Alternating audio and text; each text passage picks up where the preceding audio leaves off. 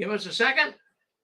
Well, hello, everyone, and welcome in to our midnight program. We've got Linda James. She's known as Apostate, and she's your favorite apostate, and she's coming on here tonight. And we're so glad to have Linda with us. She burns the midnight oil. She goes all night long talking to all the people all around the world about their concerns in the Jehovah's Witness religion. Let's bring Apostate on. Hello, Apostate. Hi, Rick. How you doing?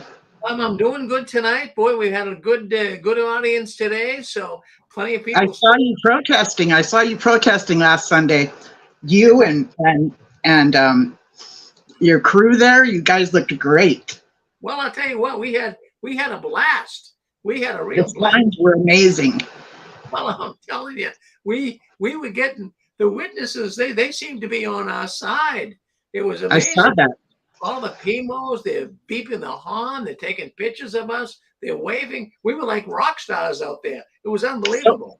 So I have a request. Can you make a sign? It doesn't have to be big, but it says "We love PMOs." Make a sign. Yeah, we do. We with a heart and then PMOs. You know, that's like that.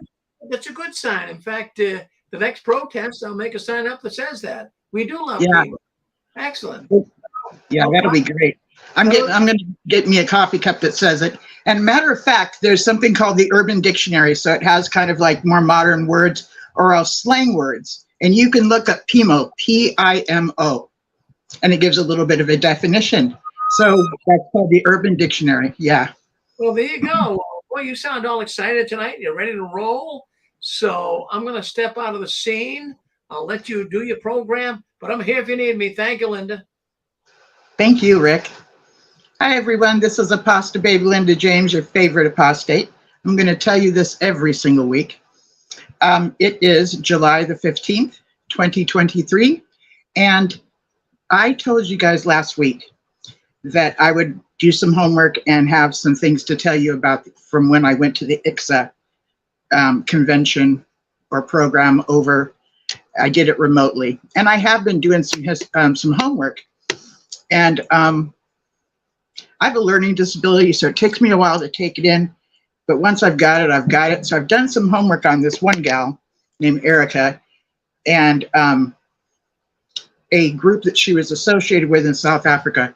Absolutely horrendous. I can't even pronounce the name. Like, I need to get in touch with her to learn how to pronounce the name, even though I've heard them say it many, many times. But I'm asking your forgiveness because I'm not going to be bringing this up right now because something happened this week. And Rick, if you can, please let Pete in when he shows up. Pete put out a new video, and Did you send him a link? I did. I sent him a link. I did. So I'm thinking. As soon as I see him, I'll get him in. Okay. Okay. Will you pretty please send him a link as well? Yeah, I will. Yeah, I will. Yeah. Something's telling me that for some reason maybe the link I sent didn't get sent. So thank you so much, Rick. Yeah, I did it in the last minute. Okay, no problem. We'll get him on. Yeah. So he made a video this week. See, when he first started out, he was doing videos. See, I don't even know the right terminology.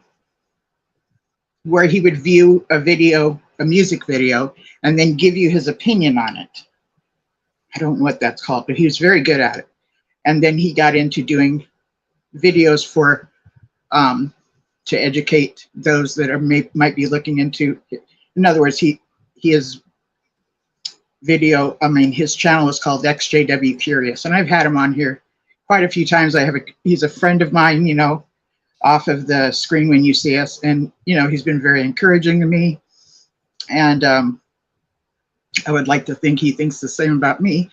And so this week he has never let me get an early look at any of his videos, even if I ask him. It's like, no, you got to wait till the premiere. So I've always waited till the premiere. But this video, he let me let me look at the premiere.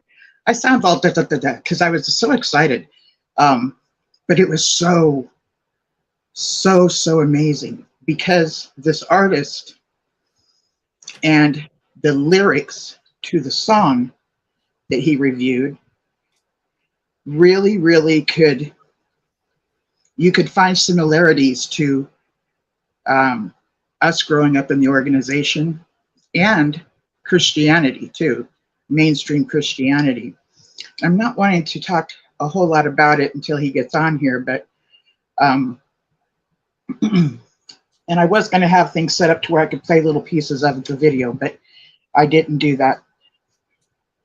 I'm having issues with my devices, so I'm using my cell phone to talk with you now, but with my computer, when I was using the StreamYard, one time I plugged in a mic that's the kind that the people like on the news will wear, where they just clip it on.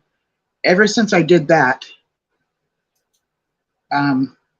StreamYard won't work for me when I get onto the computer, so I got to go to them or something and ask them how to get that fixed. So I've been using my phone, which I keep all my notes and everything in. So that has not helped me. I should be more prepared, but I wasn't. So he literally does a great review. Okay, let's see. Hold on just a minute, please. Yes, I'm talking about the High Ran song. High Ran song.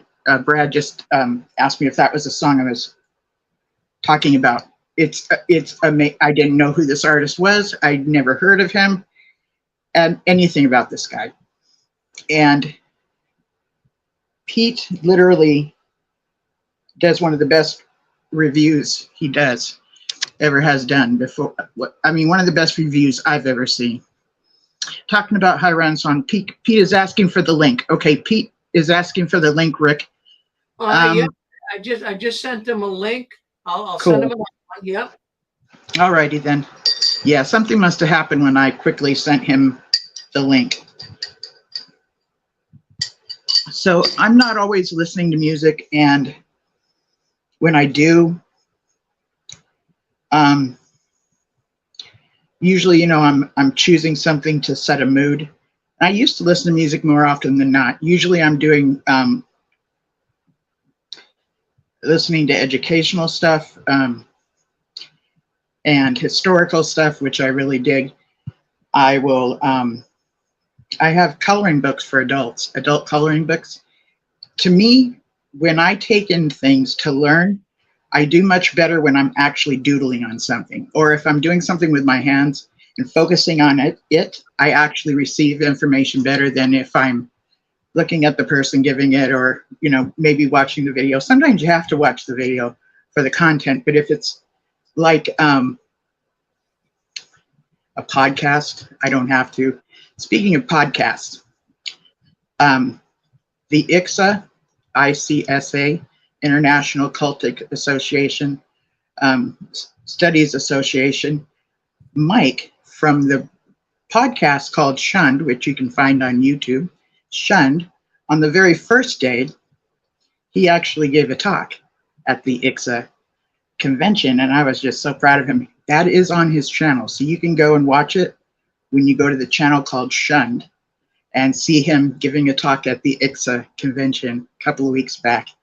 And it's so funny because he gets up there and he's like, the last time I gave a talk, I was in a Kingdom Hall. I might get, he was talking like this could trigger him and stuff. So triggering is real. So I'm very proud of him because, my goodness, I've seen him do a few things where, like, he's came and talked to a college level group and educating them on cultic techniques and stuff, him and his wife. But I've never seen him do a stand-up talk. And when he does his own show and interviews people, he's sitting down and, you know, like maybe at a desk or something, and the scenery behind him is kind of dark with a few lights. But it's a very welcoming kind of look behind him. So yeah, if you get a chance, go check out Shunned on YouTube, and you might find it in other places too. And you can watch Mike give a talk. And basically he tries to explain a lot about the Jehovah's Witnesses. So yeah, that was that was really cool to see him there. And I'm working on getting the information together and to give to you in a manner that I know I can deliver it well. I'm hoping that our Pete will show up soon. But yeah, I'm not someone that looks at music reviews a lot, but I've seen a few of them. And usually they'll go through some music and then they stop in the middle and either laugh or give some rapport and go from there.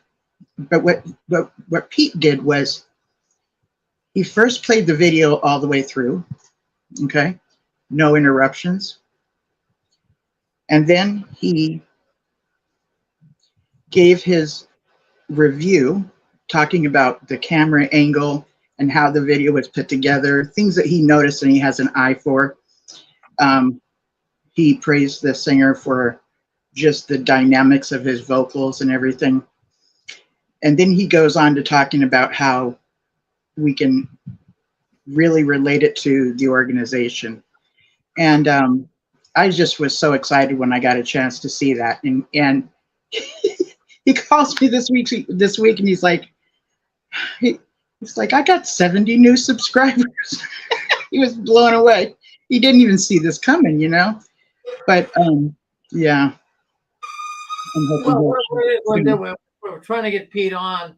I always go through his email, but I don't know if he's looking for it in Messenger. But he's not my friend, I don't think, on Facebook, so I can't message him. But I did write on our chat here, Pete, look in your email. So he's going to come in through email like I normally do it. So I have his email contacts. Okay. Okay, then that's good. That's very good to know. Okay. So some of the stuff that that I was listening to today, again, I feel like I'm not giving you full information, but there was this one gal from Japan, and it was a series she had done on the Jehovah's Witnesses in Japan. I feel like I'm just giving you guys teasers, but still, I'm just going to have to tease you a little bit until I get the full thing. And I apologize because I said I would come and bring that to you. But when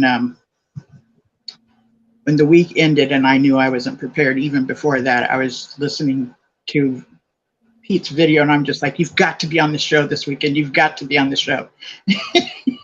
I'm like, if you're up to it, you know. And fortunately, he is up to it. So that's a good thing. It's very hot in July here in Southern California. I've been doing, it hasn't been as hot as it usually is though. But I have this whole little routine I do that keeps things cooler. And I know that if the front door is left open too long and the sunshine comes in, then it's all over. I can't bring the heat out of the house. And I'm one of those people, I think I tell you this every single year. I'm one of those people that if I get too hot, I'm like, you know, faint and everything. So, okay, so XJW Curious says, I'm looking in my email, but I haven't got it. So I texted it to you. Pete, did it not get to you? This is cool to see a comment that got brought up. So say that again. This is Kurt. Can you hear me? I can. Hi, Kurt. Hey, I know you're waiting on Pete to come on. You're trying to get him on there. You look very beautiful tonight. Thank you. Make a comment about last week. I think some of you were talking about Eisenhower. I had looked. We'll take a few minutes with this, a minute or two. I had looked into Eisenhower before, but I forgot much of it. So I went back on YouTube sometime this week on Eisenhower. If I got my facts straight, his parents were, oh my goodness, now I've lost the Plymouth Brethren, or River. They were actually River Brethren. Brian straightened me out on that. I thought they were primitive brethren, but River Brethren, some difference. Anyway, they, his dad and mother, and then sometime later, his mother became a Bible student. Yes. Yeah. Now They used to hold Bible studies in their home. Yeah, that's right. Yeah, you're Yeah. right.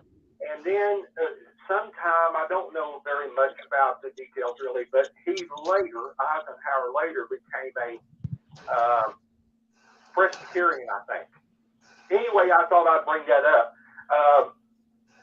I don't know if I'm right about all that or not, but I was talking to Brian about this this week for a few minutes, and I just thought I'd bring that up. I heard somebody say last week he was a Christadelphian, but I don't, or his parents were Christadelphian or whatever, but I don't think that's true. I think they were River Brethren. You know, the Brethren, its origins is in England.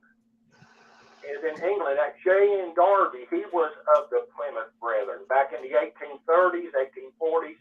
J.N. Darby, you know, you've probably heard of him. Nothing here, Linda. I just want to kind of talk to you for a few minutes until Pete shows up. Anyway, thanks. Maybe somebody else is wanting to speak up. I thought I'd bring that up just for a couple minutes. Thanks, Apostate. I just wanted to say that, Kurt, you have been so much clearer since getting a new microphone or something. And thank you for that. It's no longer a struggle at all to hear you at all. It's perfectly clear, and that's awesome. Thank you, Brad. I'm glad you brought that up. Thank you so much for that. Yeah. No worries. Thank you. Okay.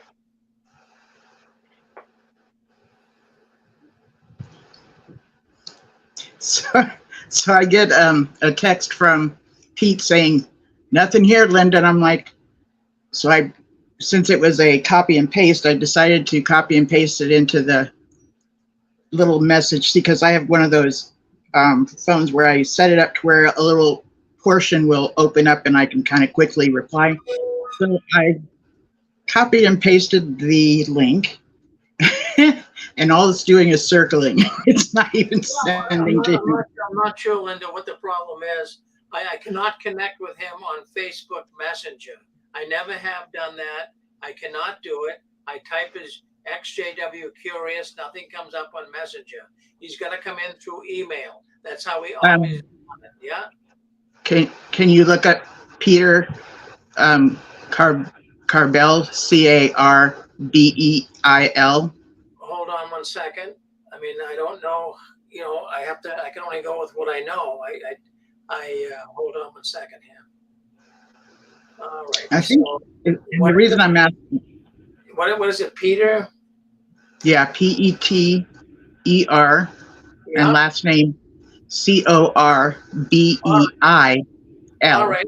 I did not know. I mean, the only thing I know Peter as is Peter. I did not know his last name. I did not have. That's okay. Every other time that I, sent him, it was done through. So I do have that on Facebook now, but we have to go. The best way it makes it 10 times easier for me if everybody works with email. It's 10 times easier. So if we could all do email, it would be great. It really would. It's so much easier. All right, so that I did send it off to him. So let's see what happens. Thank you. I appreciate that. Okay.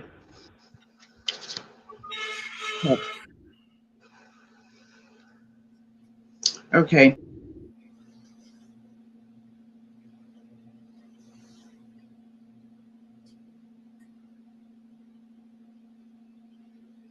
You with us? What happened, Linda?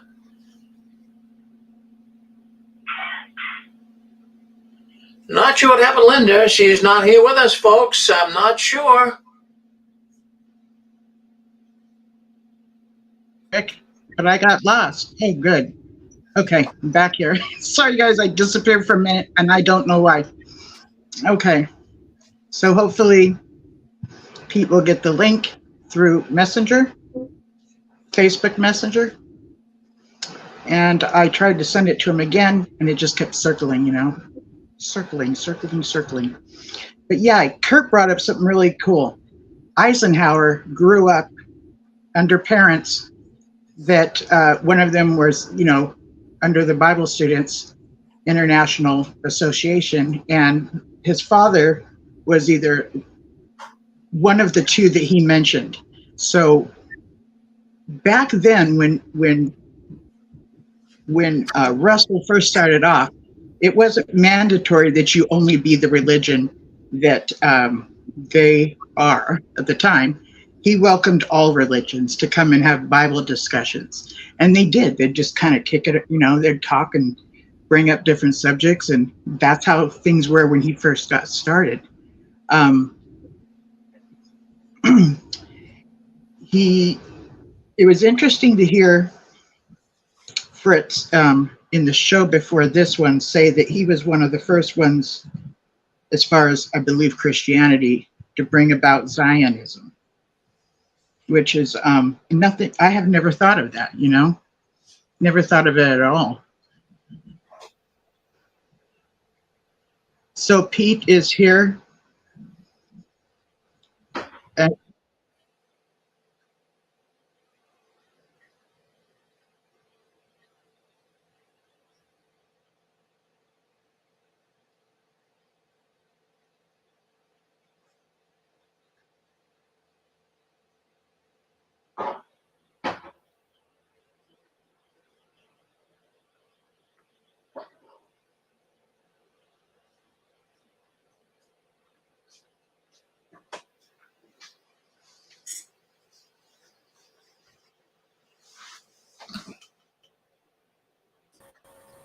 Hello, Pete.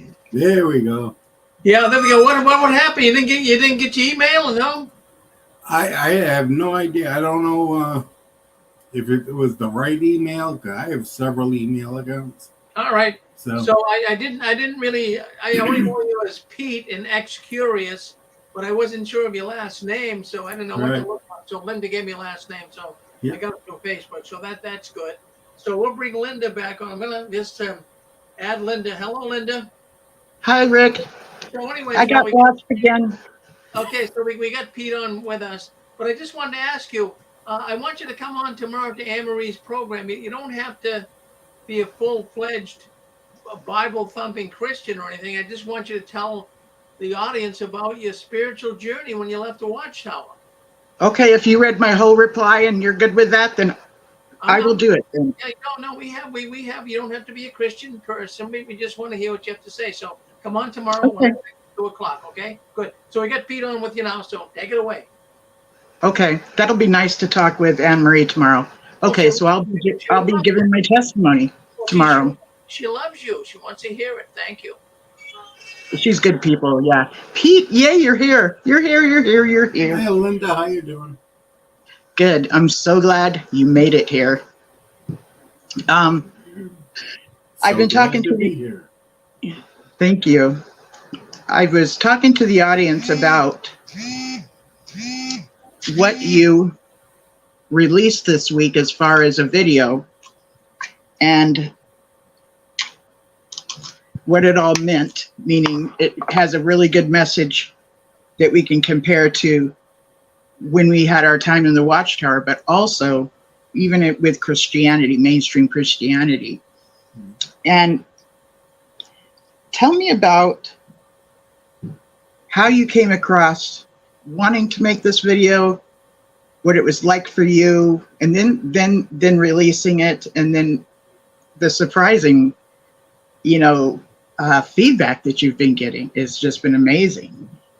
Yeah, it's I first heard the song, High Ren, a couple of months ago, and I was blown away just by the video, as a video and his musicianship.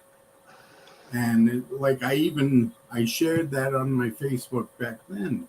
I said, this is a once in a generation kind of talent. This is the first time in 40 years I've actually seen something fresh. And that's how I was looking at it.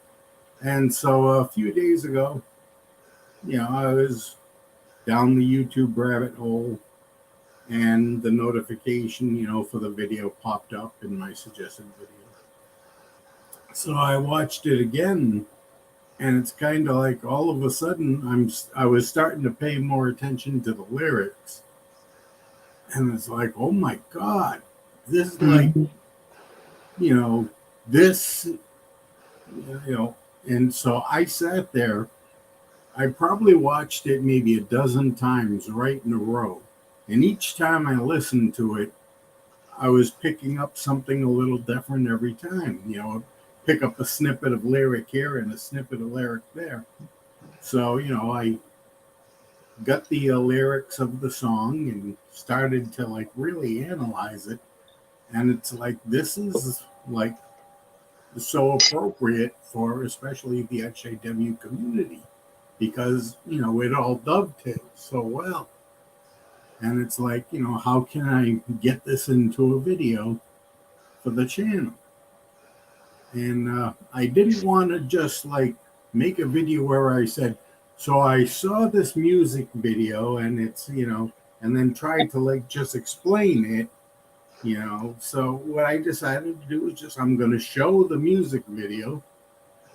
And then, because, 4 years ago, I used to be a music video reactor. Okay. Yeah. I was telling the audience, and I said, I don't know the name. Okay, reactor. Yeah. Good. And a lot of my current subscribers are actually from my reaction days.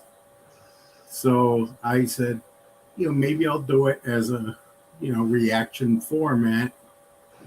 And I said, but like, I'll do the video, I'll play the video, then I'll do my reaction to the video strictly as a video. I said, but then I'll do a third part where I connect the message that Ren is delivering to the XJW community. And so that I sat down and started, writing that all out. I made like this list of all the interesting things that he had said, all the lyrics, and it's like, okay. And, just kind of went step by step by step and connected it all together.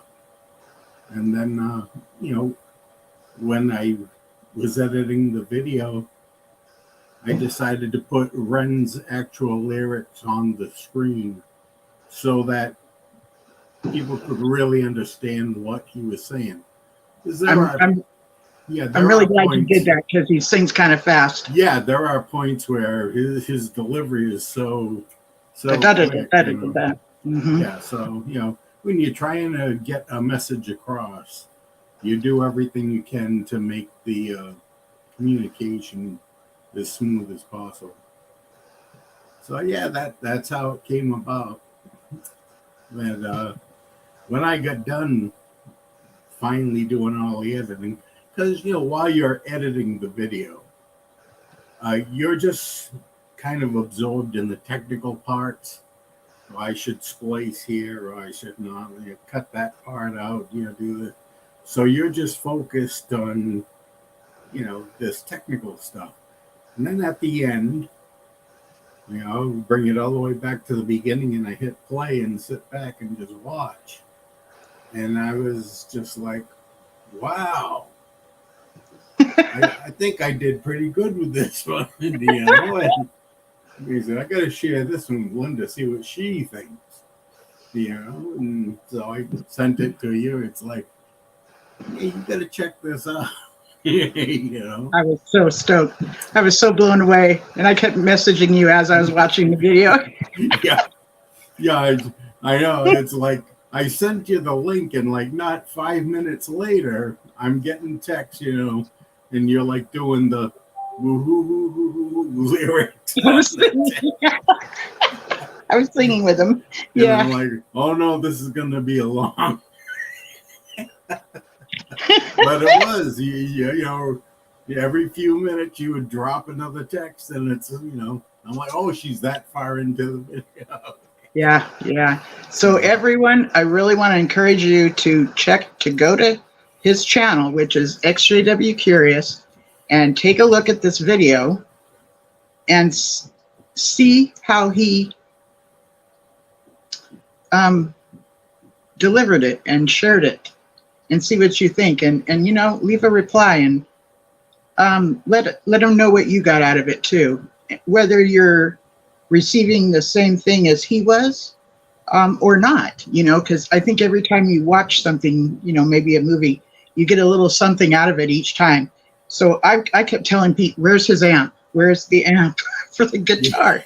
Because the guitar is plugged in. Yes, It's an acoustic nylon string guitar, but it's plugged in. Therefore, there must be an amp.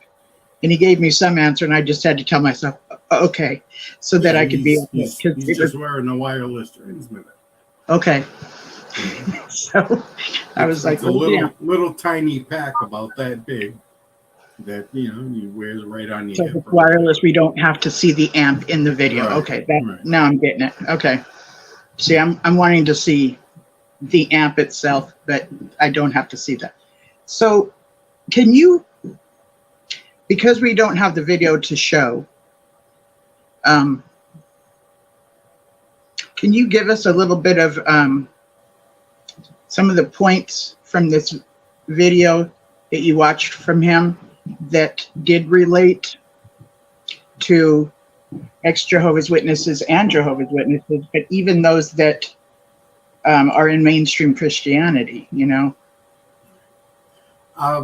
you feel up to that? Sure, I'll give it a shot. Cool. I mean, his song is so deep. There are so many layers. I mean, there are so many layers to this song that onions get jealous. It's and like I said, every time you watch it, you expose another layer. So the basic premise, the basic setting of the song is Ren is talking about his mental illness, the dichotomy of having, his conscious being, or who in the video I refer to as the outer Ren, who's, being hospitalized and being treated for, mental illnesses. And he's a very soft-spoken person, and he's, just talking. He's responding to the voice that's inner Ren, who's very sarcastic, very down-putting. Inner Ren is gaslighting Ren constantly. He's like, oh, you're not good enough. You think your music is so great, well, where are your Grammys? And so all very the condescending. Yes. Yeah. Every all the techniques that we see being used by cults. Yes. Or are present, like in my video, when, Ren does that bit where the inner voice goes, you think your music's so good, you're delusional. Where's your interview with Oprah? Where's your Grammys? And it's like, when you belong to a cult, no matter what you do, it's never good enough. That's right. And then I was like, when I was a JW, you would hear, you're not getting enough hours in service. You don't have any Bible study students. Or it's like, you're really not trying to achieve any privileges. So you're always being told that no matter what you're doing, you should always be doing more. And, Ren's entire song, that inner Ren voice is doing stuff like that to him. And that's why in the third part of my video, I broke it down like that. I would play the snippet from Ren's video with the lyrics on the screen so you know exactly what he's saying. And then I would show the correlation to being in a cult. And you know what? That stuff sticks with us. The stuff we always took in, whether it was through the literature from the elders on the platform or just approaching us. Even, as far out, as long as I've been out, I still get into that stinking thinking self-talk. And today it's much less than it used to be. It used to be just all the time. So yeah, it does ease off. It does get better. But you know, does it stick with you too, Pete? Oh, big time.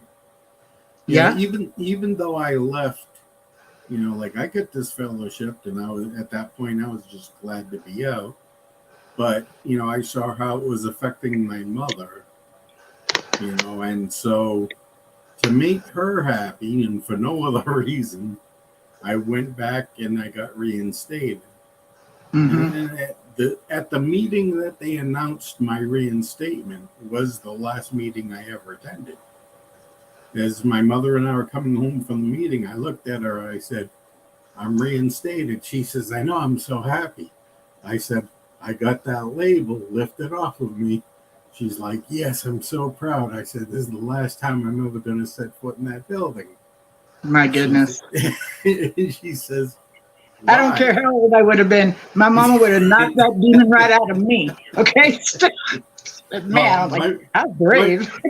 Wow. My mother had learned a few years previously that, you know, she could no longer physically intimidate me. You know, so, but, you know, I told her, I said, look, I don't believe, you know, what they're teaching us. And I said, when I told her right out, I said, the only reason I went back, the only reason I told them the things they wanted to hear, and I did the things that they asked me to do, is so I could get that mark taken off of me so that you can smile again. And that was it. I said, no, I want nothing to do with that organization for the rest of my life. But because it was so ingrained in me, you know, the whole time you're being taught that this is Jehovah's organization, where, you know, you get that us versus them teaching. We're the best people on earth. We're the ones that are going to survive Armageddon. Everybody else is going to die because they're sinners and they don't accept Jehovah and blah, blah, blah. And that kind of like stayed with me. When I would hear people talk, you know, derogatorily, is that a word? With derision about Jehovah's Witnesses, I would actually defend Jehovah's Witnesses. Yeah. And, I've seen people do that. Yeah. Yeah. Get not active, you know? Right. And it wasn't for decades, you know. In 2015, when I started to learn about, you know, the ARC, that's when I really started going, wait a minute, maybe that organization is a lot worse than I thought it was, you know. And so, yeah, here we are today. Okay.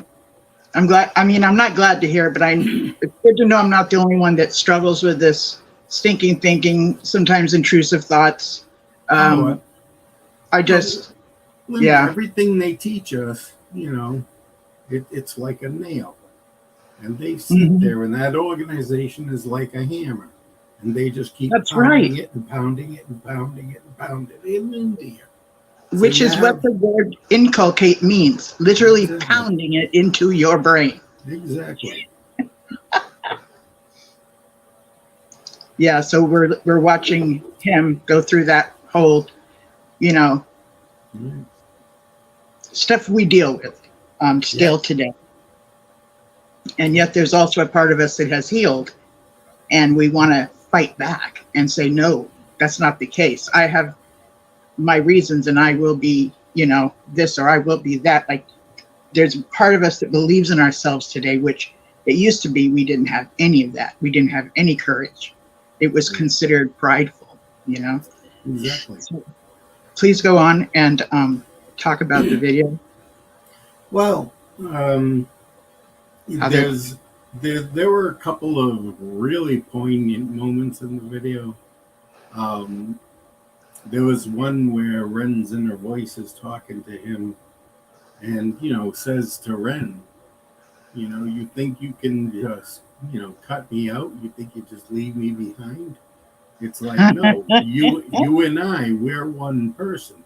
If you want to kill me, you have to kill you. Yeah. Which, you know, because you know we're taught, you know, like when I became a witness, you know, we were taught that we have to put on the Christian personality. You know, that was the phrase that they used. You have to put on the Christian personality and leave that other personality behind. And the Christian personality, as they taught us, is you strive to, you know, not be a sinner. But And not be yourself. Right, but you are a sinner because of Adam, but you try not to be. You know, so you, right from the start, they're sending you mixed things. You know, messing with you mentally. And so Ren ends up identifying this inner voice as the devil. You know, as he has the segment where he's like, "Newsflash, I am, you know, I was created at the dawn of creation. I am temptation." And he goes through this whole list of all the names of Satan the devil. You know, so it's like he just stopped short of saying, "I'm Satan the devil," but he has all the names: Mephistopheles, Lucifer, the Antichrist, blah, blah, blah, blah. So we know who the inner voice is talking to Ren. And I kind of like had this epiphany. I said, you know, it's very possible that Ren may have grown up as a Christian and being taught that. I said, of course, you know, it has gotten so prevalent that it's become like a literary trope. I think everybody can relate to like the cartoon where you have the good angel on one shoulder and the little devil on the other shoulder. And Yes. you know, so Ren, you know, was probably focused on that. It's this little devil that's Talking telling in him the all ear. this stuff. You know, And the other one talking into the air to oh, exactly. influence. But, you know, at the end, you know, Ren has his big epiphany. And he, you know, so the whole video, he's two characters. He's portraying two characters. At the end of the video, he introduces a third character, you know, a character called Hope. Yes. And it's like once Hope shows up in the picture, Ren realizes that, you know, the evil part of me is a part of me. And you know, you have to accept the fact that good and evil reside in all of us. And mental health issues arise when you try to deny that. Okay? Even the Bible in the, you know, in the Hebrew scriptures says that God created good and evil. And so, you know, they are both a part of us. You have to accept that, because if you don't, that's where you start planting the seeds of a cognitive dissonance. Because Planting the seeds of what? A cognitive dissonance. Okay. And see, I don't want to admit I have evil as part of me. I just don't want to admit that. But nobody wants to admit that. But right. There is I got a little bit of evil going on, but reality is nothing is all good or all evil. Right. It's the evil side is there. It's just a matter of controlling it, you know.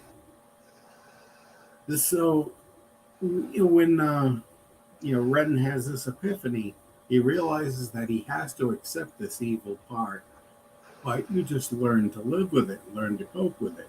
Because if you try to deny it, or if you try to ignore it, that's what leads to the mental health issues. Because that's when you get the battles going on in your head. So rather than trying to deny the existence of it, just learn to deal with it. It's a lot easier to do than, trying to ignore it. Given the right circumstances and some of that can come out. in things that we do or say. And we can all probably look back and think of some things that we've regretted to say or that we've regretted to do, you know. That's a hard one to digest for me, especially growing up in that organization where we are actually set up, and we're not being told this, but we're set up in such a way that we're trying to attain perfection. And less than perfection is just not okay. Meaning you're not okay because you haven't reached perfection. You know? They tell you we should strive for perfection, but then they also tell you that you're never going to reach it because you're a human. Yes. You know, you're a human. You can never be perfect, but you should try to be. You know, to get Jehovah's approval and the approval of these people in our lives and everything. And when they drill that into you enough so that, you know, you want to strive for perfection, even though you know you can't reach it.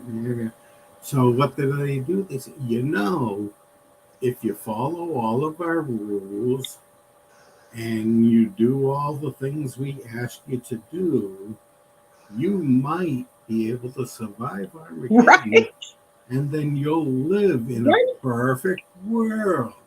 That's our version of hope. Might. Yeah, you know, and when you sit back and look at that, you know, what they're doing, it's like the old guy sitting on the rock on the side of the river going, you know, they're just out there fishing for emotionally vulnerable people. And when they plant that hope, you know, when people grab that lure of hope, they set that hook, you know. You know, I tend to believe it's when people are at an emotionally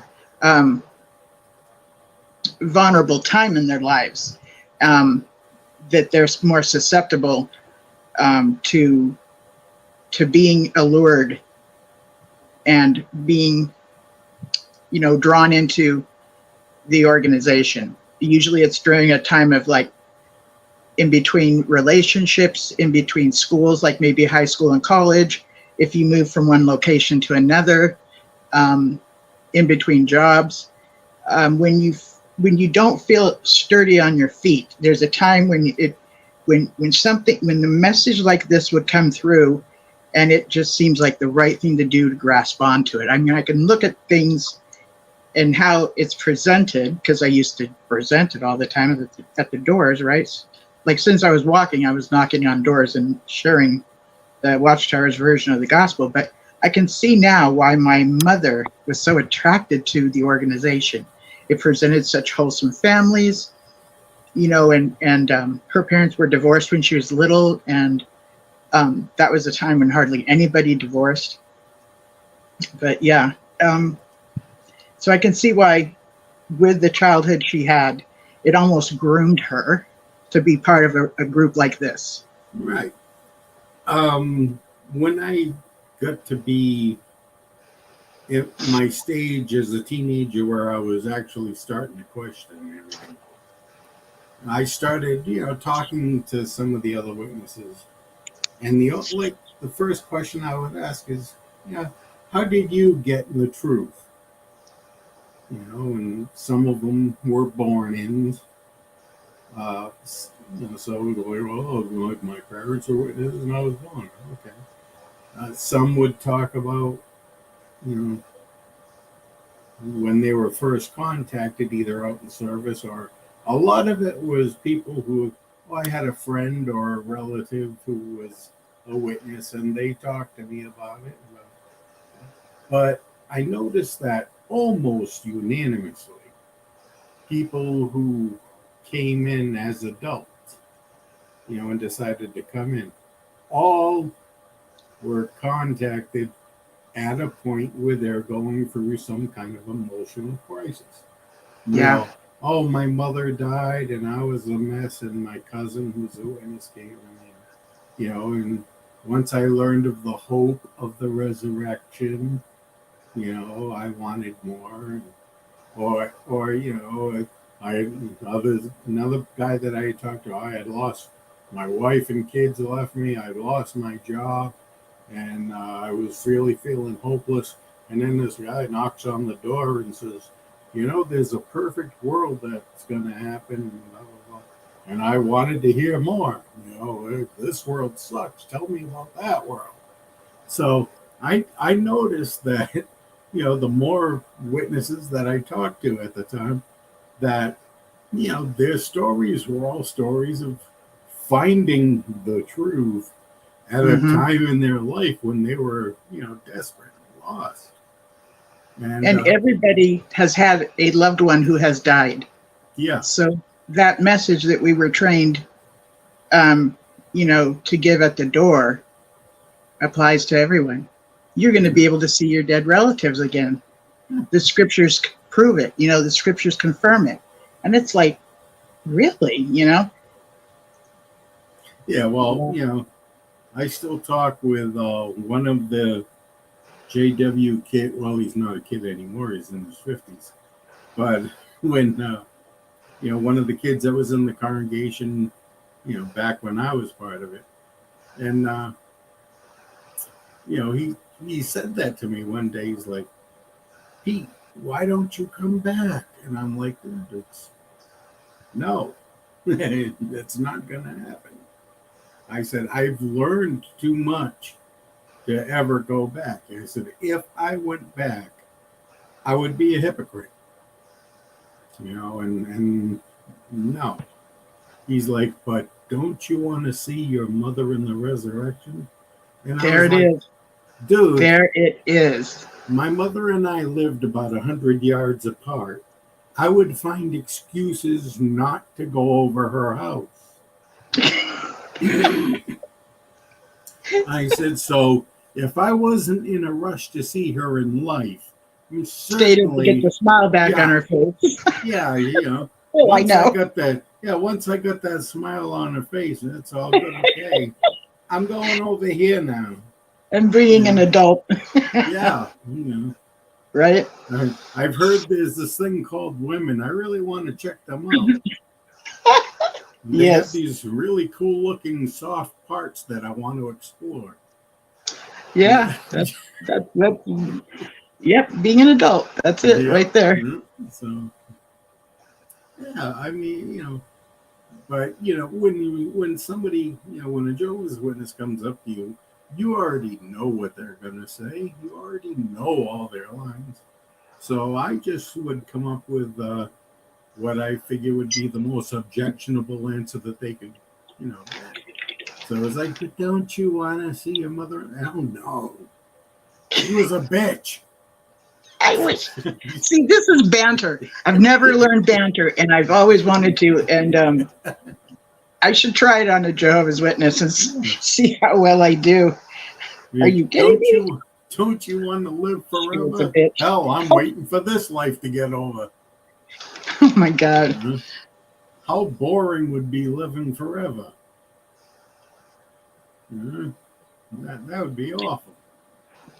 So let's get back to the video where, yes, he's got these two sides talking. You know, it's like the angel good side and the devil bad side kind of talking in his ear and influencing him. Yep. Let's go back to that in the video, please. Uh-huh. I interrupted the whole group. So he was being talked to condescendingly. Yeah. His inner voice was talking to him condescendingly, but his outer, you know, the outer side of him was so much more empowered and had things to say back. Yeah. Well, was pretty courageous stuff. At the end, you know, I mean, during the entire music video, Ren is sitting in a wheelchair. You know, the video opens up where he's being wheeled into the room. He's wearing a hospital gown, and he's being wheeled in the wheelchair by a very disturbing-looking character. And then he starts playing some really nice acoustic guitar. And when he first starts playing it, it is actually very pretty, you know, and he shows some really cool guitar techniques. But then it starts to get, like he starts using some really dissonant chords, and some of his Yes. progressions start to be really dissonant. You're like, Yes. is he doing this intentionally, or is he just flubbing up? And he goes through the intro part, then he starts singing, surprisingly, and then he starts to get into the actual lyrics of the song, the actual interaction between the two. So the entire video, it's inner Ren, bad mouthing outer Ren, and outer Ren trying to defend himself, and it's back and forth, back and forth, back and forth. At the, then the devil makes his big reveal, and then Ren comes back with, you know what, I'm eternal too, because the devil says, I'm eternal, you can't kill me. And Ren kind of like, he says, you know what, I'm eternal too. I said, because, everybody knows you. I said, but they know me. They just recognize me as something different than you. And he starts talking. And at one point he says the line, some people know me as hope. Some people know me as the voice that you hear when you listen to news on the road. And he, as he's making his affirmation, he rises up out of the wheelchair, just as he's saying the lyrics, stand on my own 2 feet.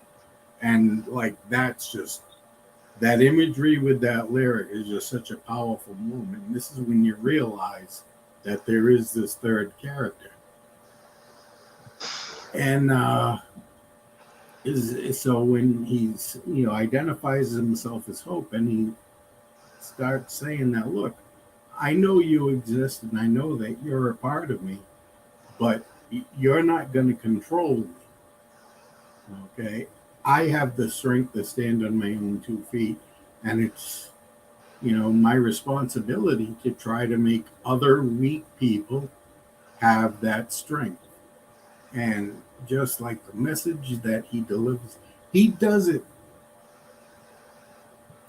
To be a storyteller, you're trying to get a message communicated to the audience. The skill that Ren uses, just like his use of the language, his phrasing, the way he delivers it is just phenomenal. But when you look at how deep his message is and the skill that he uses to communicate that message, that's just on a whole other level. And that's probably what blew me away more than anything. Here is a, I'll call him a kid. I think he's in his late 20s. Here is a kid that gets it, and he's got a very important message to deliver, and he knows how to get that message out.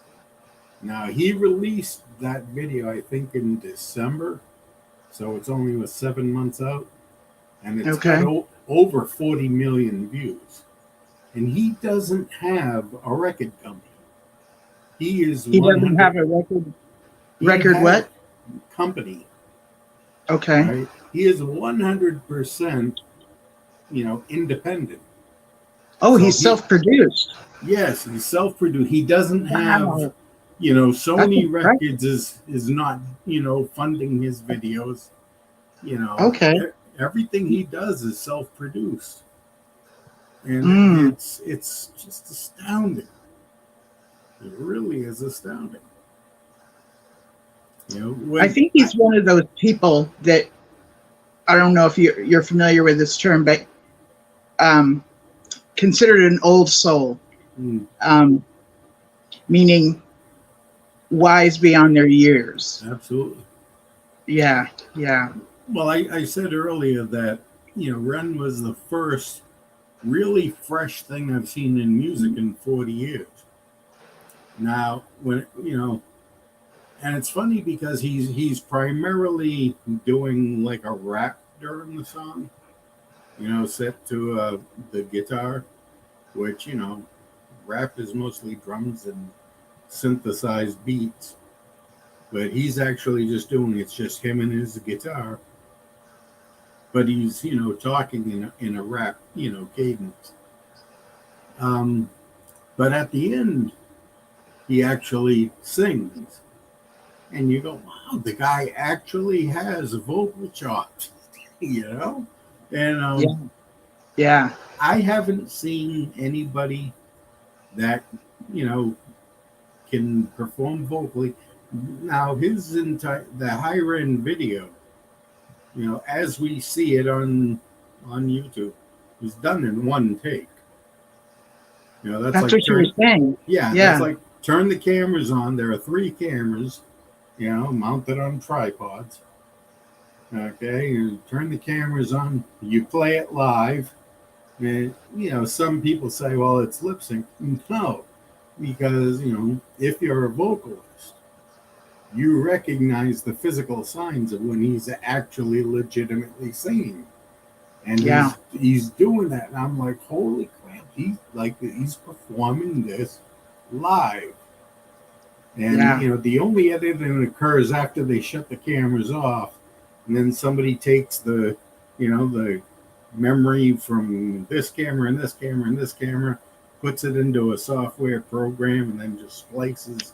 All right, let's use this angle here, this angle here. But it's shot all live. And it's like, oh my God, it as a film, you know, as a video creation, as a film, it's brilliant. His lyrics are brilliant. The lighting. He uses vocal techniques. He uses so many vocal techniques that, you know, there are professional singers who don't even know that many techniques. You know, I'm just sitting here going, wow. You know, the only person I can compare him to as far as the level of his talent and the level of his brilliance, I have to go all the way back to like Freddie Mercury. Okay. Because Freddie, you know, had such a beautiful voice, and he could write like nobody's business, and he was an ultimate showman, you know, out on the stage. And a talent like that, it's been what, over 30 years since Freddie died. So we've waited a long time for somebody to come along to make an impact like that. When I watched it, I actually was inspired to pick up my guitar again and play. Mm-hmm. I was like, and I haven't been inspired to do that. Right. That was impressive. Yeah, it's you know, how can, I mean, you know, I'm a YouTube creator. Right? My job is to make content that, you know, people can watch and, you know, maybe learn something from or whatever. So how can I watch a video like that and not, you know, share it with people? You know, it's like, guys, you got to see this. You know? You know, there was something when you were first talking about this video, in your video that we're talking about, you know, you spoke about mental illness and said that, you know, you've never been diagnosed with mental illness, but to be fair, you've never gone to find out if you have mental illness. Right. You know, and then I've never been to a therapist or a psychologist or a psychiatrist, because I always felt that if I ever did, I would never see the light of day again. You always thought that if you ever did what? That I would never see the light of day again. Okay. I always thought if I went to see a psychiatrist, I was going to go straight from his office right to the padded cell. To the psych ward, yeah. Yeah, so no. And, you know, when there's a time to visit the psych ward, there's a time to visit the psych ward. But yeah, I can understand that being a fear. What a trip that you said that. You know, at the end, you also mentioned that there was something that you really related to him about. You mentioned that there was a date that you actually was like, well, yeah. when I heard the lyric, some people know me as hope, some people know me as the voice that you hear when you loosen the noose on the road. And I was like, August 19th, 2005. That was the day that I heard the voice, because I was at a low point in my life, and I had been in a decline for several months, and had just gotten to the point where there was no more hope. And so I, planned my checkout scene, and I was at the point where I didn't want to leave my house a mess so my family would have this horrible thing to clean up. So I was actually starting to pack up my belongings in boxes, so that when they came in, it would just be, just move the stuff out. And, as I was wrapping up some of my glassware, I saw a little display ad that kind of, leaped out and grabbed my attention. But yeah, I had the implements of my destruction. It was a multi-layered thing already, and as soon as I was done packing everything up, I was, gonna check out. And so, for all intents and purposes, I actually did have the noose around my neck. I just hadn't tightened it yet. But it was gonna be soon. As soon as I finished this last box of glassware. I left the glassware to last because, I always want to have a drink. Because what? You always want to drink. So, yeah. Oh, okay. Yeah. So what was in the paper that grabbed your attention? Well, at the time, in January of that year, I had, lost my job. In February of that year, my wife and kids moved out. I think in April of that year, my car, came, had some problems that I could not, afford to fix. So now I was without a car, and I had no job, no family, no car, no money coming in. I was basically just kind of living off what little savings I had. And then I've been without a car for 3 years, and it sucks. Yeah, it really sucks. And it's then, very disturbing. Yeah, and then I just got to, when I started getting the eviction notices, it's well, pretty soon I'm going to be homeless and got no job, no car, no place to go. You know what? I've had enough. And so I think it's time to go. And I started doing some research, because I wanted to find an effective way that, I carried a gun at the time. Well, that was the job I had before, so I had a gun.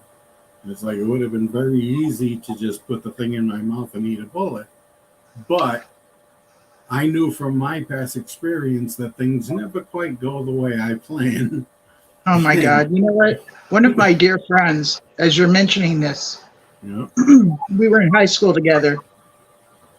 His father lost his job and went into the bathroom and checked out in that manner. Right. And my friend went into the bathroom and had to look at all that, and he cleaned it all up, Mm-hmm. And I don't know how he did it, and it's yeah. That was so tragic. I always thought that I'm the kind of guy that even if I did put the thing, I could go point blank. And it's I would probably miss the important stuff and end up just making myself into a vegetable. Then my life would suck even worse than it did now.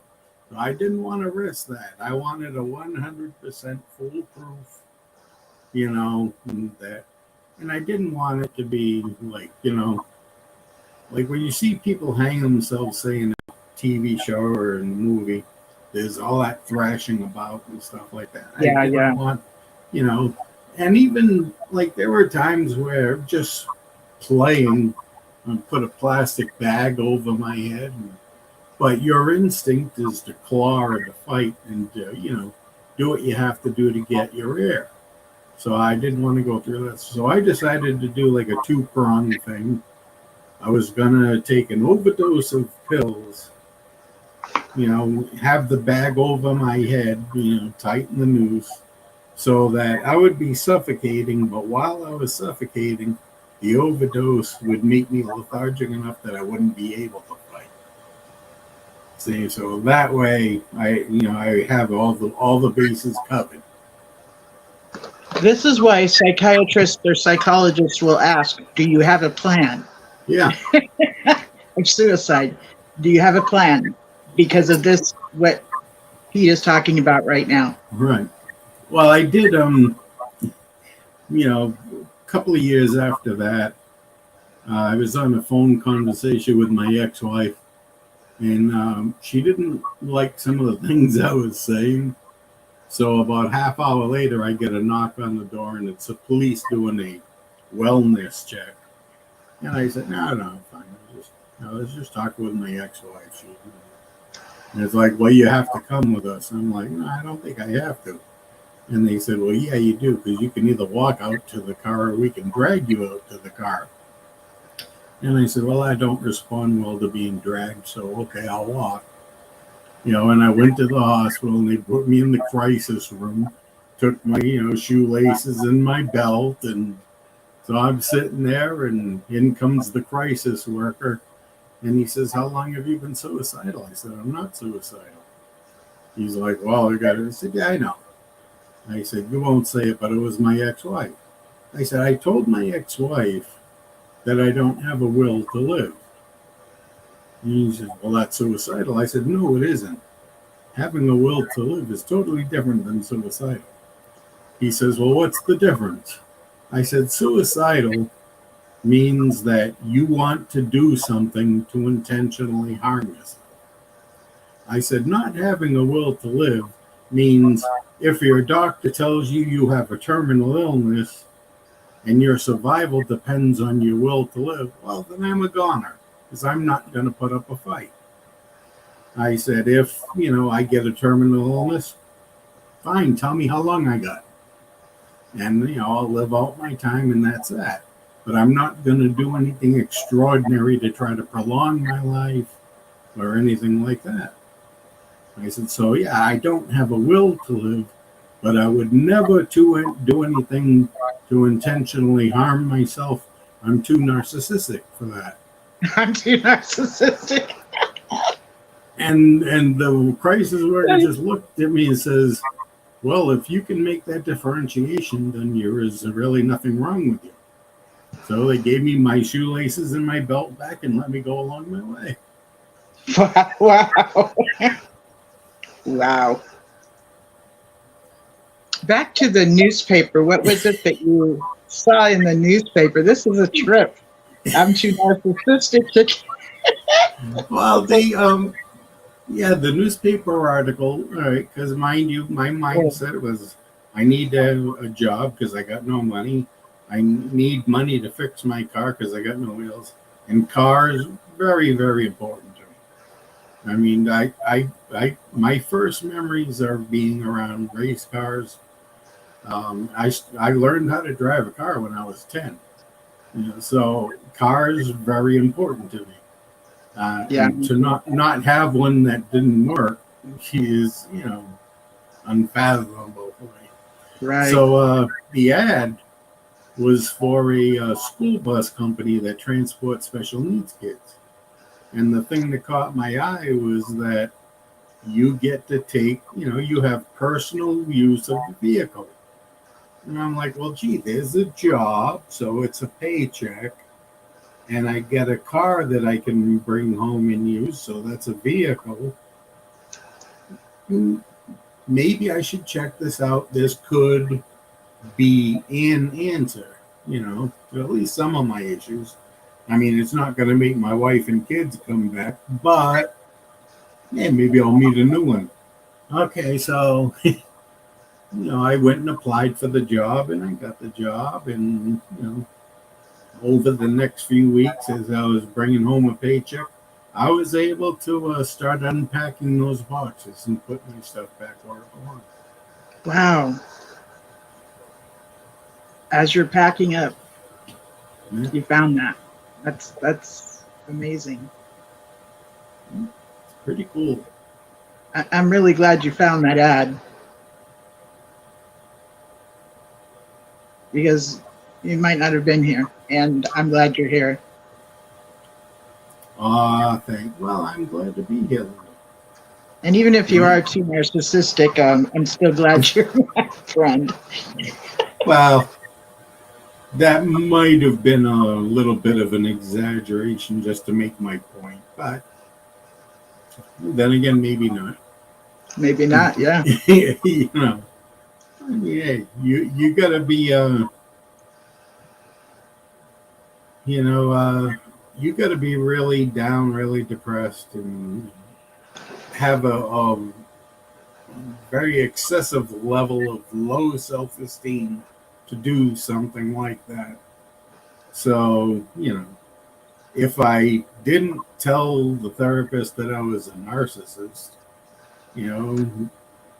if you're a narcissist, that's as far from having low self-esteem as you can get.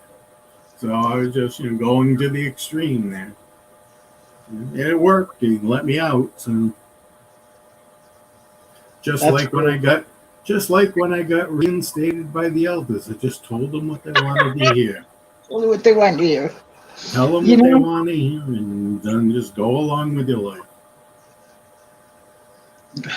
That's amazing. I was telling the audience that you had gotten new subscribers even from this video. Oh, when I first started my YouTube channel like 4 years ago as a music reactor, I did like one music reaction. I don't even remember what band I did. But I got a few comments, and somebody had suggested, "Oh, you should do some reactions to the band Nightwish." So then my next reaction was a reaction to a Nightwish song. And my channel blew up. I mean, the views just went off the charts. The comments section, like, I was literally sitting there non-stop for like 3-4 hours responding to comments, because by the time I got done responding to the first batch of comments, and I would hit the refresh button, and there would be a whole other page of new comments. So it was just, I'm going, wow. And it's like they just overwhelmed. So that was my focus. I started doing Nightwish reaction after Nightwish reaction. And fortunately for me, I really dug the music of Nightwish, because, that was, and I even said this in that first reaction, which is probably why people really responded, was because ever since I was a little child, there was this music that I heard in my head that I never heard it on the radio. And it's kind of like, this is what I think music should sound like, but I'd sit there on the radio dial and I never found it. Then when Meatloaf came along, he was real close. The style of his music, I'm like, that's really good. And I love Meatloaf. I had a friend ask me to learn, what is it, by the Dashboard Lights? Paradise by the Dashboard Light. Oh my God, yeah. So Linda, now that album came out, I think 1975, maybe. So I was like 14 years old. So now you're getting at the age where, Armageddon came and went, didn't happen. Yeah. And this is when I started my searching, my, is this really the truth? And we're developing our own personality. And I'm 14, so I'm really starting to notice that little blonde elder's daughter, she's a cutie. Oh my God. And then like Meatloaf comes on, and the name of the album is Bad Out of Hell. I'm like, ooh, how rebellious is that? And it's like you got the demon on the motorcycle coming out of the flaming. Oh, look at that imagery. Oh, they can't let the elders see this. And what I actually did is, my brother works a lot on cars, so we would spend a lot of time in salvage yards. And I asked my brother, I said, dude, can you buy me that? And it was just like this little dashboard. I don't know what kind of car it was, but it was a dashboard. And I said, can you buy me that? What are you going to do with that? It's like, I'm going to make something for my bedroom. I said, I can see that like as a piece of art. But, it was cheap money. It was almost like a throwaway thing. So he bought it for me. I brought it home, and I took this dashboard, and I hung it up over my bed, and I had strung a couple of lights to hang down from it. And so it's like you walked in my room, and I had my, record player, if anybody remembers those. And I put the little needle right on Paradise by the Dashboard Light. And there you go. Wow. Yeah, right. Wow. So, I loved Meatloaf. But, it wasn't until years later, now I hear Nightwish, and that was like, that's the music. That is the music that I've been hearing in my head since I was like 5 years old. And, so I love their music, and I did the reactions. The only reason that I left doing music video reactions is because, that's a lot of work. Finding videos, responding to them, editing, it's a lot of work. And YouTube's copyright policy is very, very broken, and they refuse to fix it. So as a result, about 70% of my videos were copyright claimed, so I wasn't making a penny off them. And it kind of like dawned on me that if I'm putting this much effort into a video, it's one thing if you're doing the video and you don't expect to get paid for it.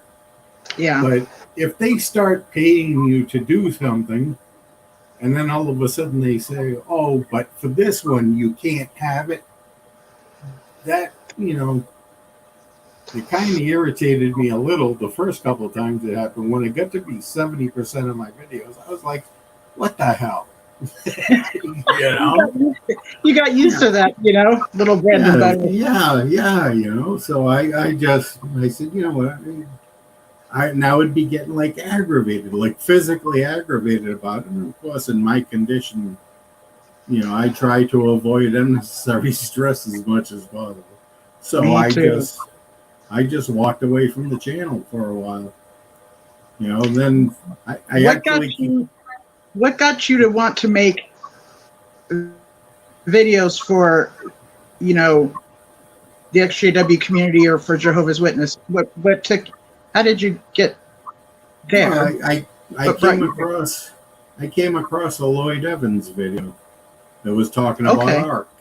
Lloyd Evans video talking about the Australian Royal Commission, and I was like, oh, wait a minute, Now I had an XJW friend who told me that stuff 30 years ago, and I was like, of course, ARC didn't exist 30 years ago, but she told me that, this abuse was going on, and her dad was an elder, so she knew of the record keeping that they were doing at the congregation.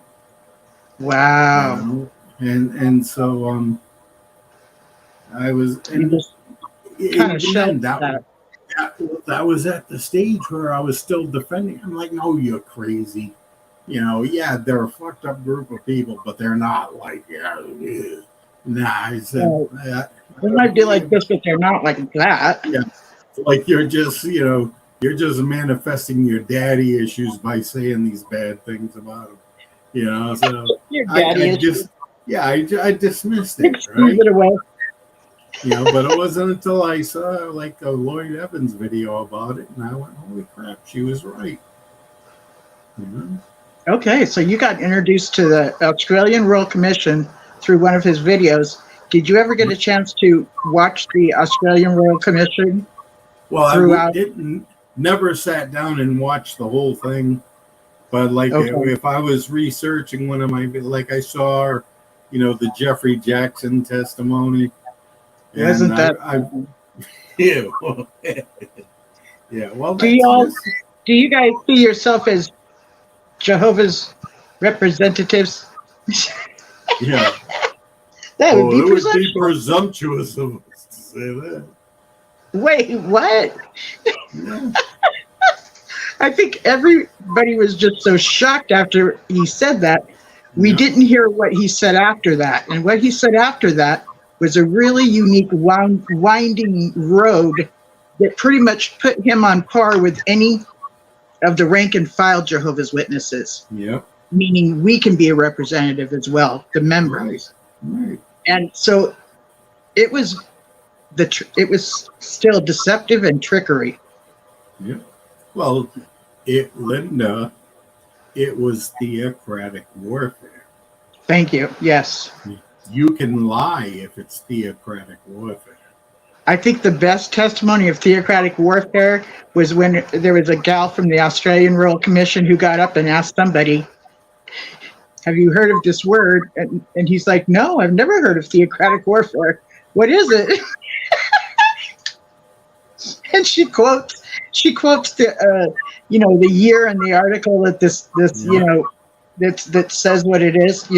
She right. speaks about theocratic warfare. He goes, "Oh, that was before I became a member." So Yeah. trying to convince him he's never heard of this term. I was like, wow. Well, that's like, I during one of the research for one of my other videos, I came across, the David Nam. He's a lawyer that represented the Watchtower in front of the Canadian Supreme Court. Yes. Because, they were being sued by an ex-JW who had been disfellowshipped and shunned. And he I believe his name was Will. Yeah, I think so. Yeah. And he had actually, the case had actually gotten to the Canadians. And this lawyer says, we do, Jehovah's Witnesses do not shun. It's like any disfellowship person is allowed to come to the meetings and they can sit anywhere they want and they can sing the songs and and when they're at home, there's just things go on just like normal. Says, no, we do not shun. And I'm like, well, as somebody who was shunned and, only got back in, got reinstated because my mother was guilty because she wasn't shunning me. Wow. I think you're full of shit. Yeah. You're lying to the Canadian Supreme Court. So, and if that's, between the Jeffrey Jackson Ark testimony and that lawyer, doing that in front of that is theocratic warfare on display for all to see. Yes. We see it again in Norway where they're claiming that, we don't shun children. No, we don't do that. And see, they're claiming this, but then there's this other thing where, let's say there's a Jehovah's Witness family and maybe the father or the mother gets disfellowshipped. Mm-hmm. Pretty much the kids will be treated with a very standoffish approach. So even though they're not disfellowshipped, they get treated as though they're disfellowshipped too. Well, so there's guilt by association. Yes. So you can see, how much the organization lies and everything they do. You go to like jw.org and you go to their newsroom and see just the way they talk about things, talk about story. like, and I use this term loosely, persecution in Russia. It's like, so they say, oh, we're the violent persecution of Jehovah's Witnesses and blah, blah, blah, blah, blah. And then it's like they show you a video outside of a courthouse in Russia, and there's a JW guy was on trial, and you see the paddy wagon bringing him out of the courthouse. And there's a group of Jehovah's Witnesses waving. Yeah, clapping their hands. I'm like, dude, if you were being persecuted, you wouldn't be out in public like that showing support for the guy. The police would be there rounding you up and throwing you in jail. I've never thought about that. Yeah. So they're not being persecuted. They're being prosecuted because they're breaking the law. And, I did a video on this one too. Yes, you did. The Russian government said to the Watchtower, hey, and they gave them a list of, publications. Mm-hmm.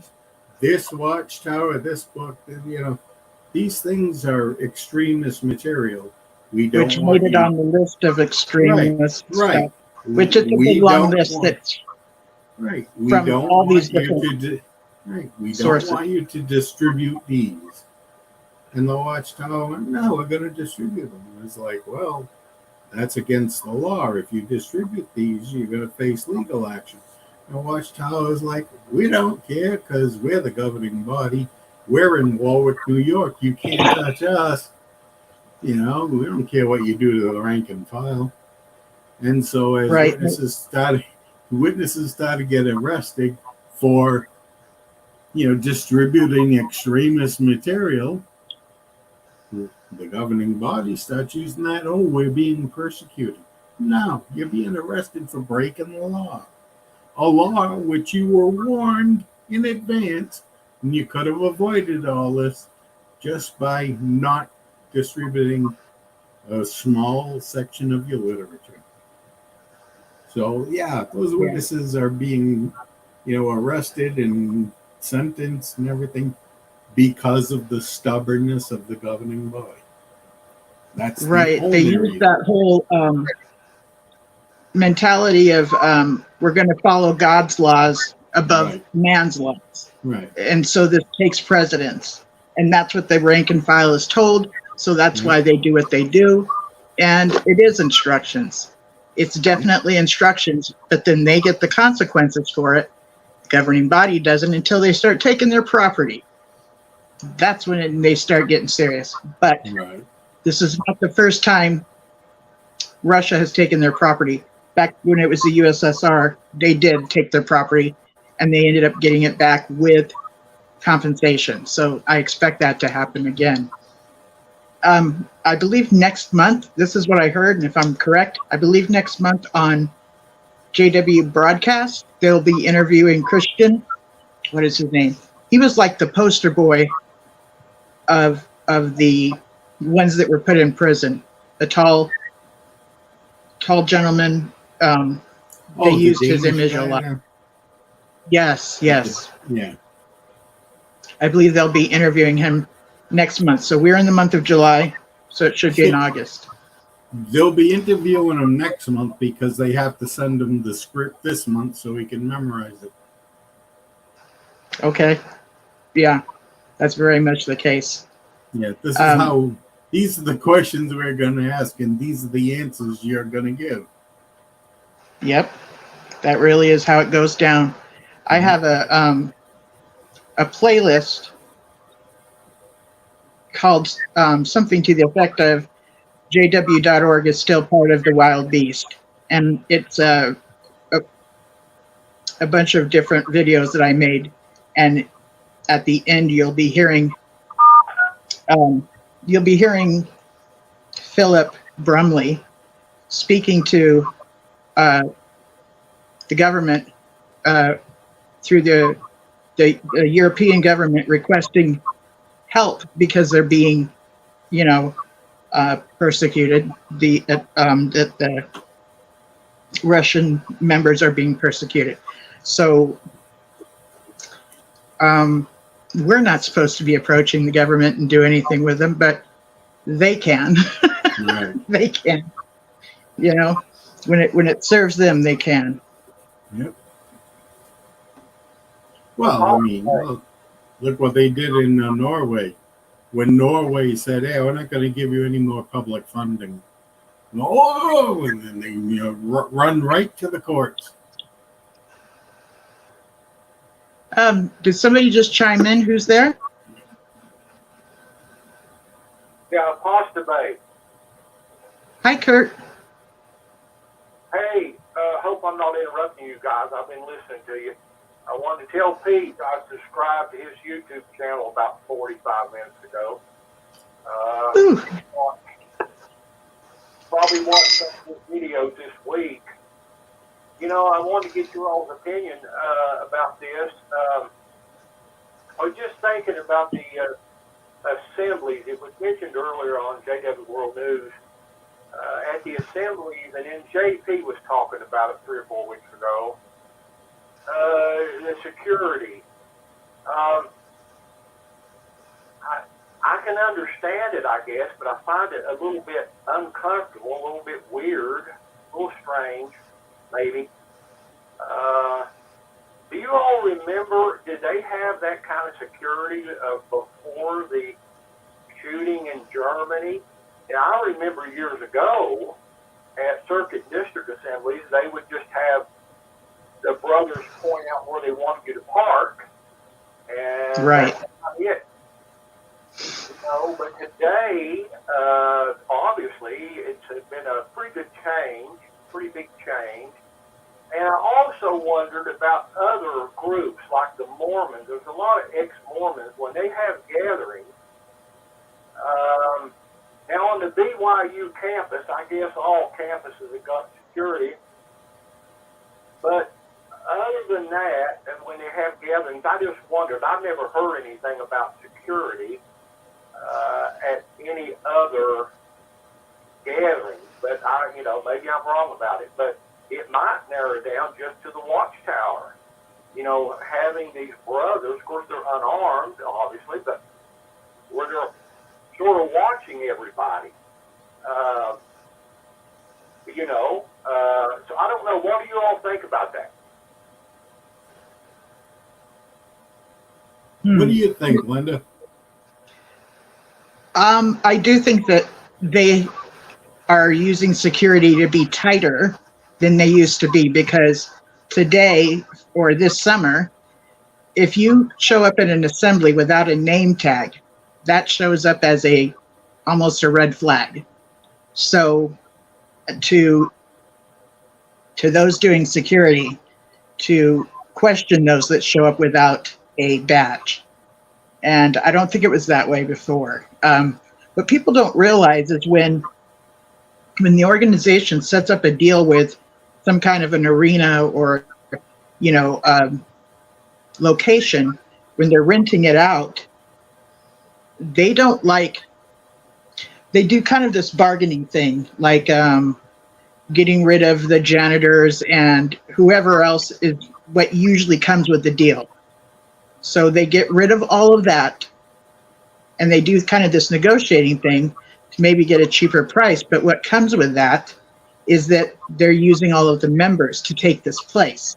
So nobody from the outside world is really knowing what's going on at that assembly or at that convention, because it's all JWs and they're all following the directions of whoever they're under.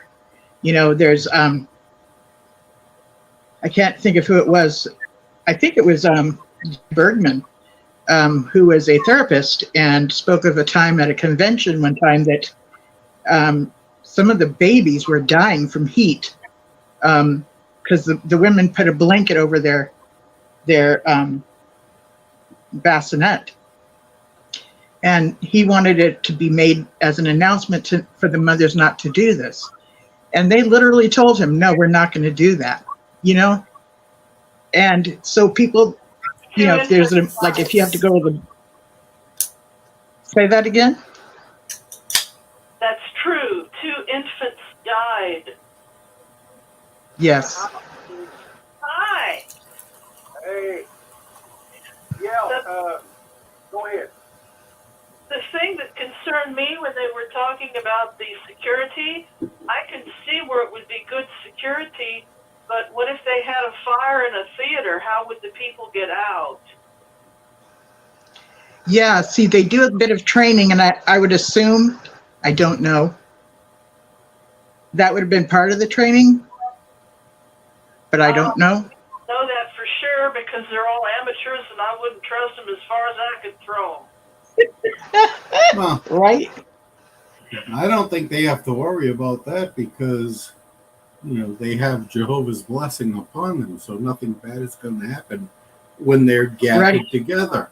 And now what the scripture says is we gather together, God's Spirit is there. So they're protected. That's right. That's right. They've been protected from everything forever. Absolutely. Yeah, right. Yeah. We know better. It's all in the Bible. Hey, Pete. Yeah. You didn't witness to the guy in the hospital, or you'd still be in the shrink ward. Yeah, no doubt about that. Yeah. Are you suicidal? No. I have a hope of the resurrection and living in a world where dogs and lions and tigers and bears all roam freely and children can play with hyenas. Yeah, that wouldn't get me locked up. Exactly. I know. We used to go door to door spreading this gospel. Yeah. Oh my God. It was Jim Penton book I read. I was a teenager, and the first book that Jim Penton wrote, or articles or whatever, he was talking about how there was a mental health issue with witnesses, and there was this one ward that was just full of these witnesses, and how the shrinks, were in amazement because they had all these anxieties and paranoias and crazy ideas. Yeah. Yeah. Hello. I heard that. Hello. Hello? hello. Yeah, I just want to make a comment about somebody was saying that they probably get training. I was an attendant. I love to be an attendant. I worked in security as attendant. They never give you any training. They might tell you what to do or what to do, but there's no training. Okay. Larry. Hey, Larry. Thank you for saying that, Larry. So I was wrong. And see, that's so basic. My God. Schools have fire alarm drills where there's an alarm that goes off and you know where to stand if there is a fire. So to hear that the security does not get told what to do as far as getting people that are there out of the building in an organized manner. Wow. No, Okay. we're never even told. We're never even told what to do in case of a fire. Nothing like that. Yeah. Point to the exit doors. Okay. Point to the What did exit you say? doors. Oh, there's the exit door? Yeah, My there's God. the exit door. There you go. Hold on, me first. Wow. So when there is an assembly, they don't have it's only Jehovah's Witnesses that are in the area. If there's what is it called? If somebody needs to get bandaged up or something, first aid. Yeah, it's only Jehovah's Witnesses there. And so anybody that would usually be in those different slots, it's only Jehovah's Witnesses that are there. So they really are in control of the whole environment, And back in the day, I was going to say, back in the day, we were charged for parking. And this was a scam because when they did rent out the places, the parking was already covered. So for them to charge us for parking was truly illegal, and somebody told on them, so they can't do that no more. Yeah. Go ahead, Pete. I think that when there's any public building that has, a convention or there's going to be a crowd there, I think that in every city or town or jurisdiction is a little different, but I think there are requirements as far as, like, say, police, that they, if you have 15,000 people in a building, we have to have X amount of policemen there on the scene just for, crowd control or whatever. I think that's a requirement. And I seem to recall, like, over the years, there would be announcements, on the platform at the hall that, we're having our convention at Fenway Park this year. And, we've managed that, we have a bare minimum of police presence will be there. And the police usually just end up going and sitting in a freaking room somewhere watching TV, because Jehovah's Witnesses are such well-behaved people. Yes. And see, that makes sense. I mean, even if you want to have a live band at a park, you need to hire either security guards or police officers if you're having a live band, like plugged in amplifiers and stuff. So that would make sense. But there's this guy, it's not a Jehovah's Witness, never was, in San Diego, who will show up at the assemblies just deciding to give the gospel. They do not welcome this guy. They do not like it when he shows up, and he shows up like every year. And they'll call the police on him, which gives me the impression that the police are not already there. And they'll do this thing where a group of men will circle him. Yep. And group of attendants. Yes.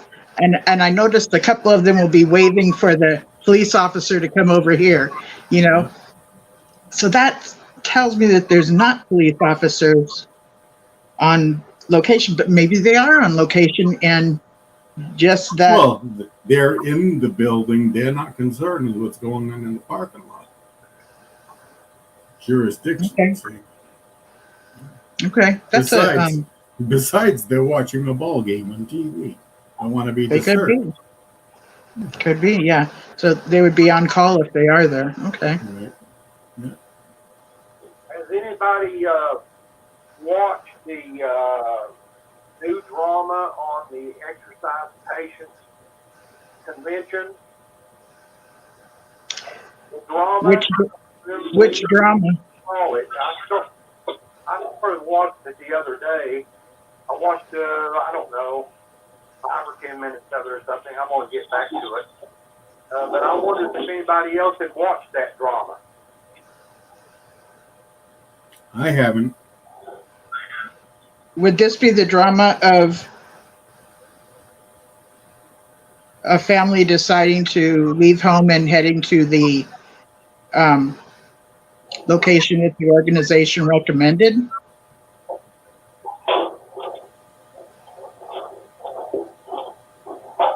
Yeah.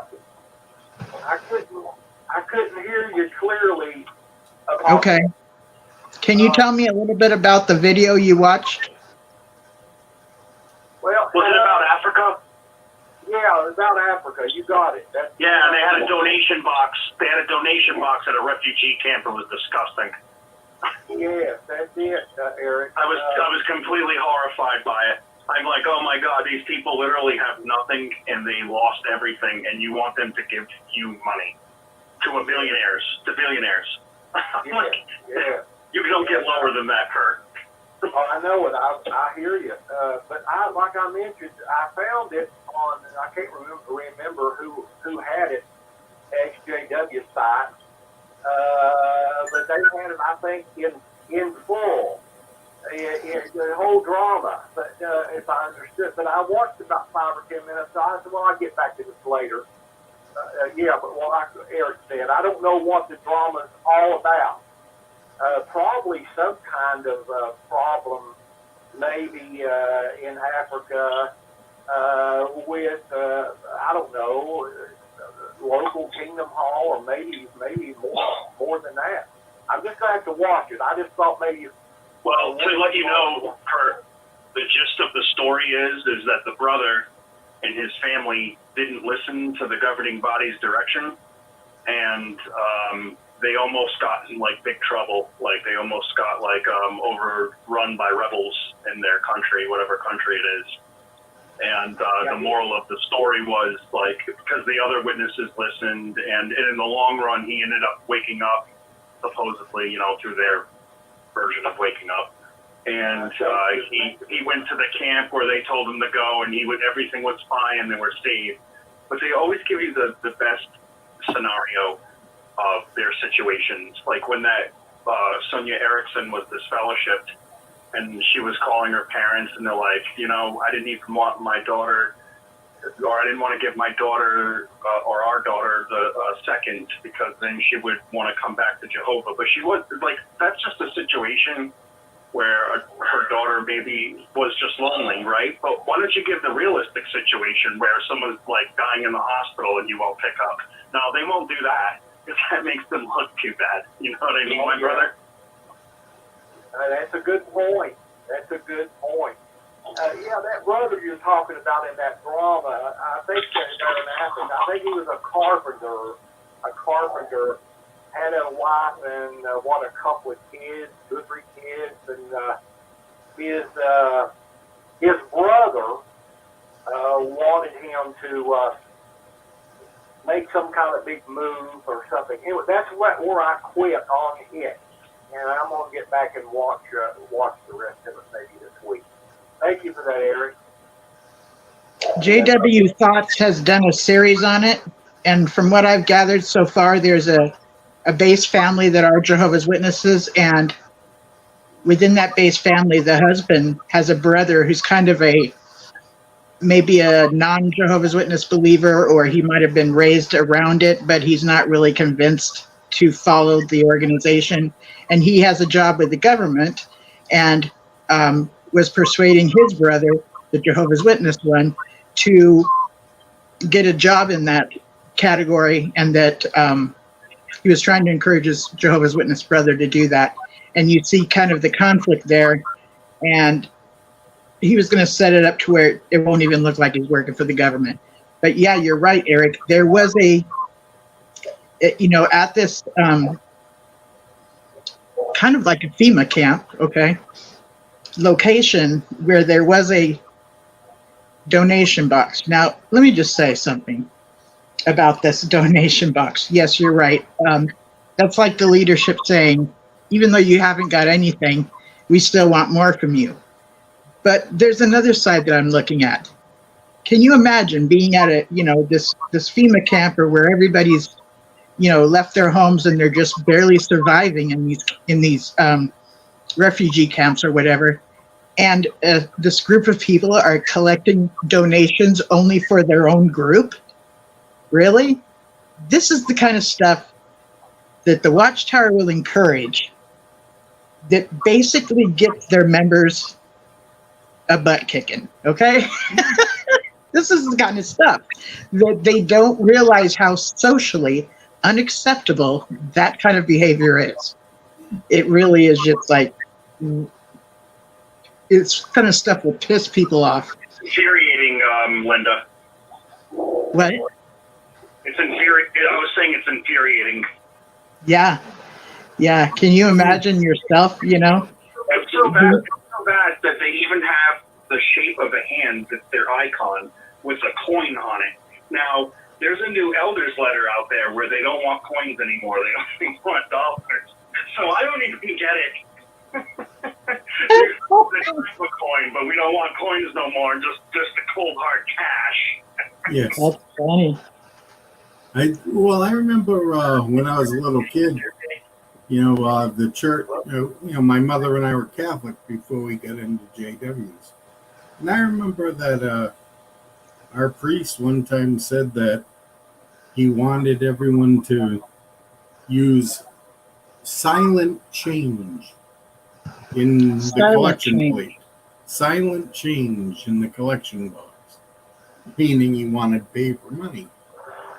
Not people throwing in a fistful of pennies, nickels, and dimes, right? Oh, to do it silently. Oh, yeah, okay. Well, when you throw the money in the car, he didn't want to be hearing ching, ching, ching. He wanted to hear Silent. It's almost like he's telling the congregation, stop bragging as you're throwing your change in there. Right. When I got home, I said to my mother, how come he wants silent change? And my mother says, well, because when Mass is over, the priest takes all the money from the collection plate and he throws it up in the air and he says, God, take what you want, the rest is mine. And he doesn't want to get hit with the coins. Okay, so your mother had great stories, much like you. Okay.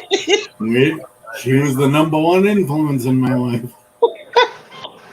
It's so funny. Oh, goodness gracious. I can hear you, Larry. I hear you, Larry. Are you trying to say something, Larry? Everybody. Hello? Hello? Hi, I didn't hear you. Were you trying to say something? That was not me. That's somebody else. Go ahead. Okay. You hear me? Hello? Yeah, we Hi. hear you. Who's this? Okay, this is JP. How's it going, everybody? Good. Hi, JP.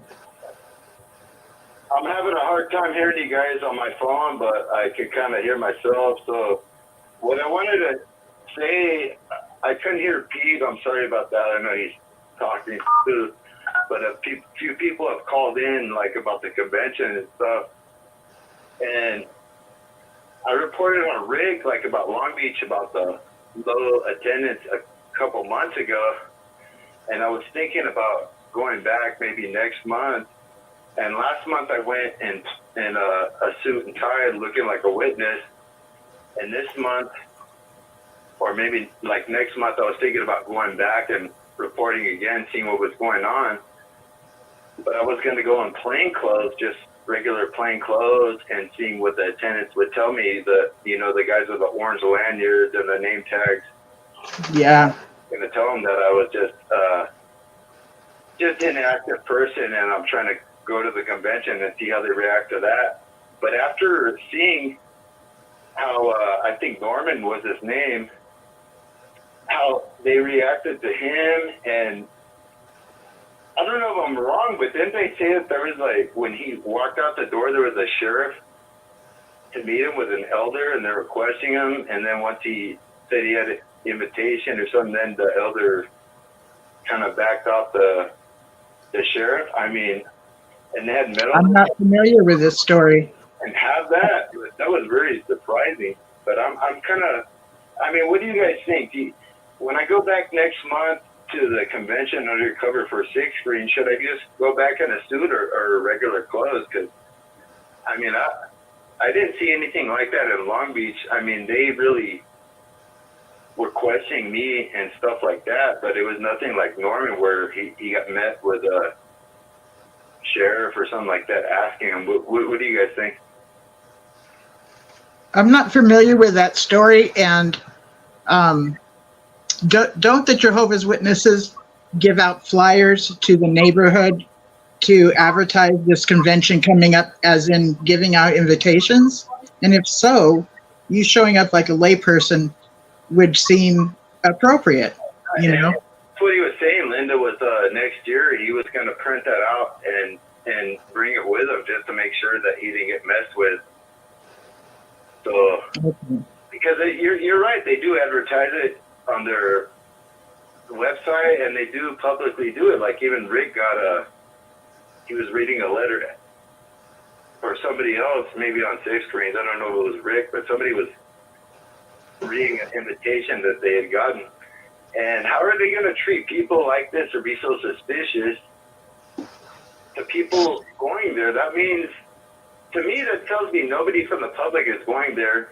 And then if you do go there as an ex-witness, they're just going to be very suspicious of you. That's not a good look. I don't see how they expect to get any growth or anything by treating people like that. It's just ridiculous. it's very discouraging, actually, if you're trying to. Even me, I've been out a year and a half or a little longer, and I know the truth about the truth. But even if I was still a pommy, physically out, mentally in, and I was trying to go back, I mean, that would probably be the last nail in the coffin for me if I was still completely mentally in. By the way they treat me the last time I went, I mean, there's no way I'm going to go back to that. I mean, how could they do that to people? It just doesn't make any sense. I agree with you. Pete has something to say. Yes. I saw a video one time of an XJW who, and he was dressed in the suit and everything, and he went to a convention, and the attendants formed the circle around him and said, they knew who he was. It's like, So the police were called, and when the policeman got there, he says to the XJW, why are you here? And he says, I have an invitation, right? And he had it printed out. He's like, I have an invitation. And one of the attendants says, your invitation has been revoked. Oh. Yes. So that's how they would probably try to get around that. So Okay. It's like a restaurant, any public restaurant. There's always that sign on the door. We reserve the right to refuse service to anyone we choose. And JW's, being a corporation, they take that same right. We refuse, we reserve the right to refuse admittance to anybody we don't want here. So the story about Norman, no, you're right, Pete. That makes perfect sense.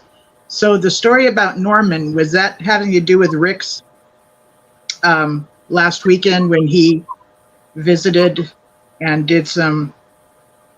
displayed some of his signs, and then Norman went into the convention? That's probably what you're talking about. I think that has to do with Rick on last Sunday. That's exactly what I was talking about. And also Okay. Another thing I wanted to ask him too was if he's seen anybody that had any Bibles, and if so, if he brought his own Bible. By the way, alert, nobody's using their Bibles anymore. They're all on their handheld devices and tablets. And if you show up with a Bible, you're looked at as carrying an archaic instrument or caveman. The Bible only lasts as long as your battery on your iPad. That's it. Mm-hmm. Yeah, they expect you to go through jw.org to look scripture up. Even I was saying on the program there, when I went there to get just a regular program, he wanted me to get it on my phone, and then he forced me to download it on my phone, and that was very irritating. Right, he just went into informing. I'm like, what is it with these people? Why can't we just bring a Bible and listen to some talks? Yeah. I'm gonna go back next month, but what do you think, Linda, and anybody else that's listening in? Do you guys think I should go back in my tie the way I went back the first time, or I wanted to go next month in just regular clothes because they treated me with a suit on without a badge. They treated me so cautiously. I'm wondering how they would treat me with just going to just like jeans and a shirt. I'm going to go in like that. And I was thinking of just saying, hey, I've just been inactive for like 10 years, which is telling them the truth. I'm not lying about that, and seeing how they treat me.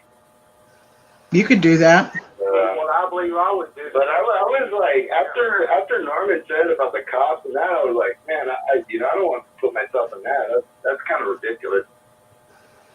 Yeah, Jay, what do you guys think? Should I go in regular clothes or a suit? I'm gonna go next month. Kurt is giving you a reply right now. Go ahead, Kurt, and speak up. People. I think what I would do is instead of a suit, you would have the shirt and the pants and the shoes, but you don't have the tie and the jacket. And you would have also no badge.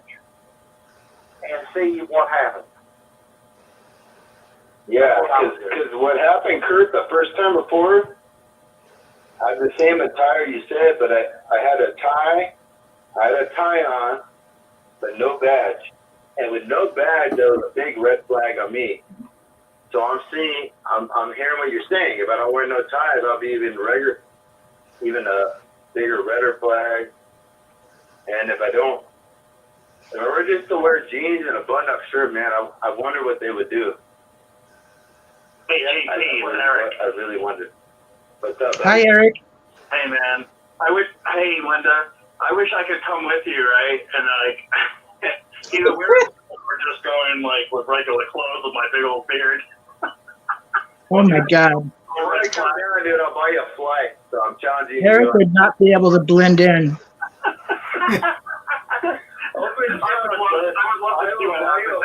If you want to come down next month in August to go to the convention, I'll buy you a flight. And we'll do it live at the convention. I haven't been at the Kingdom Hall for 10 years, and I thought I'd bring this guy I just met at the restaurant where I had breakfast and thought I'd bring him along. Yeah, he said he was on his way here to check it out, so I figured we'd carpool. If you got a beard, big old beard, and you want to show up at the assembly, just wear a T-shirt that says Leviticus 19:27, New World Translation. And see. It's about what it's on your chin, Eric. Okay. Oh, is that the Mosaic Law where it says not to cut the beard? Yeah, right. Yeah, exactly. The Mosaic Law says, do not, disfigure the edge of your beard. I just don't know the scriptures, memorized. Right. Because, they observe Leviticus 19:26 with the blood issue. They observe Leviticus 19:28 with the no tattoos. But yet they ignore Leviticus 19:27. And if they say, well, we're not under the Mosaic Law, Christians aren't under the Mosaic Law, then why do you observe the other two? They would be on me in 2 seconds. Well, because you got a big beard and I got a bunch of tattoos, so it would be a weird reaction from the brothers. Oh, that's right. You'd have to have your suit on, yeah. Oh, yeah. Yeah, then I'll let it know. They're against both of those, so what can we do? So, you know what, gentlemen? With the suit on, like ZZ Top, like ZZ Top, like how they dress in nice clothes. Like I should just have the beard. But make the suit super tight, like the tightest suit you possibly could have. You guys are begging for a beating. It's really fun to come up with these scenarios, though. But if you want to see a really amazing picture, everybody's talking at once. Let me interrupt you guys. If you want to see a really amazing theocratic picture, is Google Frederick Franz on his Wikipedia page. You will see him with a plaid shirt, red and black, and he puts a necktie with it. He's holding his Bible, and it actually works. And it's just, it works with this red tie. Yeah, he looks like he's wearing a logger shirt or something. Like he's kind of a logger with a black tie, and it's kind of a strange picture. He looks like a lumberjack. You know what I think would be a really cool idea? So let's say you got turn now. Yeah, you got one of those ZZ Top beards. This is like a cool idea. So if you have one of those ZZ Top beards, you kind of scrunch it together, and you make like a bolo tie type slide that goes on it, but the slide is actually the JW.org emblem. Sunglasses too. This is so amazing. Linda, I keep seeing your messages show up, Linda, and I'm not able to retrieve them. I'm sorry.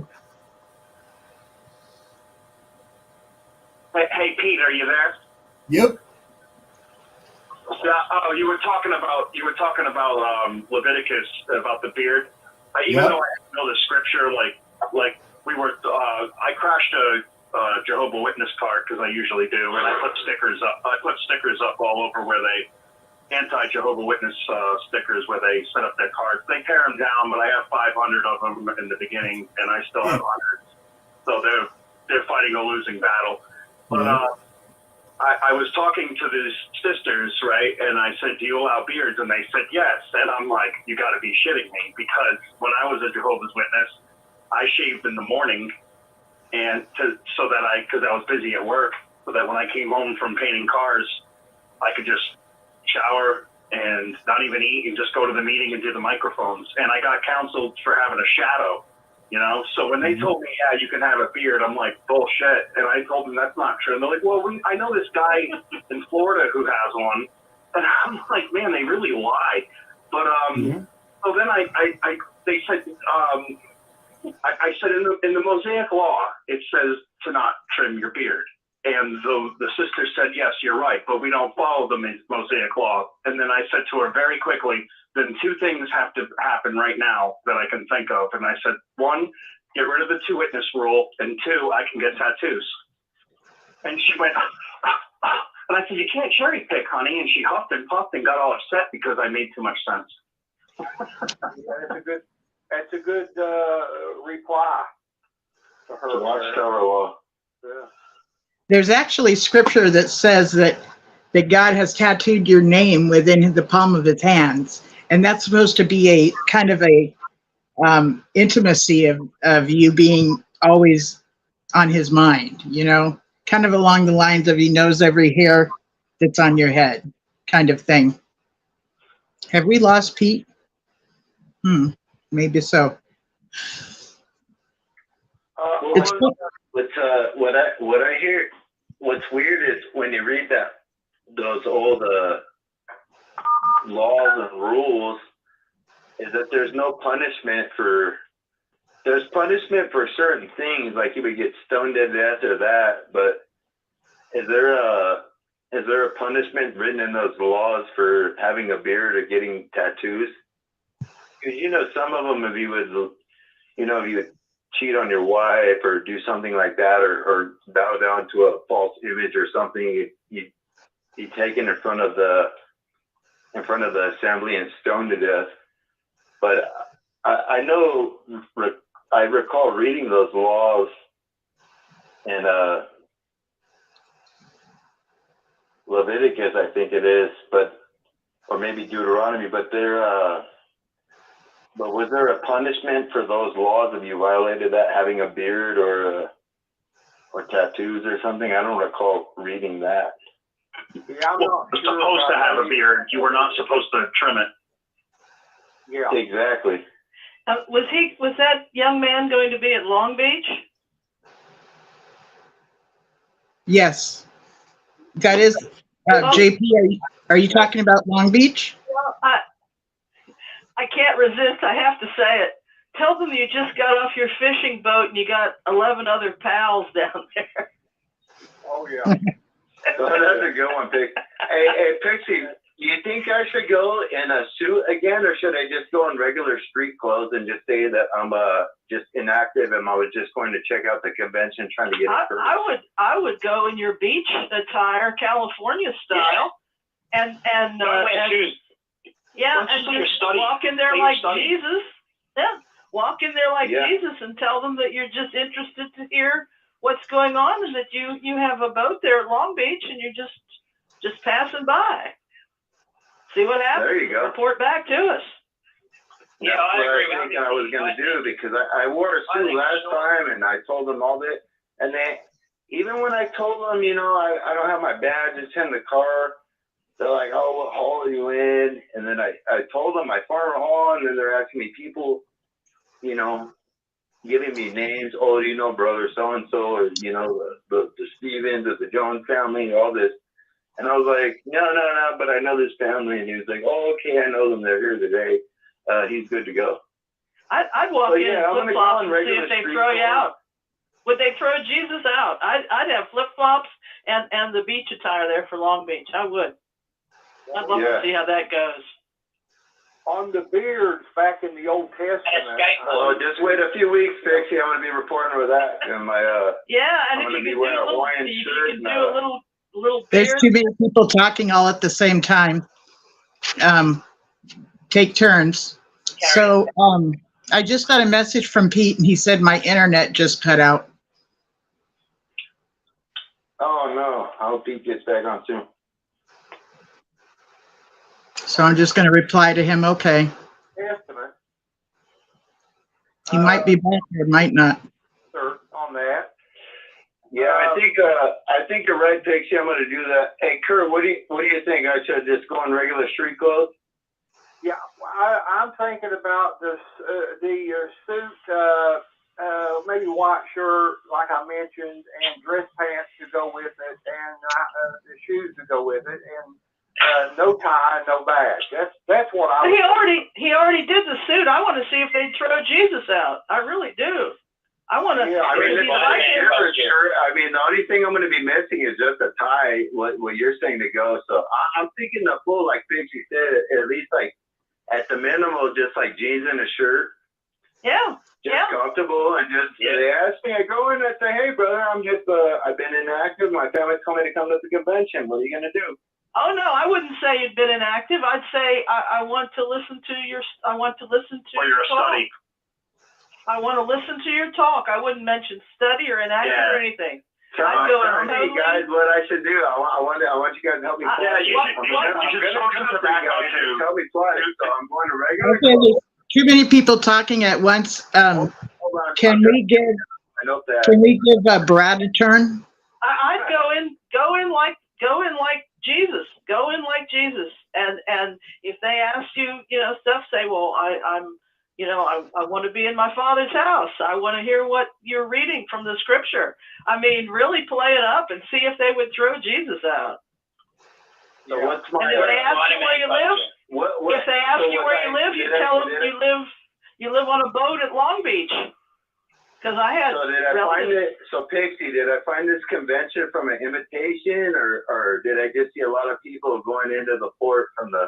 Just saw the people go in there, and you live on a boat at Long Beach, and you have friends at Long Beach. I would say invitation, bro, because they hand them out. I would say, like, even if you can get one from your mom or something, get one from your mom and be like, oh, here's the invitation that I got. Be more CIA about it. Let's let Brad have a turn now. Go ahead, Brad. Go ahead, Brad. I wanted to say that I was inactive and that I was there because I wanted to see how welcoming they are and how desperate they are to get people back in. Yeah, but true, I'm not doubting. I'm gonna just go in there like regular street clothes and just say, hey, like I found out about this convention. I'm a local here, whatever, and I agree. I'm from California. Yeah, I agree. See what they say. Yeah, no doubt. We'll see how it goes. But I mean, after that one guy, I think Norman was like reporting with Rick, and they wanted to, because when he got out of the convention last week, he was saying tonight that they told him to go out any door when he went out, like. There was like a sheriff guy there and an elder, and once he told the elder, like, you got invited, it was like kind of cool, but I don't know. I don't want to get messed with. You won't. Out here in Long Beach. And I have, we've heard reports from like Randy and I think it was Dick Clark and his wife, and they got pretty welcoming for the convention. As far as them going, and I didn't get that, but somebody I was talking to, they mentioned to me it was probably in your location, which I can understand because where I was going is in Long Beach, and the Long Beach Convention Center is a very high crime area, a lot of homeless people, so it wouldn't doubt me that they were being over cautious, but after seeing what happened to Norman when he went in for Rick Barron, in Massachusetts, that's good to show me that they are very cautious and stuff. So it didn't have nothing to do with that, you know? Yeah. Brad, are you still there? Excuse me. Hold on a minute, gentlemen. Hold on. I've been taking Clark, and they kind of went in as a couple, so it might have seemed a little more calmer or welcoming, but I'm like a mid-aged person going in there by myself with a suit. It might be, you know, something more cautious to them. I don't know. I was just weighing in all these factors, but ultimately, bottom of the line, I just couldn't understand why they were so paranoid of me just going to the convention. And I was trying to tell them, like, hey, I'm just, you know, trying to check this convention out and that. And I was I'm a witness. I was telling them, and they were still paranoid. Well, you know how bad what congregation you're in, and like. So yeah, I'm gonna go in next month. You have freedom of religion to worship. See how it goes. You have freedom of religion to worship, and you have freedom of assembly, and you have, as a member of the public, you can go into a convention center. Why do you think they're doing this now, Pixie? I don't know. Kurt had asked about the Latter-day Saints. I know that I had to be especially invited to a wedding. It was not a temple wedding, but it was a civil wedding, and they don't open their meetings to the public. You know, and as witnesses, we know that. Yes, at a temple, yeah. Yeah. And you probably had a privilege to get invited to that wedding. Well, it was not a temple wedding. It was a civil ceremony, but still, it was like really whoever they were going to invite and all. And I guess the couple later had a temple wedding, but they wanted to get married before their child was born, and the bishop had approved it, but it was nice they invited me to it and all. And but you know, we as witnesses, we always had an open door policy, so maybe they're changing that. But how was that getting into that ceremony for that couple, into that Mormon temple? It wasn't a temple wedding. Like walking in, did you have to go to some kind of a questioning or? No, it was not a temple wedding. It was within a Mormon church. It was more like a civil wedding or a Kingdom Hall type wedding. It wasn't for their big temple ceremony.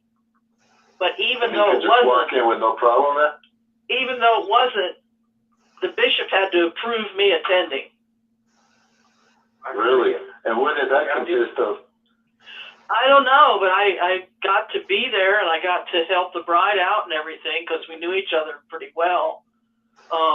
And then, of course, later they had the big temple wedding of their religion and all. But they made an exception for her. I hear you. Hold up, guys. Brad has been wanting to say a few things.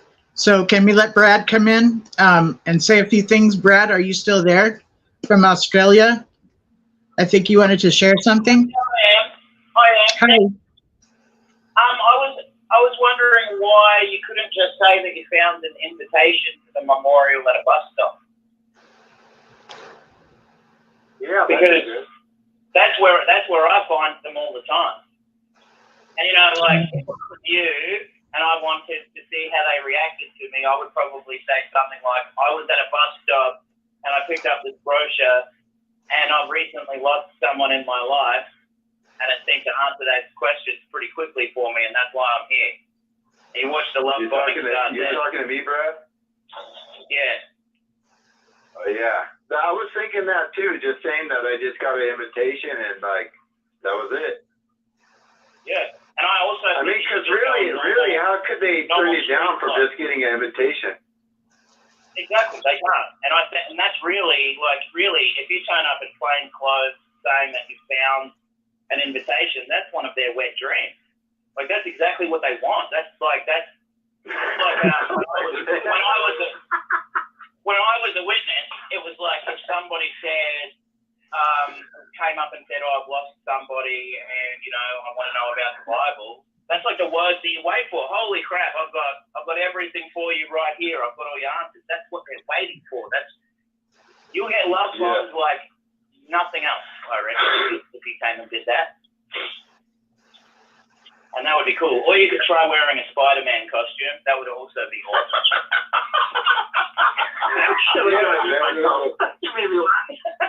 They get to And just go, what? And then when someone comes up, just act casual the entire time. Like, what? What's the big deal?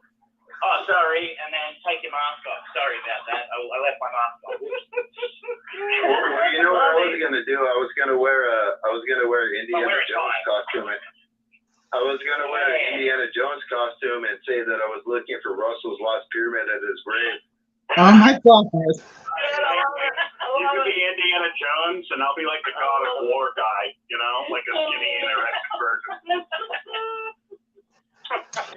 So, I would like to know, would they turn away, Long Beach Jesus? I mean, that's, Well, when I was Well, we know that. Hey, Pixie, we know they would, because we know that, like, we already know that if Jesus came back on the earth and he was saying, hey, well, first of all, my father doesn't like the governing body. He doesn't agree with the disfellowshipping arrangement. The two-witness rule is ridiculous. Like, they would be like, apostate. If murder was legal, they would murder him all over again. yeah, he'd need the whip, wouldn't he? He'd need the whip in the temple. Yeah. They would need the whip, yeah. Jesus, if he was back on the earth, he'd have machine guns shoot them down. Right? And he was so mad about that. That was the Pharisees have nothing on these modern day Pharisees. They got nothing on them. I think this is the worst oppression that we have ever seen. Sorry, I'll shut up. It's okay, Eric. I was going to talk about your beard. You got a really nice beard and hair. Where, back in the Old Testament, I think Elijah shaved his head. Yeah, and then Elisha shaved his head, and that's why they told him, go on up, because Elijah had been taken up the chariot. But where does the Watchtower get their scriptural basis for a man's beard, not having a beard? They don't. They don't have a leg to stand on with that. It's just Rutherford. There's nothing scriptural about it. Yeah. I can tell you what they told me, and it wasn't the Rutherford thing. They said, my dad always said, well, you trust people less if they have a beard. In business, you trust someone less if they have a beard, and it's like someone's trying to. Well, Brad, that's what Rutherford said. That's Rutherford's argument. I don't know.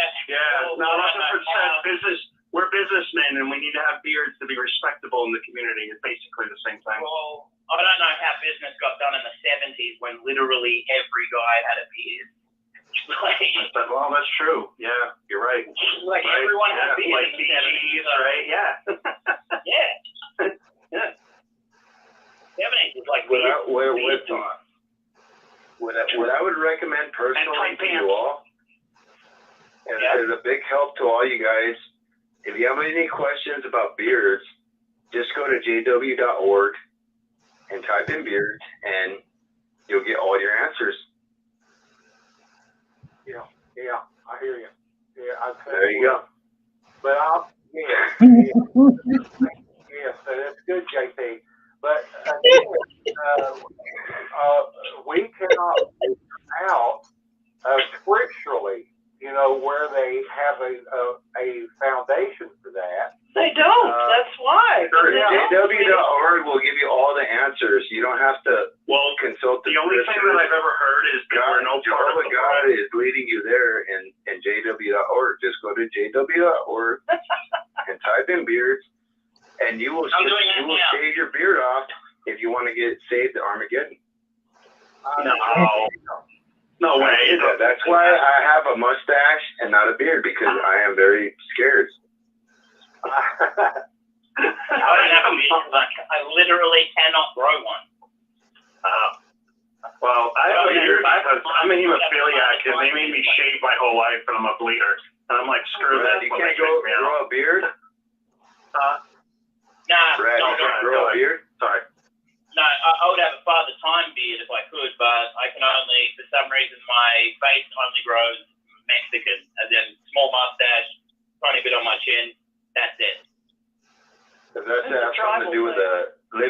Southern something? That's the tribal thing. I'm just joking. Yeah, I think it's I have native New Zealand blood in me, and they can't seem to grow very good beards either. So, I don't know, it may be a tribal thing, yeah. But I'm almost completely hairless. Like, I've got no hair on my chest either. Native Americans don't either. Yep. That's true, yeah. Has anybody figured out why Native Americans and certain people can't have facial hair? Because they're basically Asian people. It's part of their genotype. It doesn't go with it. But they also grow long hair very easily. And they have long, straight hair, like Asian hair. Yeah. And it helps them track in fields when they keep it long. And the Dalai Lama did gene testing, and he found out that the tribes in the Southwest that have sand paintings are related to the Tibetans genetically. In the South. But genetically, some women can grow hair like beards, because I was talking to a sister recently, and she was telling me about, and this is in the United States in California, but she was telling me how she was a nurse and she used to work with a Sikh family, and one of the nurses she worked with, because they can't cut their hair or anything, and this lady had like a full beard that was just natural. How there is a disorder like that. It's like part of polycystic ovarian disease and stuff. So it occurs in a few women, and they used to be in circuses, and some women after menopause have to shave a little bit. Yeah. Now, is that just to the like Indian community, or is it just no, it occurs once in a while in some women it occurs once in a while, and then after a woman's about 50 or so, she might have 2 or 3, and she might have to pluck them. But that beard that was an exception to the Sikh community, because I used to have a doctor that was a Sikh and his wife, and she didn't have facial hair like that, so it just might have been a disorder. No, it's a disorder, and it occurs once in a while in women. It's a hormonal balance in the androgen excess, right? Which which gives some women facial hair. Yeah, it's kind of very sad, you know. Brad. Pardon? I said you're wicked smart too, Brad. I love that movie, and I'm so glad that you used the proper quote. What movie? Proper accent. What movie? What movie? Good Will Hunting. Good Will Hunting. No, dude, No, wait. Whoa. No, that's not what I mean. That's how I talk. No, this has nothing to do with the movie. That's how I talk. I'm from Rhode Island. It's wicked dark up there. That's like, I might not always use that when I talk with you guys, but it's like, if I'm not around the women, I'll be like, you guys are talking over each other. Take turns, please. Sorry, we're all talking over each other. It's my bad. My friend's with smart, yo. I think that's what he said. Something like that. Yeah. Something like that. In a better accent.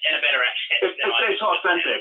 It's authentic, and they actually captured it perfectly for New Englanders. That's how they did capture it very well, because whenever you put on your accent more heavily, it sounds exactly like that movie. Like wicked good is something we'll say, and it's a contradictory thing. Yeah.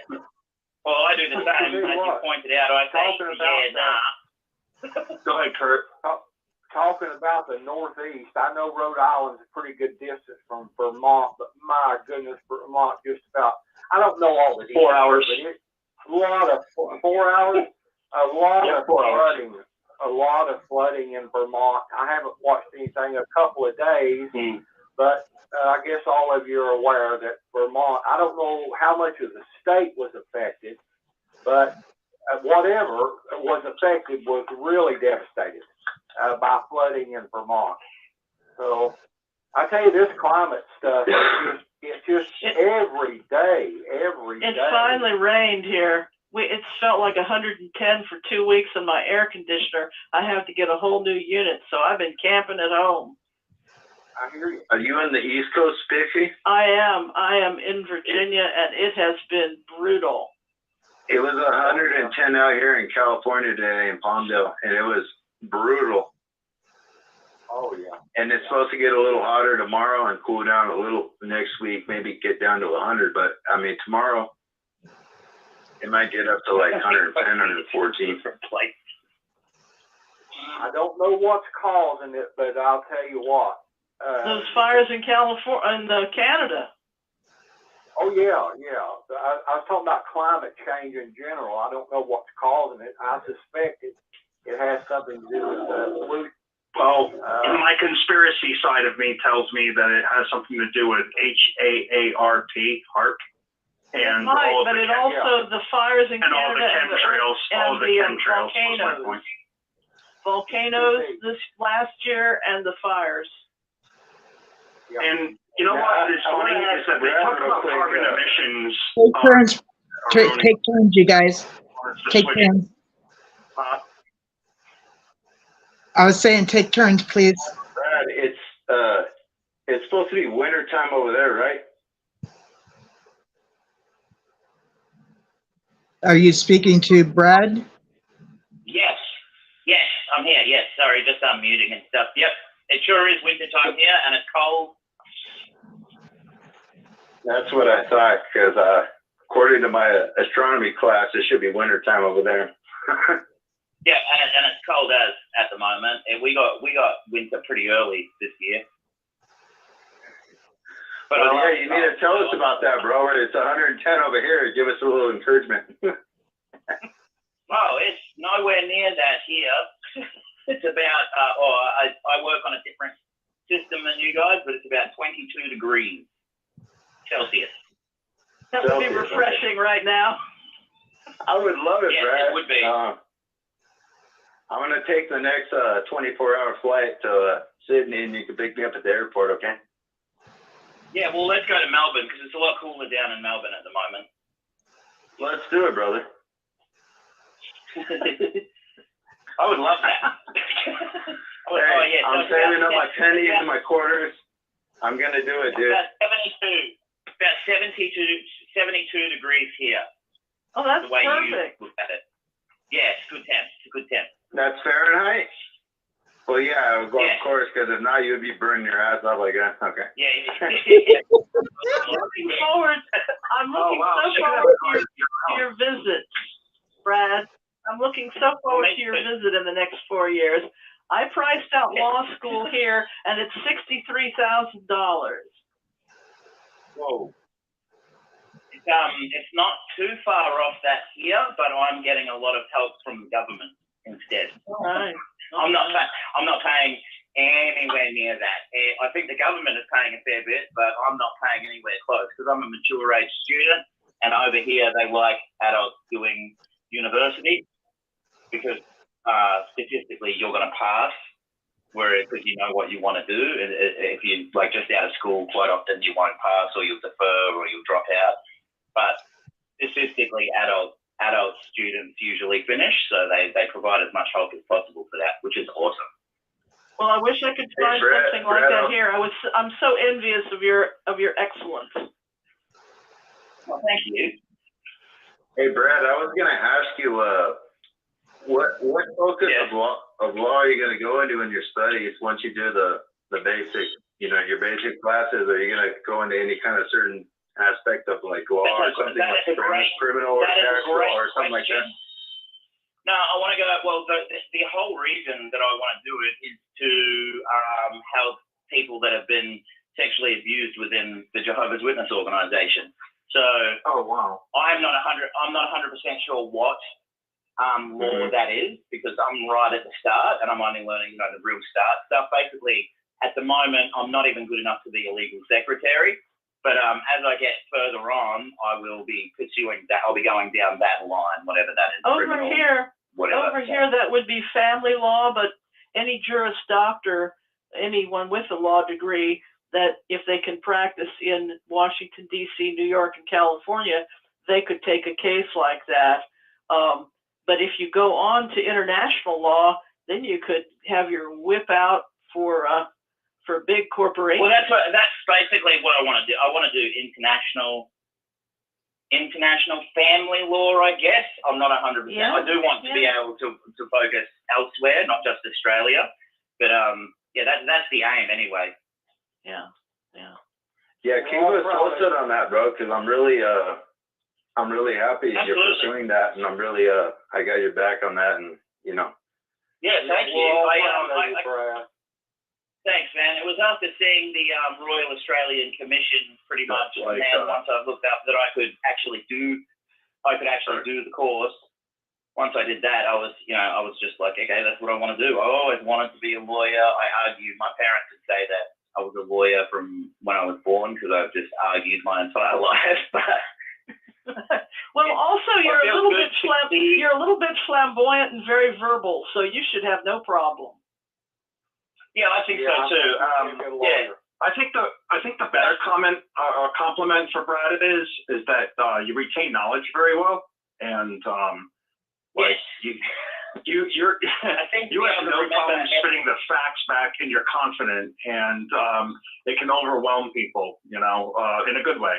I mean, you know what I mean? Like it could be like, oh, this guy knows what he's talking about. Like that has a very strong presence in a court.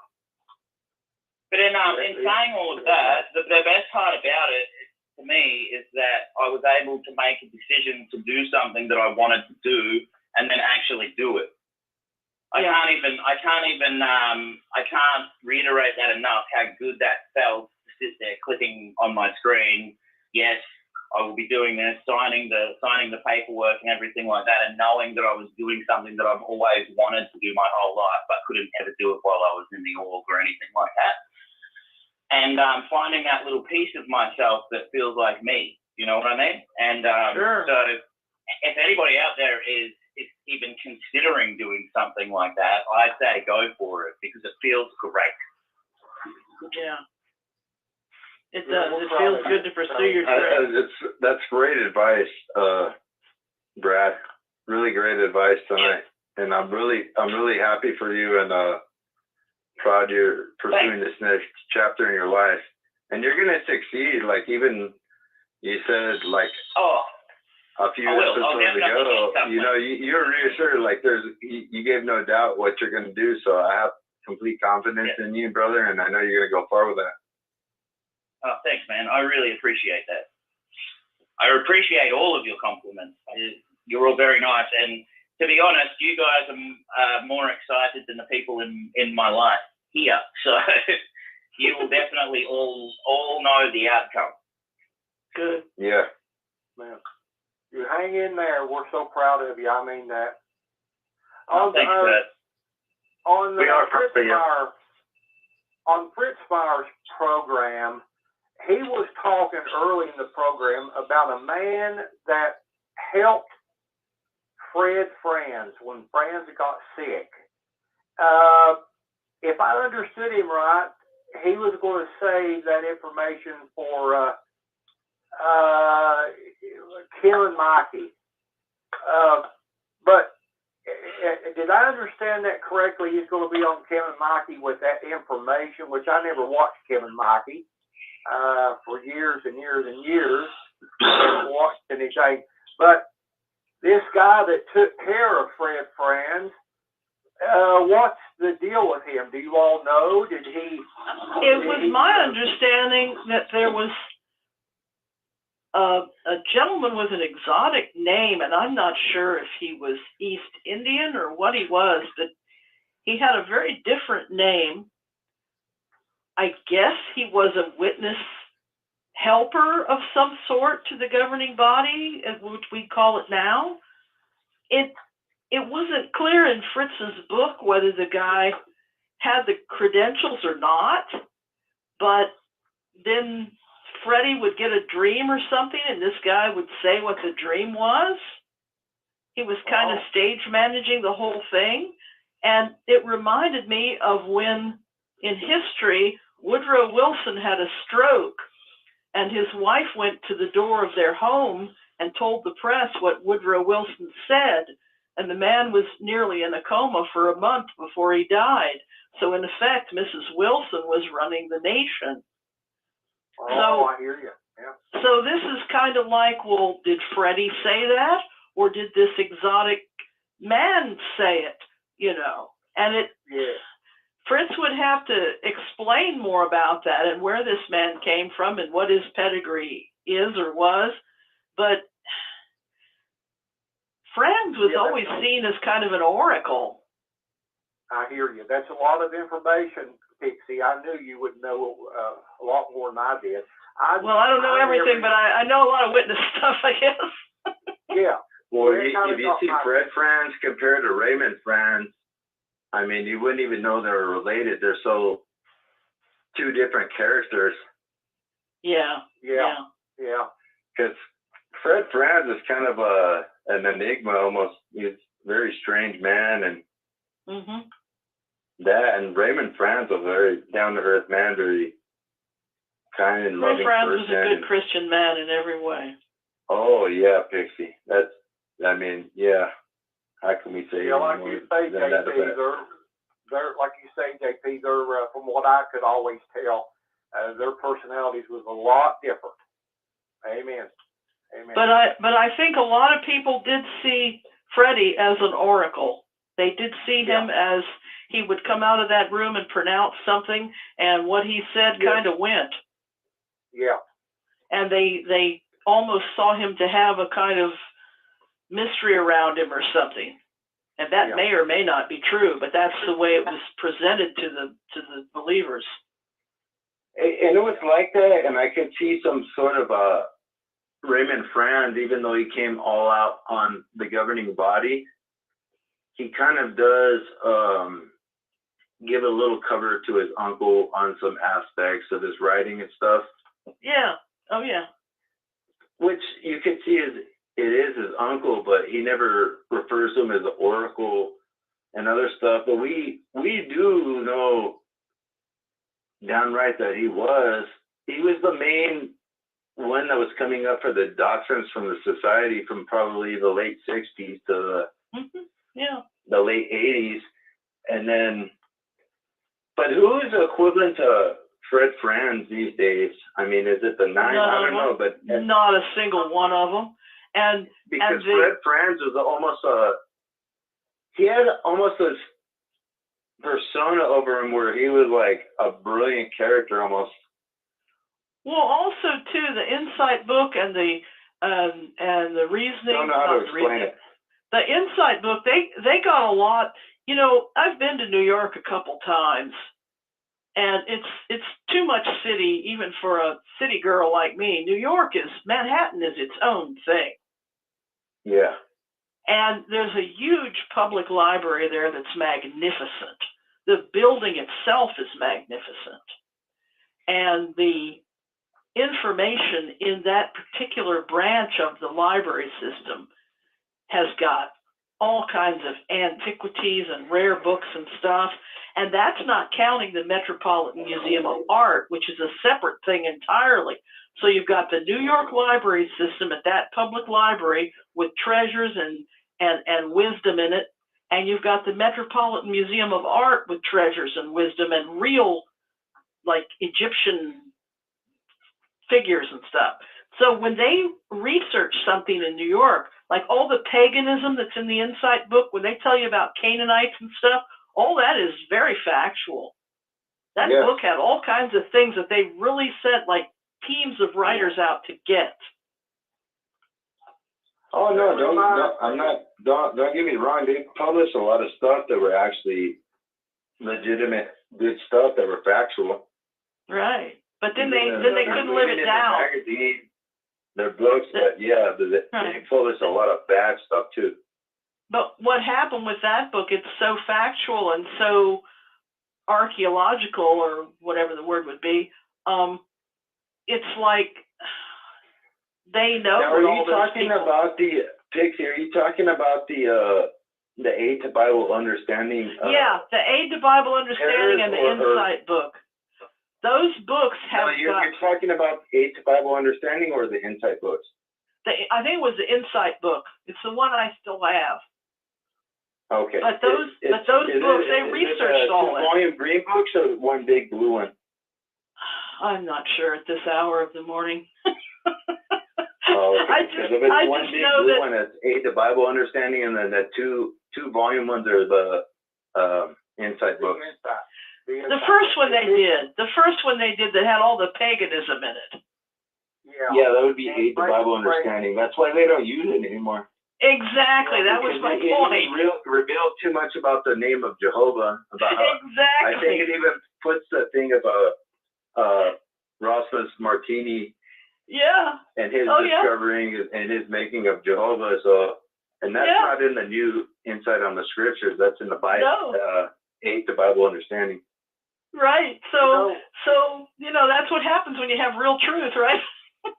Oh yeah, Pixie, you're talking about New York, the libraries, for example, with the Watchtower joining the UN so they could use their library. Do you think that's legitimate? Was that a legitimate reason? I do, but it's a different library. It's a more political, it would be more up-to-date information. Right. Whereas the New York Public Library is like antiquities and how the ancient world was, and the Metropolitan is how the ancient world was. This UN thing, that was a shocker to me. When my friend who had beautiful property in West Virginia, he would come to Washington to work sometimes, and we would go to dinner, and I'd say, "How's the wife and kids?" And he showed up one day, and he says after dinner, he says, "We got to talk." And we went back and sat in my living room, and I said, "The UN?" I mean, I was absolutely floored, Oh yeah, I know you must have been, because of their stand on the UN. We all was pretty clear on that. Exactly. Yeah. And but so we talked about that for... Yeah, you explained the difference between the UN library in general and the big metropolitan, what you call it? It would be the I guess it's the New York City Library system. Yeah, okay. Yeah. And then the Metropolitan Museum of Art is there too, and they get very accurate pictures of how the ancient world was. They know, because they got all those sources there. Right. You explained that good. Thank you. I like to be explaining. Oh, you got a lot of knowledge. I have before they had computers, they'd ask me. Yeah, you're smart. You're smart as well. You retain a lot of that knowledge. I wish my memory was that good. My family all had that. My mother nearly memorized the King James Bible. God bless her. She had that about mine too. Oh, I hear you. Yeah. Well, something was mentioned on Fritzfire, some of this old stuff pertaining to a one world government. That, if I understood his comment correctly, which I think I wouldn't disagree with it, that after a third world war, there will be a one world government, which would mean that there's been a pretty big conflict, and the nations would get together and form a one world government. Is that what you all are looking? They've wanted that. They've wanted that for the elites of the world, the kings of the earth, as we would say in witness parlance. Haven't they wanted that forever? I think so. Now, Kurt, I have. If you like the Sumerians, I have another one that's just a fun one. It has nothing to do with witnesses. I'm listening. There's another fun one on YouTube called Magellan.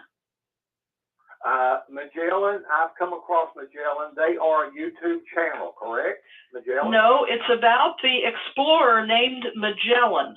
Okay. And it's much earlier than I realized. And it's a beautiful documentary with maps and ships, and it was just thrilling to see it. And you'll see how it's much earlier than we're thinking historically, that people have wanted to conquer the world. They've wanted to have trade. They've wanted to have their toe in everything. It's been the dream of the rich and the powerful forever. Yeah, I just typed it in. Ferdinand Magellan, first of the world. Yeah. Well, check out the YouTube video on him. It was thrilling. Okay, I'll do that this week. Yeah. Yeah, I was a little bit confused. I was thinking, I don't know why, what I was thinking about when I said it's a YouTube channel. Maybe before the night's over, I'll think of the YouTube channel that you actually have to not subscribe, but you have to pay. Really, it's more of a, what I'm thinking about, hopefully it will come to me, more is a Google, more it's on the internet. Well, everything's internet. But I'm not paying for any channels. No, I haven't. Where my world is. But you can get the channel I'm talking about. You can get some of their documentaries on YouTube. Mm-hmm. But in the big picture, to be a part of that Google site, you have to subscribe to it. You can get a little bit of it on YouTube. Maybe I'll think of the name of it. That's what the confusion I had there when you said Magellan. It's not Magellan, it's something else. Right, right. Think of later. Yeah. But what struck me about that was how much earlier in history it was than I even realized.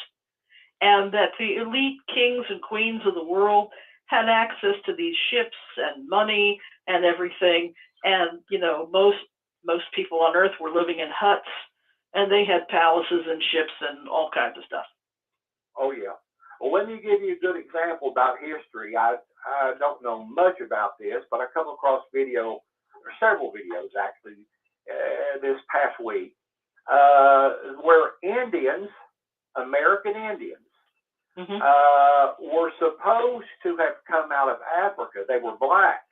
They did mm-hmm. not come across the Strait of Hormuz or whatever that's with the landmass from what's now Alaska and the eastern part of Russia, from the Eurasian Plains. The Eurasian Plains is where we've always thought the American Indian came from. They came down into Alaska and then farther down into Canada and what's now the U.S.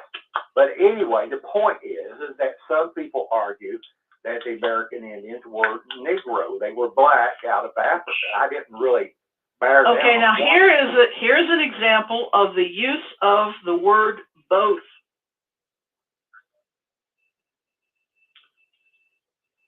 Okay? Yeah. Remember how I was saying that we're taught in school that it's A, B, or C? But right. The rich know, the elites and rich teach their children both. They teach their children and. So in the case you're talking about, both are true. There were hundreds of tribes. Some came over Beringia from the steps there over that ice bridge and down and into America and into South America. And some came over from Africa on a ship with those Costa Rican big stone heads that look like black people today. So both are true. I got you. I hear you. Yes, I like I mentioned, I did not bear down on it, so to speak, and say, well, I'm gonna watch a half a dozen videos here about this. What's the origin of American Indian tribes or North American Indian tribes? Mm-hmm. It's South American. And there's a large number of tribes that disappeared, so we don't know the entirety of that story, and we never will. But there were about 6 language groups in the United States alone. Yeah, that's saying something, where you have 6 separate languages. I got you. Yeah. Mm-hmm. Mm-hmm. I may look into that this week. So the Sioux tribe is very different from the Navajo tribe. Is very different from the Algonquin tribe that was in the 13 colonies area, very different from the Seminole tribe in Florida. And then when you go to South America and Costa Rica, you have the ones that have the large stone heads that look like black people that predate anything related to slavery. And then you go further down there and you see some tribes again that have, they're in the Amazon, but they have the longhouse made of reeds like we have in Virginia. So some of these are related even though they're very far apart. Oh, yeah. And in the West, I don't know much of the details, but I think it was the Comanches fought with the Mexicans a lot. Okay. I don't remember if it was Apache or Comanche, but they've done a lot of fighting with Mexicans for a time. I don't know the time scale on this, but I don't much about it. But yeah, I didn't know there were six different languages with the tribes. I'm gonna take a break for a few minutes. You guys keep on talking, and I'll be back in a few minutes. Okay? Okay, I'm probably going to go to bed. It's getting late here, but it was wonderful chatting with you. Yeah, you too, Pixie. It always is. It always is. Okay. Have a good week. Yeah, Bye. you too. Good night. Does anybody else have anything on their mind that they'd like to talk about? Well, I'd like to say something real quick. This is JP. Sure.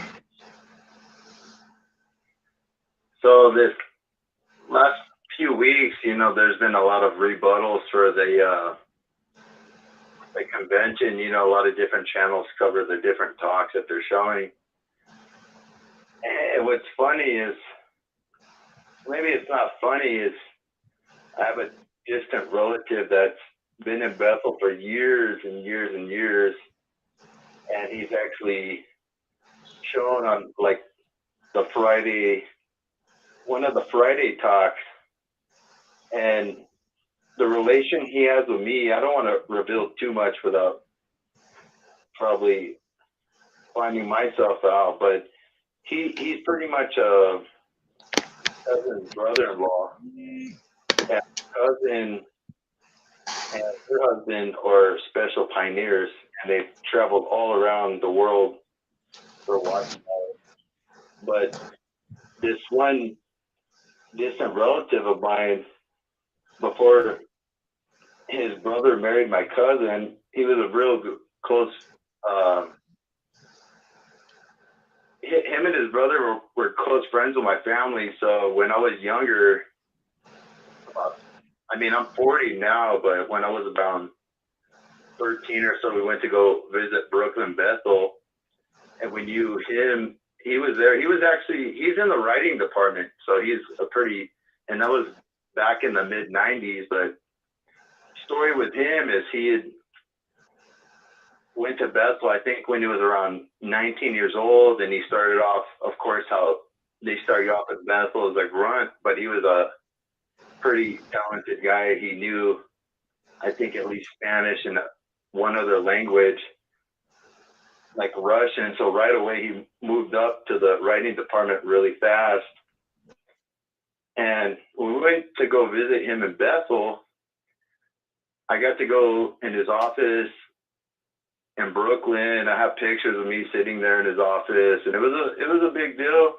And then we went to go eat dinner with the Bethel family. I remember they were serving spaghetti and meatballs. And then after we had dinner with the Bethel family, we went with him and another Bethelite to a book study in New Jersey. And he was a higher up Bethelite because at that time he had his own car. Okay. So, a Bethelite with a car. So we went to New Jersey and we went to a Portuguese Bible study. And at that time we were studying the Revelation book. So this was like in the early 90s. And we went back after that. I've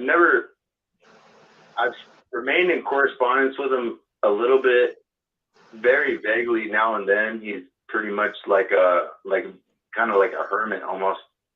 None of the family really hears too much except through his brother and that. but he just came out recent, and I have pictures with myself, you know, in his office in Bethel like 20 years ago. And now he's appearing in some of these talks on the Friday session of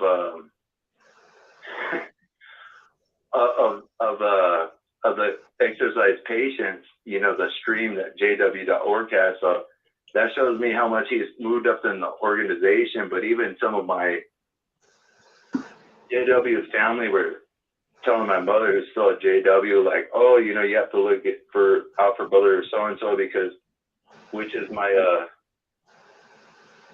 cousin's brother-in-law, you know, a distant family relative. Are like, you know, wow, like my family's really, that are Jehovah's Witnesses, they're like, wow, you know, he's in the broadcasting now or whatever for the convention.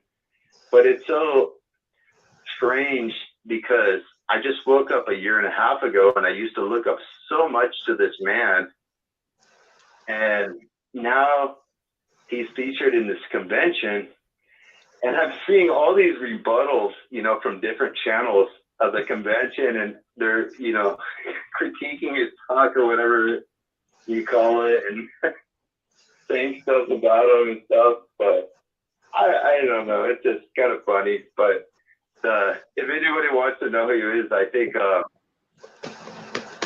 ex-JW Panda, when he was covering his talk, he said, hey, this guy looks like a ghost and he sounds like a ghost. So. Oh. Wow. Wow. But yeah, I got family all the way that are disfellowship, all the way up to like giving talks in the Bethel. So yeah, I got it all in my family. That's what I wanted to say, though, Linda, just to keep this going for a few more minutes. But I don't know if anybody wanted to say anything about that. But I just thought it was so weird. I used to look up to this guy, but even when I was trying to come back, even a year and a half ago, I was actually going to write him a letter and ask him, you know, for some encouragement or try to give him a call. And I didn't do it. It didn't happen. And then just now that I'm awake, I see him all like getting all these rebuttals. I'm like, my goodness, like how far have I come away from what I was and how different things are, and it's crazy, you know? It is. That's all I wanted to say about that. It is. It's very strange, and it's very cool at the same time. So I bet your family really looks up to him. Like most JWs that are awake like us can't say that they have a relative or something that's in the latest broadcast or something like that. So seeing that is just kind of awkward, but I see some of the channels saying whatever they're saying, but it's almost kind of like hurtful and sad because I know it's a relative, but it's like, it is what it is, like painful as it is. I feel it's almost kind of sad and embarrassing. I'm like, man, why did it, like, oh, like I knew because I got word from my family at our JWs that he was going to be featured in that, and I was like, oh no, like, because they were happy. Oh yeah. I was like, oh, that's so great. And the first thing I thought, I was like, man, there's going to be like rebuttals on this guy. I already know it. Sure enough, you know what I'm saying? Yeah. So, you know, what can you do? I still love him and care about him, but I just figure out my family, they just have been misled, you know, and I'm always here for them. But, I mean, what can you do? You know? Yeah, so they used his gifts, and he ended up staying there a long time. We can open up to the callers or the audience and ask if anybody in their family might be part of Bethel, or if they've ever had a part at an assembly or had a family member that has had a part in the assembly, and what they thought about it at the time or what they think about it now. Yeah. I wasn't a part of Bethel, but I was a part of an assembly once. Is that what you're talking about? Either Like, or. yeah, like an assembly. Like, did you have a part in the assembly where you were on the platform and used as an example of some sort? Yeah, I did. It sucked really bad. Why do you say that? It was Why do you- horrible. It's the most nerve-wracking thing. If you were part of an assembly, I want to hear about it. Come again? I said, if you're part of an assembly, I want to hear about it. Okay, yeah, I was a part of an assembly, my father and I. My father was an elder, a very hypocritical one, may I say. But anyways, he was, and I was probably a hypocritical, I was a hypocritical son, or whatever you want to call it, publisher, or pioneer, actually, at the time, I think. That was the part you played? The part was about family study.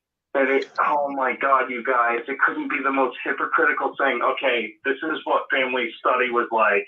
Let's get ready to rumble. It was a fight. It was a fight every time. It was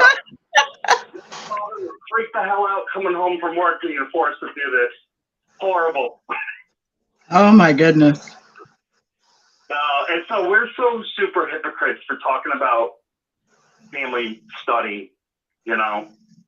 I'm not just talking about fights. I mean, I'm talking about like abuse, like my mom and dad physically fighting each other, and me bringing my brother to like my room and like put on the PlayStation as loud as the volume goes and distract him because I know what's going on. He's 5 years younger than me.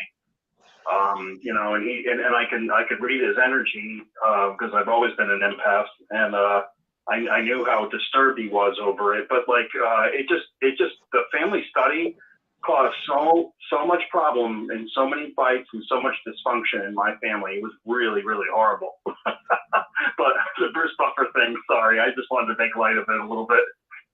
No, that is the case. It's very stressful. Were you? No doubt.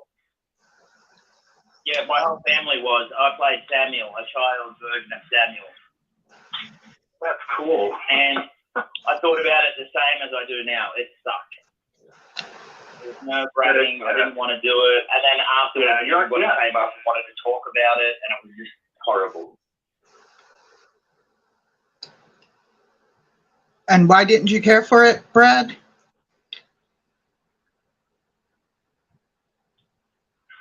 Sorry, what was that, Linda? I said, why didn't you care for it? Because I don't like being. I definitely didn't like being on stage back then and speaking up, and they put such a massive importance on it because it was a drama at a convention that I didn't feel like I could stuff up in any way, shape, or form, which made me super nervous. And anytime we were practicing it and I made a mistake, my dad would punch me in the face. So, oh my God, when I was younger, I had this weird twitch where when I made a mistake and I knew I'd make a mistake, I'd quickly move my head to try and get out of the way of being punched. So I was doing that constantly on stage. And then when everybody came up afterwards, they were like, "Boy, do you have some sort of weird tic? Do you have like Tourette's or something like that? Because you kept on moving your head really weirdly." Oh, no, I'm just nervous, that's all. It was so overwhelming for I think I was like 9 at the time. Too much importance for a 9 to be put on a 9-year-old. Yeah. Because I was Samuel, like the most important part of the drama. Wow. And I had to do it with my family, but the person that played, who was it that Samuel was given to? I can't remember. He was given to someone at the temple to work for them. And that person was really, he never did anything to me, but I felt very creepy around that man. Oh, I hate that. I didn't like it. He didn't do anything to be creepy towards me. He just made me feel very creepy and I just didn't like the guy. He was just sleazy. He was always trying to touch you and stuff. Oh, okay. That's very intrusive. Oh no, that's very intrusive. I don't like being touched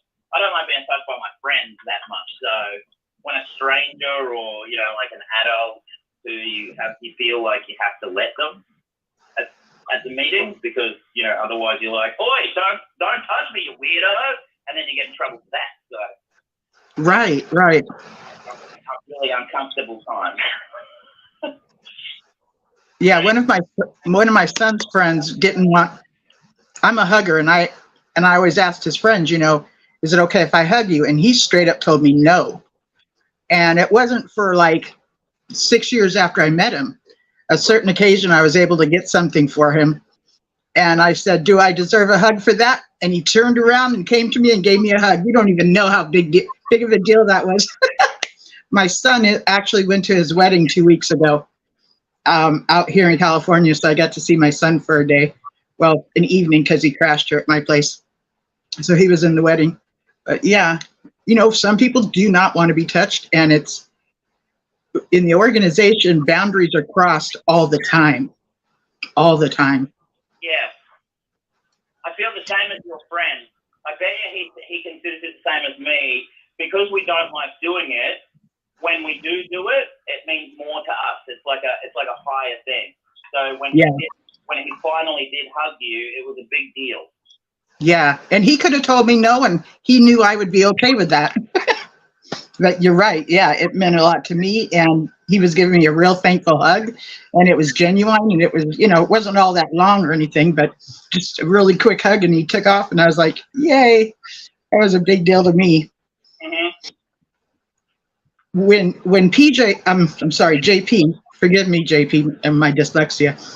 When JP was giving his account of when he went to the assembly a couple of weeks back, and he told me about how somebody had put their hand on his shoulder, that irritated me to no frickin' end, because this guy was crossing a boundary. See, I do hair, okay? So it's understandable and socially acceptable that when somebody sits in my chair, they know I'm going to touch them.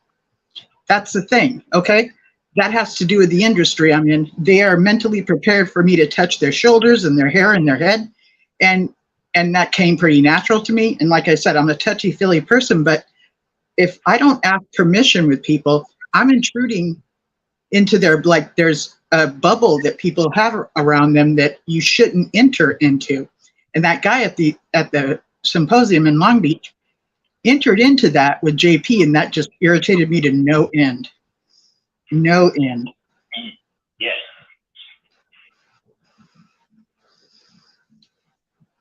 So I can see why that whole experience. Such a good point that you make. I don't go to hairdressers. Oh, that's true. Okay. I choose not to put myself into positions where I'm going to be touched by somebody that I'm not going to feel comfortable with, or a stranger or something like that. I have to mentally prepare myself to go to a doctor or anything like that and go, look, they have to touch you. This is going to happen. Don't freak out. Sort of thing. So I don't go to hairdressers because of that same thing. I really don't like the back of my neck being touched. And so if you go to a hairdresser, that's going to be 90% of the touching is on the back of your neck. So it's like, no, I'm good. Long hair suits me fine. Yeah, you got to psych yourself up. Yeah, I understand that. Yeah. So your tick was like this trauma reaction so that you don't get punched in the face by dad. That is so sad. I am very good at dodging punches. If I think that comes to my face, you are not hitting my face now. There's no chance. My head is like on a swivel constantly. Yep. I believe you. I totally believe you. Wow. And so Eric was talking about him and his dad did something, and it was very hypocritical. Eric, if you can come back in and help me out with why was it hypocritical, if you don't mind, Eric, what you and your dad did. I can't remember what I was talking about. Sorry. So we're talking about, you know, if anybody has done a part in an assembly, or if they have a family member that might be part of Bethel or did a part. Critical? Oh, you're asking why my dad was hypocritical? Yeah, why did it feel what was it exactly like that you and your dad did, and why was it uncomfortable and felt hypocritical to you? It was hypocritical because in no way or shape or form should we be talking about family worship or study or whatever it was called back then in the 90s. Like we were not an example. Like our family was so dysfunctional that like there would be like holes in the ceilings after family like study. Like that's not an example for people to like. They don't know the hidden details behind it, but I do, you know. And okay. Cursing, just all out like just bad energy for the whole household, and we almost never studied anyways. Like my father would come home late from work, and that's the last thing that he wanted to do. My mother would bust his balls about it, and that's how the fight would kind of start. And to believe it or not, my mother is the instigator when it comes to fighting, not my father. My father is abusive as well because he gets to the point where he just can't take it anymore, so he just uses his fists. But my mother is the instigator through all of it, and she's the really mean one and the really like kind of vile instigator of the like bad influence to the whole family. But that's why I feel like we were hypocrites, because we're no model family. What are we doing up there just because my dad's an elder and I'm a pioneer? And Okay. I mean, like, I don't know, like I was 18 maybe when I gave the part, and 2 years ago I was smoking weed. I mean, I don't know, it's just stupid. The whole thing doesn't make any sense at all. And my dad, like, he like what? Just because my father is an elder now, because he goes out in service a certain amount of time a month, and they view him worthy of it. Well, before my father was, and I've said this before, but before he was a elder, he was disfellowshipped for a couple of years, because for 5 years he lived a double life, selling and like smoking weed, because he like found 90 pounds of marijuana on the Gulf of Mexico floating in a pink package, and he like collected it for himself. It was Colombian gold, and he says he never sold it, but he sold a cement truck in like 1 year that was worth $55 grand in the 80s. So no way. Yeah. Wow.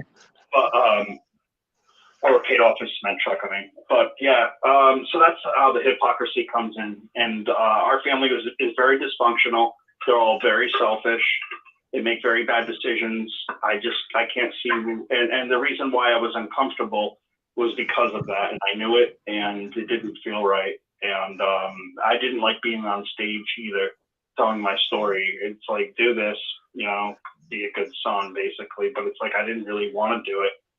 I didn't want to go up on stage in front of 1,000 or however many people are at not a convention. It was a circuit assembly. Sorry. So for you, going up there and depicting a scenario as though it's the way it goes, you oh my God, that would be very uncomfortable for me too. We're selling it how we're like, you know, we do our family worship and how we benefit from it, and we just go through the script for us, basically, but it has nothing to do with the reality of what we went through.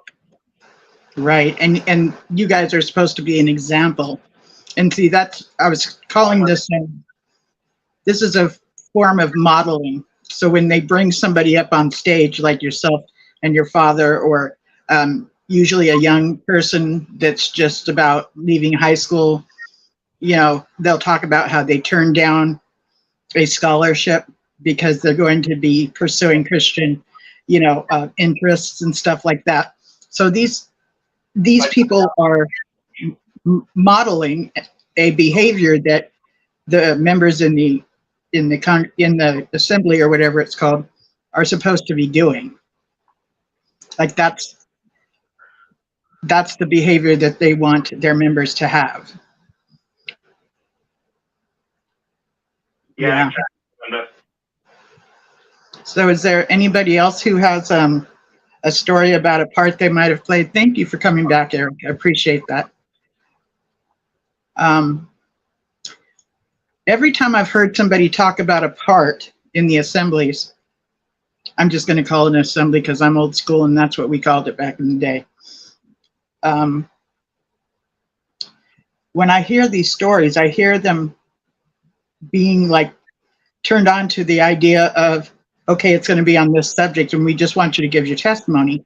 And then they show up and find out after they give their, natural testimony, how they want it, they critique it and they ask them to do other things. So it turns out to not be the original that they came up with, but they add more to it or get rid of some of it. And I can't even, when I hear these stories, these people are frustrated about that. They're being guided and directed on how to make this delivery, but it turns out to be very different than how it really was.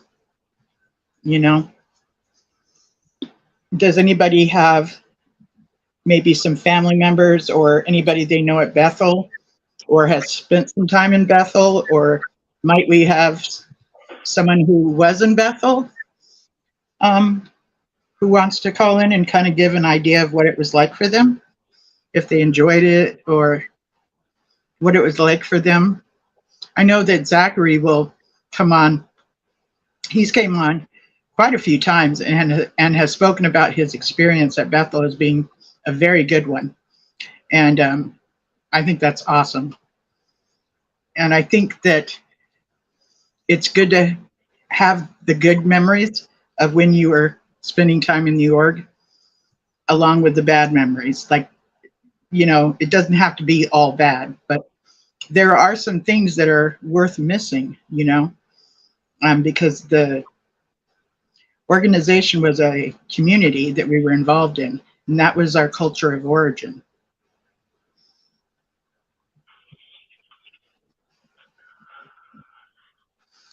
So I'm opening up for anybody to call in and maybe tell a little bit of their story about that. Hello. Hi. Can you hear me? Yes. Hi, this is Tom. Hi, Tom. Yeah, my ex actually did get a part at an assembly because of her, because she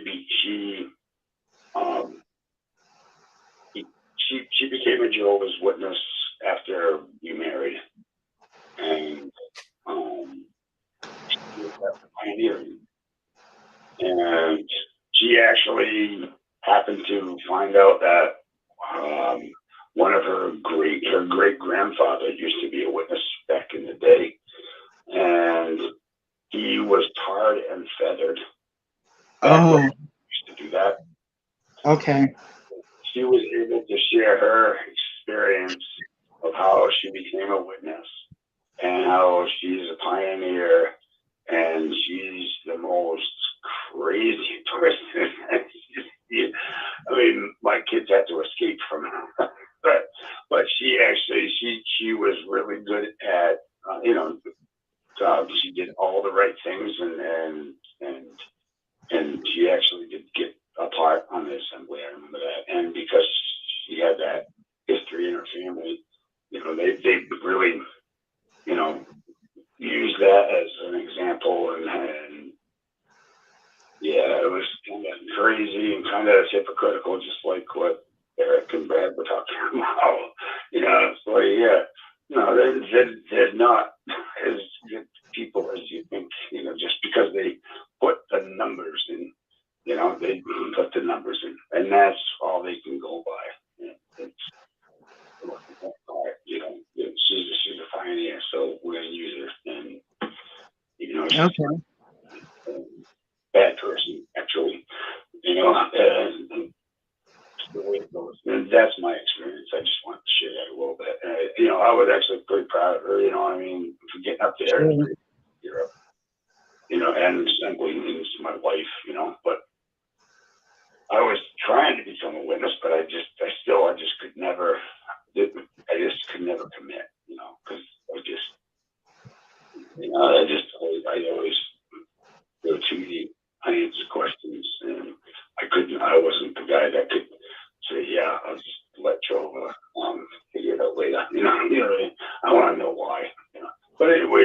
too. Yeah. Okay. And that was actually pretty interesting, history to know that now all of a sudden she's part of this religion, and then she found out that her grandfather used to, preach in the same neighborhood, and he got tarred and feathered in New Hampshire, but. Yeah, that tarred and feathered thing happened to some of the witnesses, and that was no joke. It was no joke. But there was. They really believed. They believed wholeheartedly 100%, or else they wouldn't have been doing it. You believe what? I said they believed 100%, or else they wouldn't have been doing it. Right. That's a pretty drastic treatment. And to keep up with your faith, and just put up with that and keep going and turn around tomorrow and go back up preaching. Yeah, that's pretty drastic. And it was, it's so confusing because it seems like, they were doing the right thing, and here we are wondering if it's actually the right thing. Yeah, I can recall during the time of wanting to go into the courts and get the rights of not having to salute the flag. Witnesses were looked upon as non-patriotic and anti-government, and that did not go well with society at large and how they looked at them and how they viewed them. And at the same time, I've seen a few articles that I've read from back in the day where they make these comments that are something to the effect of under the devil's plan, we don't do this because it's under the devil's plan and stuff. And when I look at that and read that, I'm like, oh my God, that would really upset society at large. So things that they were being taught as being very godlike, they would say it to the press or whoever, but society at large was seeing it very different than godlike. They were seeing it very different than being godlike. And, society at large considered being patriotic as almost the same as being, a follower of God, So it was, it did not go over well at all. And it's really too bad because these people were just attempting to be faithful, either Bible students or Jehovah's Witnesses, and then they were getting these consequences. So all the leadership had to do was, come up with the scripture that says that, if they did it to me, they'll do it to you too. And then it just feeds into this persecution complex of that's what we need to expect because we are followers of Christ, and it's just so, it's too bad, It's really too bad that it turns out that way. Anybody else have anything they want to share? Public speaking is one of the top phobias. So any of you guys that have gone on stage or anything like this was real, a big deal. Go ahead. Who is this? I thought I heard somebody. Is someone there? Oh, hey, Linda. If nobody else comes in, I could tell another story about Bethel or about some people about Bethel. Sure, I would like that. But I'll leave it up to someone else. I don't want to hog the show, hon. Okay. Does anybody else have maybe a family member that has given a part at the assembly, or maybe you or yourself has, or even if you have family that is at Bethel, or maybe you've been to Bethel? See, my first Bethelite that I met was Randall Waters. And that was a thing. And my first ex-Jehovah's Witness that I met was Cynthia Hampton. And she was on the show that Leah Remini had for the Jehovah's Witnesses. And she was sitting next to Cliff, who is Fifth, the musician Fifth.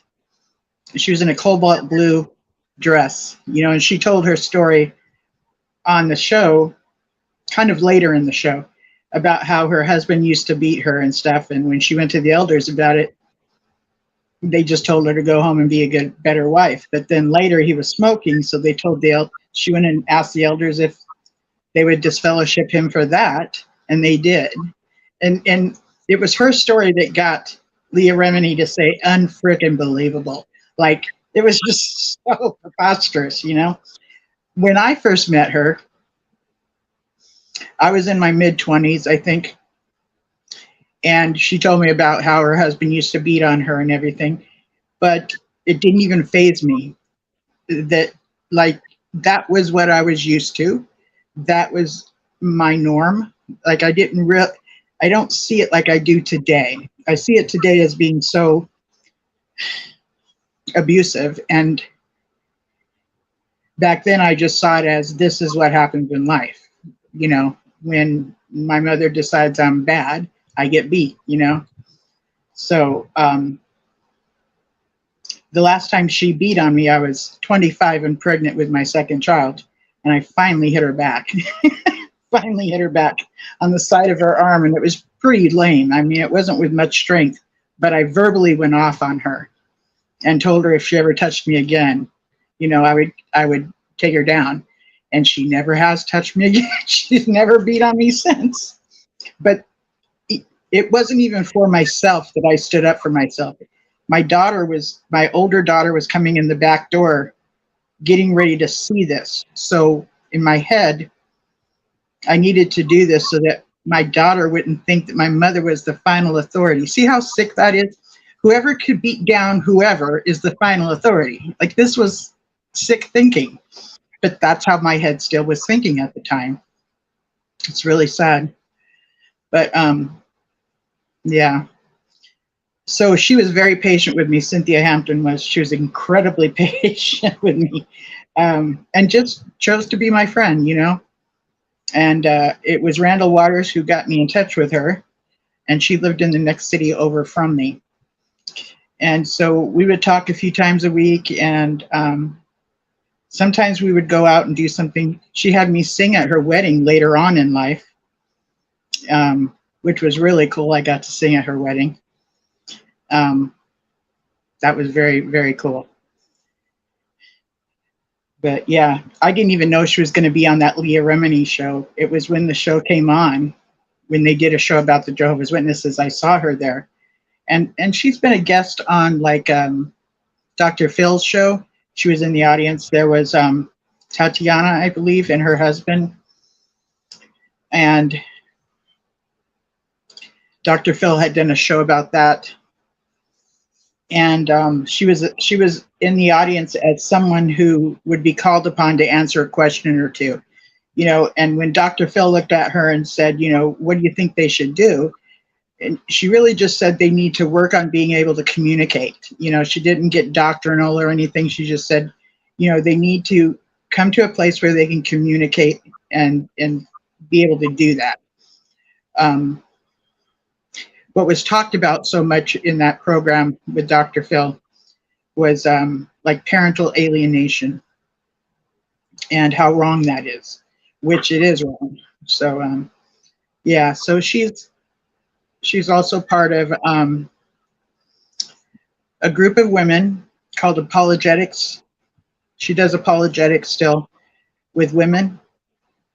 She's in, I can't think of it, I don't know if it's Apologetics for Women or something to that effect. But again, she was very patient with me and just chose to be my friend. And when you get a chance to meet somebody, you know, that's all that's really needed, is just to be a friend. And when they have questions and stuff that's bugging them, or if they're going through certain things, you're just, you know, you're not doing it for them. You're just standing with them, beside them in it.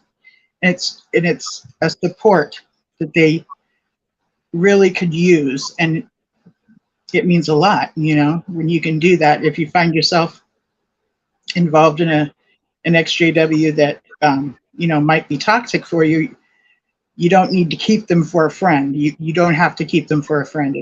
It's wise for you to take care of your own well-being.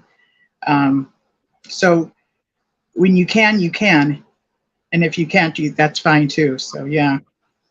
Is there anybody else who's maybe had a part in the assembly or was used as an example at an assembly? Go ahead. Can you hear me? Yes. Hi, who's this? Hi, my name is Georgia. I'm actually calling from the UK, but I was raised in Fremont, California. Okay. That's where Candace Conti is from. Yes, I was in the same congregation as Candace. I'm about 2 years older than her. Oh, wow. Okay. Welcome. So I saw the trial with the elders who were, oh, thank you very much. Thank you. When I saw the YouTube videos of the elders basically defending Jonathan Kendrick, I knew every single one of those brothers since I was 10 years old. And it really, well, it threw me. Yeah, so my family moved from UK to California in 1990. So from 1990 till, I want to say 1990, no, from 1990 to 2000, I was in that North Fremont congregation. And my mother actually had a part on the platform during the, at the Cal Palace when I was baptized, because my father was an unbeliever. And, you know, they made martyrs out of people in those situations. So she was talking about how her eldest child was getting baptized, and that was me. And so I got hugged and kissed all the way to getting baptized, and everybody, you know, knew who I was. Fast forward to I got baptized at 15, but in 2023, I moved to the next congregation in Newark, California, where there was a young brother who I had befriended, and he raped me in my home. And when I came forward about it, I was disqualified for fornication. Now, that is a bit cut and dry in everything that happened. But basically, yeah, I've lived through it for 20 years, and I'm finally ready to go down the gauntlet about what happened to me. I'm so sorry to hear this. It's, oh my goodness. For the audience, she was mentioning Hendricks. Hendricks was the perpetrator of Candace Conti, and was also he was also a registered sex offender. And back to you, in your own home, from somebody from your congregation, and this happened this year in 2023, and then you end up having to be blamed for it. This is horrifying. I can't even imagine what that must have been like for you. And I'm so sorry that you had to deal with that.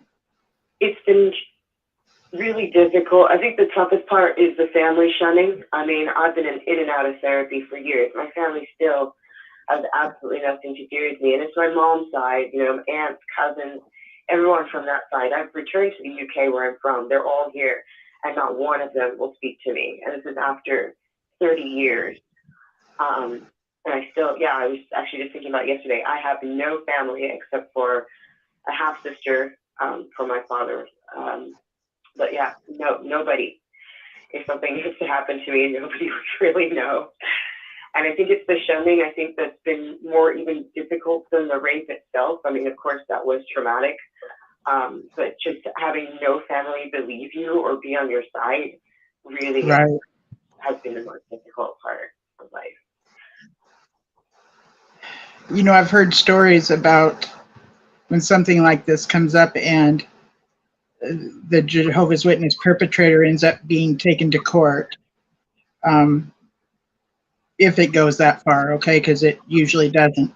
But if it goes that far, what'll happen in the courtroom is like the whole congregation shows up and sits on the side of the perpetrator to be for him or her. And you or the victim has no support, none whatsoever. You're abandoned, you're tossed aside, you're disposable. This is the way of a narcissist. And cult leaders are narcissistic in nature. And that's the characteristics. What they want from members is what they can get out of them. And once they don't remain functioning as in the chain of this well-oiled machine, then you're clogging up the flow. So they have to get rid of you. It has nothing to do with what they might have claimed it was about. They had to get rid of you so that you would not speak of it. And I'm really proud of you for speaking of it here. Thank you. Like I said, there's a lot more to the story, as in I was inebriated at the time. I was unconscious from my rape. I came to when my hymen broke. I was a virgin. I was 23 years old. And so we were both, disfellowship for fornication. But when I came forward and said it was not consensual. I was unconscious. I'm still, sorry, I want to say excommunicated, but I know it's not the right word, disfellowship. And he was also, but then he was reinstated, I want to say maybe 2 months later. I have a question for you. Did the elders ask you if you screamed? Oh yes, they asked me all kinds of questions like that. Or when you came to, did you enjoy what was happening? Was he touching and here and that? Right. Like I was watching them get off on me trying to explain being raped. I think that's what caused a lot of issues in my therapy. Like I woke up screaming just from that.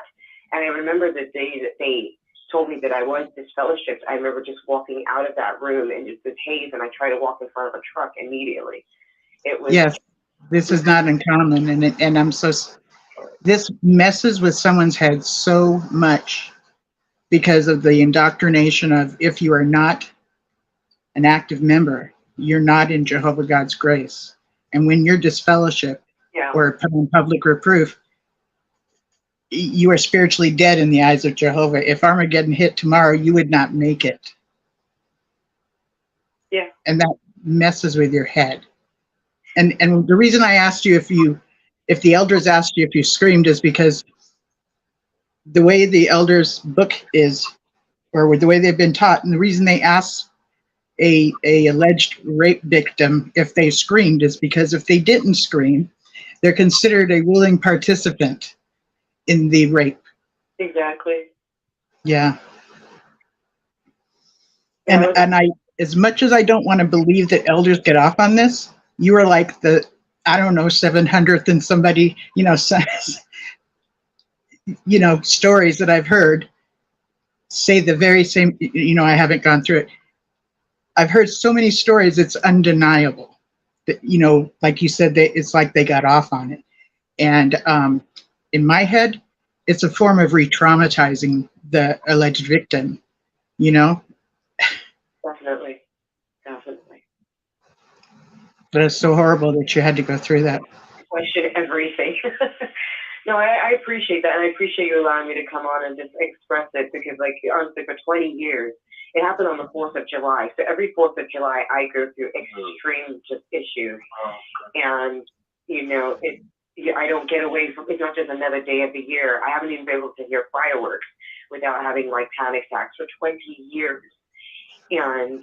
This is years and years of therapy after this, because I came to with the fireworks going off and this being done to me, so it's just been a wreck. But I'm ready to stand up for myself, and I'm going to start speaking out about it. And if my family doesn't appreciate me or love me, I have such wonderful, supportive friends that I've been very, very lucky in that sense. I'm glad you mentioned that you have supportive friends, because when we're thrown out or we choose to leave, because faithful Jehovah's Witnesses will not associate with anybody other than Jehovah's Witnesses, when they do leave, they have no one.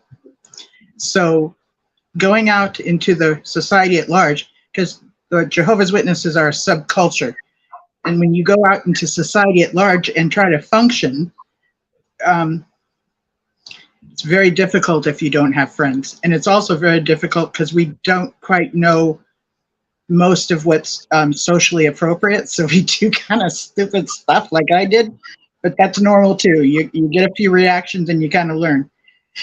But if somebody is thinking about leaving, I'm wanting to strongly suggest that they start to make friends outside of the organization before they get ready to leave, so that you have a bit of a support group, a support amount of friends that you can call upon and say, this is bugging you, or this is not bugging me, or this was what happened today. It's super vitally important to have that. And Cynthia Hampton was that for me. It's really important. How did you get your friends of support?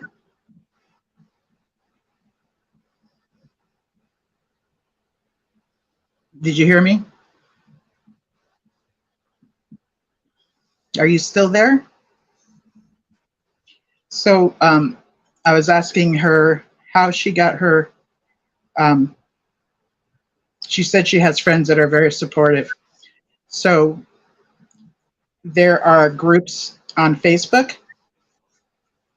XJW groups, or XJWs that still want to remain Christians. There's even LGBTQ group of ex-Jehovah's Witnesses as well. So you can go into these groups, kind of look around, see how people are talking to each other, and just kind of observe for a while, because to be honest, when we first leave the organization, we're bringing a lot of dysfunction with us. So you might be watching some dysfunction happening, because let me just say, we XWs really know how to bring the fun of dysfunction out. And it takes a while for us to shed most of it. So when you do see somebody, and it usually looks like somebody trying to explain to somebody else how something should look. That's what it usually looks like. Whereas we're also learning ourselves, our authentic selves, and developing who we truly are if we were born in. And a lot of what the organization stopped us from doing when they told us to not pursue our own self-interest was to make sure we didn't gain any wisdom. When you take in knowledge, it's usually reading, but when you walk through something, you experience something, that's where you get your wisdom. And yes, you can learn some wisdom from watching somebody else go through something, but it's it can be, when we get our wisdom, it helps us do life better. And some of us, like myself, have to learn from experiencing something quite a few times, because that's just how I am. So yeah. And I'm really proud of you, the caller that just called in, because you said you're going to speak up, and I hear this sound in your voice like, I will not lay down for this. I will conquer this. And I'm really proud of you for that. And I also want to just say, stay in therapy. And I've been in therapy on and off for years upon years. And, I've been very honest with my audience that I have some mental issues. I take meds. I'm med compliant. I have high anxiety and depression. And the anxiety is very hard to function when you have this sense of being anxious all the time. And that actually, from what I understand, kind of causes the depression. And so when I say I'm med compliant and I take medications, an antidepressant works as something that it will adjust the chemicals in my brain. So just like someone who is diabetic and takes medication to adjust their sugar levels in their body, I'm doing the same thing by taking a medication to help the serotonin level in my head. And if I'm taking a serotonin inducer, it's so that it gets it at a better level in my brain for me to have a sense of well-being. rather than being anxious all the time. It's very hard to function when you're anxious all the time. Very, very hard. And I didn't start taking my meds till I was like 30. I was terrified to be like hooked on drugs, right? So, you know, it took me a while. And not everybody, I'm not saying that I do and you have to or anything like that, but it's not anything to be ashamed of. Many of us that have come from this organization have been affected by trauma. Many of us.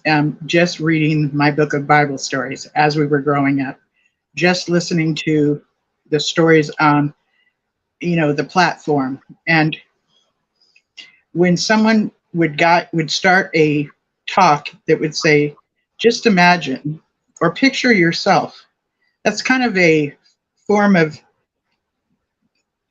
guided imagery, and it puts you in kind of a state of just relaxation, kind of like daydreaming, not like full on hypnotism to where you're not, you know, super relaxed, but just enough to where you're just kind of daydreaming, you know. And when you're at that state of mind, the information that's coming to you, you have less of a critical mindset and you just receive it easier. So that's done strategically. This has been done with us all of our lives, you know. So when we heard somebody pick up their child and take them to the back bathroom to spank them, this was traumatic for us, or it could have been, you know. So there was a lot of things that went on. I mean, the fact is if you're not a Jehovah's Witness, you will die at Armageddon. That's a traumatic mindset. If you visualize that, it's very traumatic. And if you can't just visualize it on your own, there's literature that has lovely pictures showing you all of this and what it's going to look like, you know, like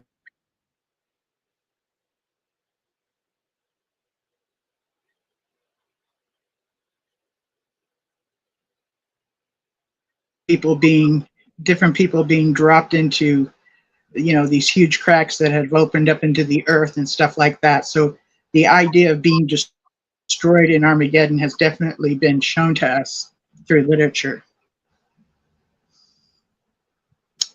Is there anybody else who might want to share anything? And it doesn't have to be on the subject that I'm talking about. We can go on to any subject you'd like to go to. I also wanted to talk about child baptisms, okay? The thing about being baptized in the organization is that when you say yes at your baptism to those two questions,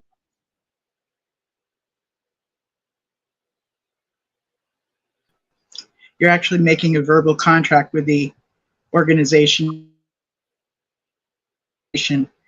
as well as being committed to God. Children cannot be held to a contract. So this is should not be happening. It just should not be happening. And unfortunately, being that we're so sheltered, if we do get baptized and then later in life we make a mistake and then we're talking to elders and they say to us, you knew what you signed up for. In actuality, they have no business holding you accountable to something that you committed to as a child. This is illegal, but of course they're coming from a place of a theocracy, but it is illegal. I mean, to sell a car to a minor, you don't see people driving out, you know, that are like 10 or 11 years old with brand new cars. Children are not, they don't have the mental capacity to make a commitment in a contract form. So those of you that have been baptized as a child, it's really should not be in something that the elders tell you that you should be held accountable in. That's not the case. How to handle that legally, I don't know. Why does it continue? They keep doing this. They keep doing this. They keep doing this. They keep pushing the children to get baptized. Why? Yes. If it's illegal, why do they keep doing it? I don't understand that part. Yeah, and I don't know if that would be something that could hold up in court, because churches are considered, their own government. The government of the land really has no business telling the government of an organization or religion how they are to govern their culture. So it's a big conflict of interest. maybe so. I agree with you that it should be illegal, and they should not be allowed to do that, because when they're 15 years old, they know what they're doing, and then when they're 20 years old, and they're like, "Wow, I was hornswoggled." Yeah. And now, because I'm baptized, I am fucked. I cannot leave without being shunned now. Yeah.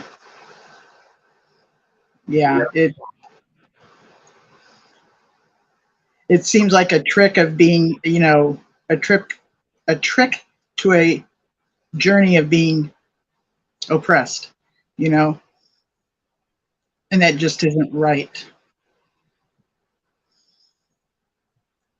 And it's wrong. It's totally wrong.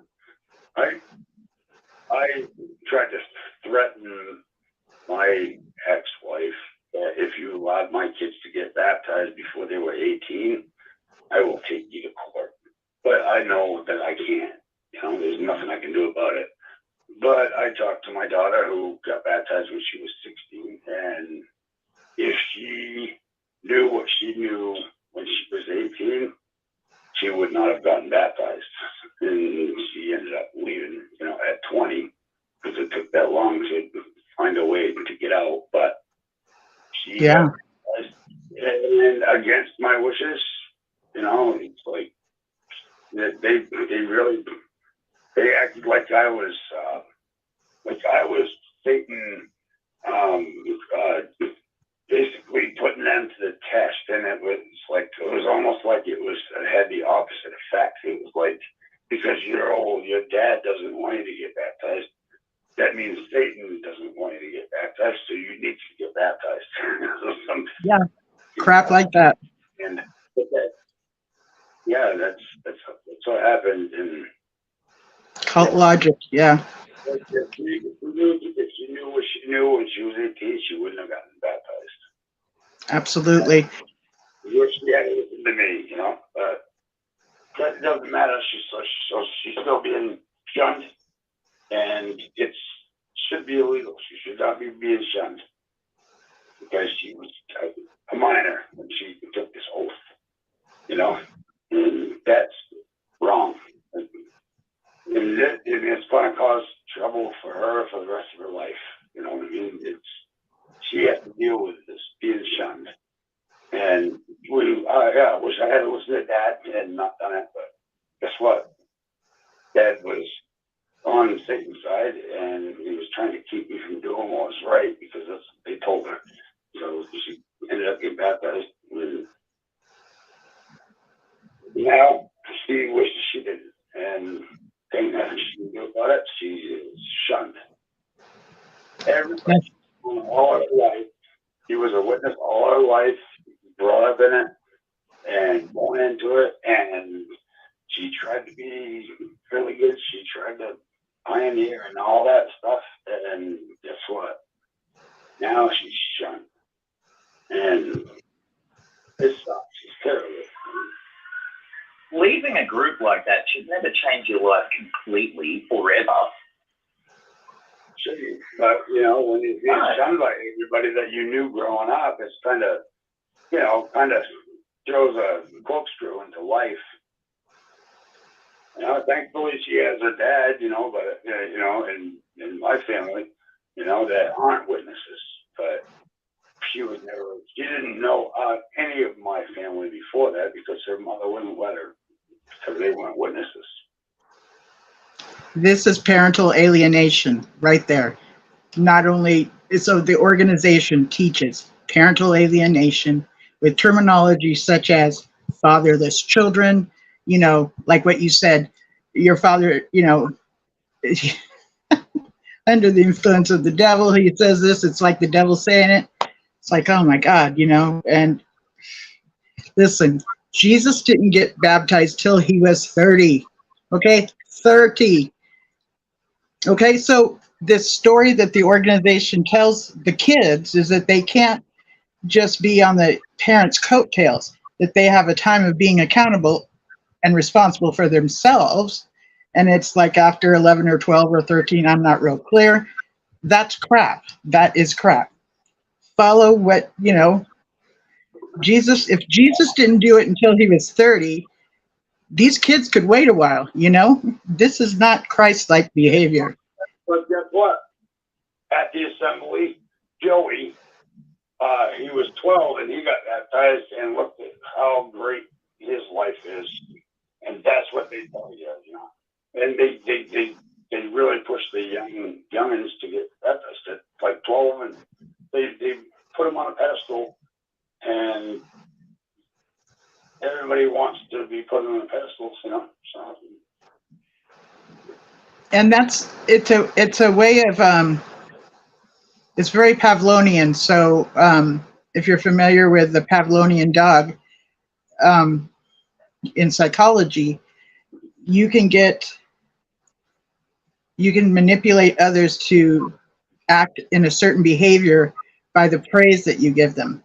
And if they act in a certain way, and maybe you punish them or give them a dirty look or disapproval, then they won't act that way.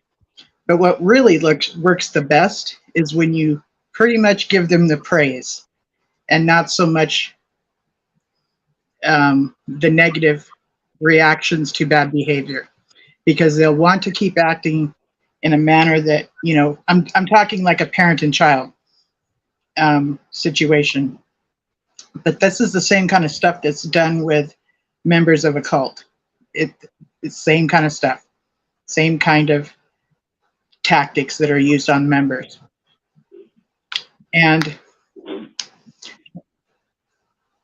go ahead, what were you going to say?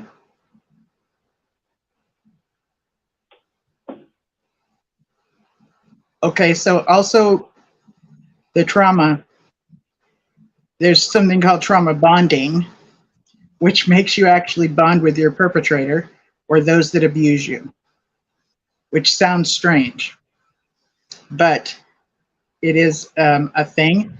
If you think of Stockholm Syndrome, there was a bank robbery that happened in Stockholm where there was a group of people or a few people that came into a bank and robbed a bank. The hostages ended up bonding with the robbers, and they became empathetic towards them. And so afterwards, when the hostages were released, it was the most oddest thing that these hostages cared about their kidnappers, you know. So they studied that, and they learned a lot from that. And that's very similar to trauma bonding, is when you bond to somebody that traumatizes you. That's part of being in the organization too, or being with an abusive spouse, you know. As much as you hate it, there's a bit of bonding going on too. Another thing is when there's failed predictions or failed prophecies, Leon Festinger is the one that coined cognitive dissonance. And cognitive dissonance means you're being told two different contradictory messages in your head at the same time. And that kind of throws you off, and almost like your equilibrium is off. And you need to figure out a way to make sense of it for you to have a better sense of, balance, right? When a prophecy fails, and there's been many with many different groups, okay? If the when you're in that place of cognitive dissonance, you're like thrown off. You feel like you have, your equilibrium is off. The next thing that's said to you as a explanation could be, we were off for a year, or we didn't take into account when Eve was created, so it could be this reason or that reason. It's easier to grab onto that idea and place it in your head, and then you don't have that sense of cognitive dissonance, which is like having your equilibrium off. Okay, so when prophecies fail and then they get a lame explanation or a good one, they still are faithful, sometimes even more faithful than before the failed prophecy. Isn't that a trip, right? Yeah. Yeah. That idea of cognitive dissonance has been really hard for me to actually understand and come to grips with. But the way you just explained it actually helps make a lot more sense in my head. And thank you, because I just really haven't. There's been no explanation to define cognitive dissonance that has worked for me until just now. And I'm glad to hear that. Thank you. Yeah, that was it's still an issue, I think, in my life. I want to believe what I know, but then the facts don't. The facts are against the witness, and it's terrible. So it's like, where do you go, and what do you do, and how do you live? What is the right way? What is the right path? Yeah, and by the way, this whole story about you must find the right organization that God is using, because God's always used an organization, is deception. That is not the case. It's just not the case. If you are someone who is a God-believing person, a Bible-believing person, there's nothing in the Bible telling you need to find the right church. That was, I believe, more so Rutherford that really went into that. And by the way, it was us, because Jesus chose our religion, back in 1919. Why? Because he inspected all of the religions and thought we were the most bitchin' one out there. I'm sorry. I have to laugh at this, because the more I've come to know or realize how Rutherford was, that's just bizarre. I don't think Jesus would have picked this organization. This is a fable. This is a lie. And that if you are a Bible-believing person or a Christian-thinking person, since Christ's death, it's about being in relationship with him and not needing, it's about being in a relationship with God, and that Jesus is your mediator. And what happens when you take on that belief system is the organization takes the place of being that mediator between you and God. And if you ever look up the word Antichrist, it will tell you that, yes, it could be a person, but anything that puts themselves in the place of Christ is also Antichrist. So, Hey, Linda? Yes? Hi, how you doing? Good. Hi, how are you? David. Hi, David.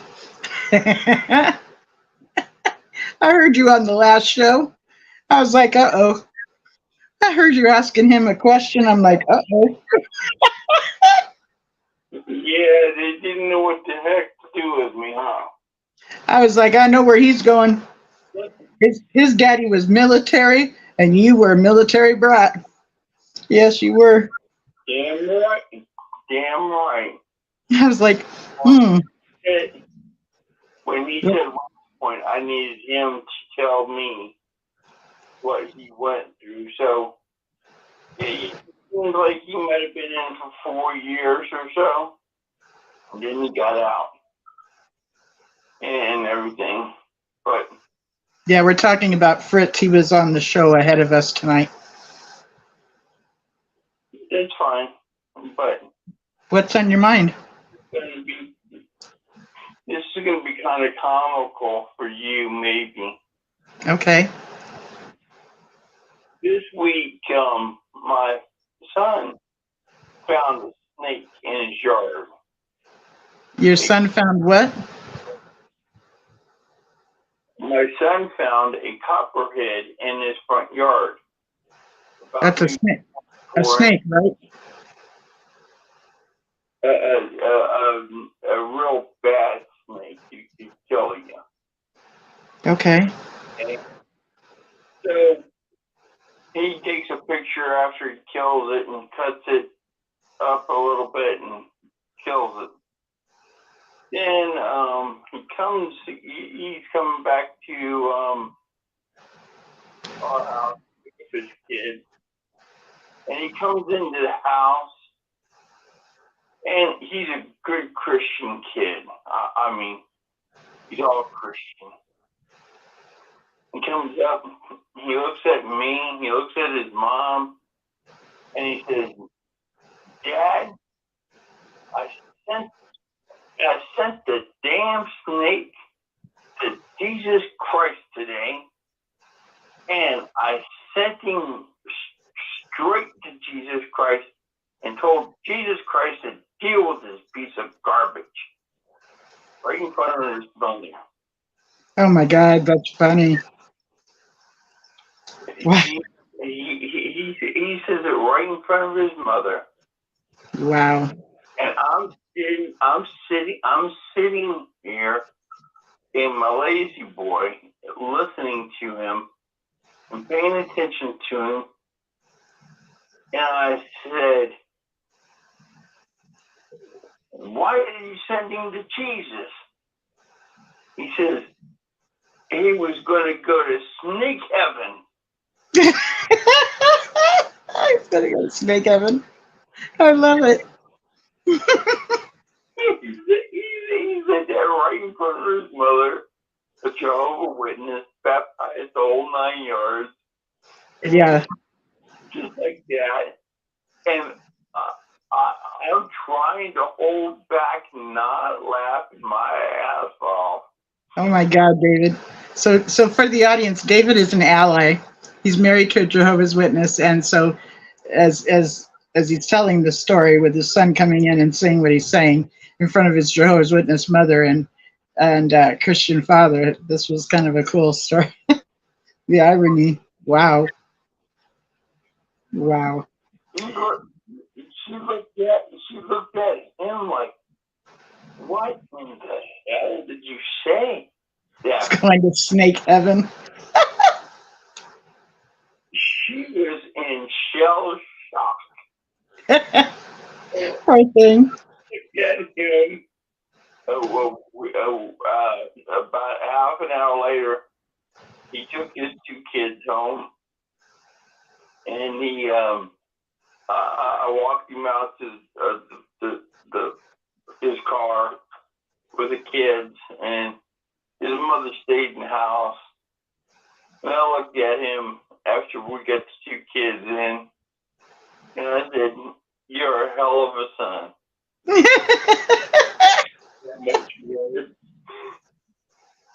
Oh my goodness. If you could have seen her face, Right. so shocked. It was total, like somebody stepped on her toe. And she was ready to scream, but the precious thing is the way her face was and the way her eyes lit up, and she was like, why would you, her look was like, why would you say something like that?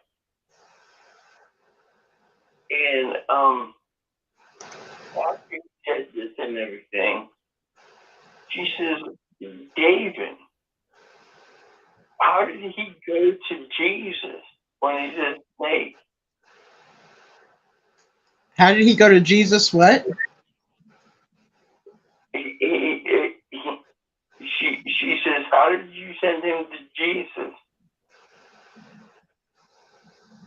And then you look at her and says, I rebuked you in the name of Jesus and sent him to Jesus. Oh, no. And, Oh my God. He's quoting Pentecostal stuff here. He's quoting Pentecostal behavior. Look out. I was sitting there, I was looking at my son, and I was trying not to laugh. I can imagine the gleam in your eyes as you were making yourself not laugh. I was sitting there, and after I walked him out and talked to him outside, and I looked at him and I said, you know, when your mother looked at your face, I seen her out of the corner of my eye, and she looked like she just seen something so unsupernatural. I mean, it just blew her little mind. And I wanted to laugh, but I got in my truck and I shut the door, and after he pulled out of the driveway, and I sat there and I said, Jesus, I'm glad you made him.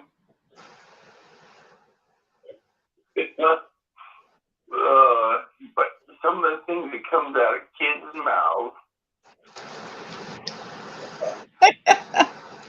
Wow. I mean, I've never thought of snake heaven. And then there's the whole, some people think no animals go to heaven. But, you know, if you're a heaven-believing person, let's not forget about the 4 horsemen. So, you know, all dogs might go to heaven. Seems like a possibility to me. But that's just my opinion.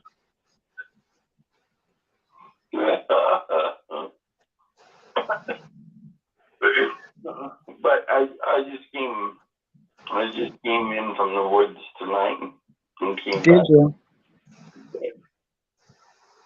When that one guy was talking about the Nephilim, Talking about the what?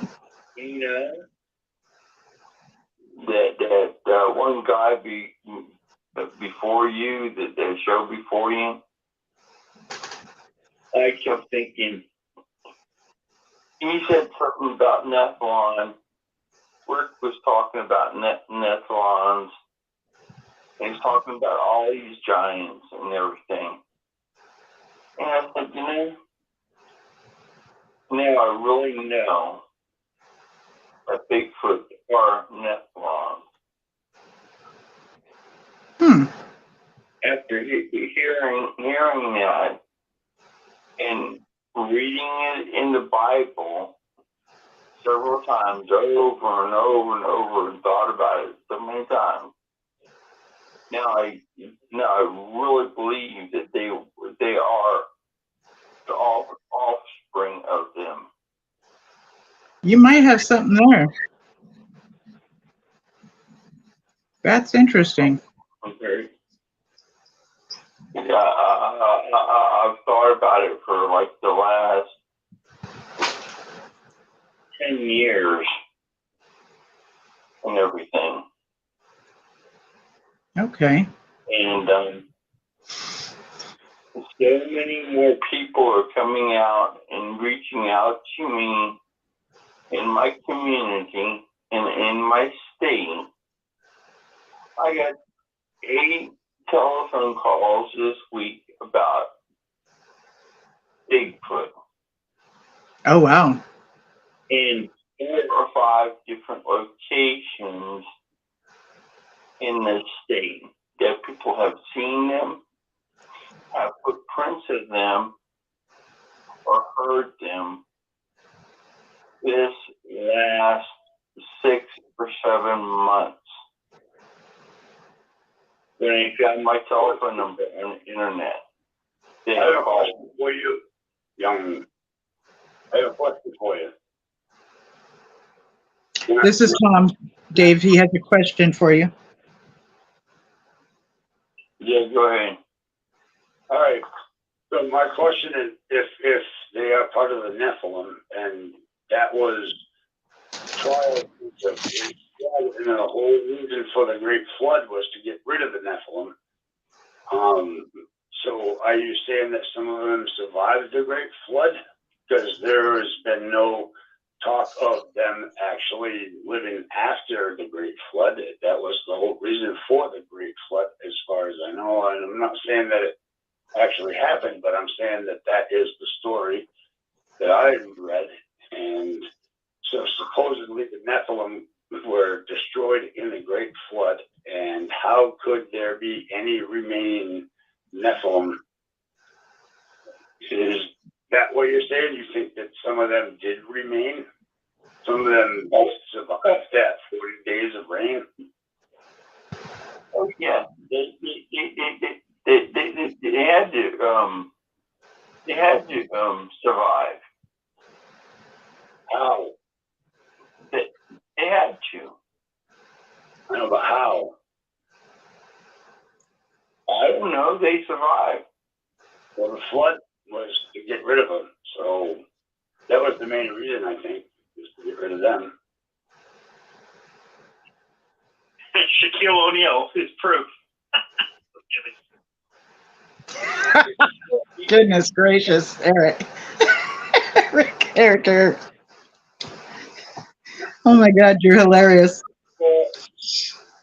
The basketball player has a size 21 or 22-inch foot long way wide. He has 7 to 8 inches wide, and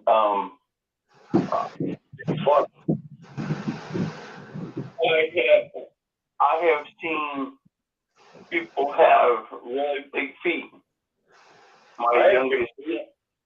I have size 15 feet, and it's really hard to buy boots.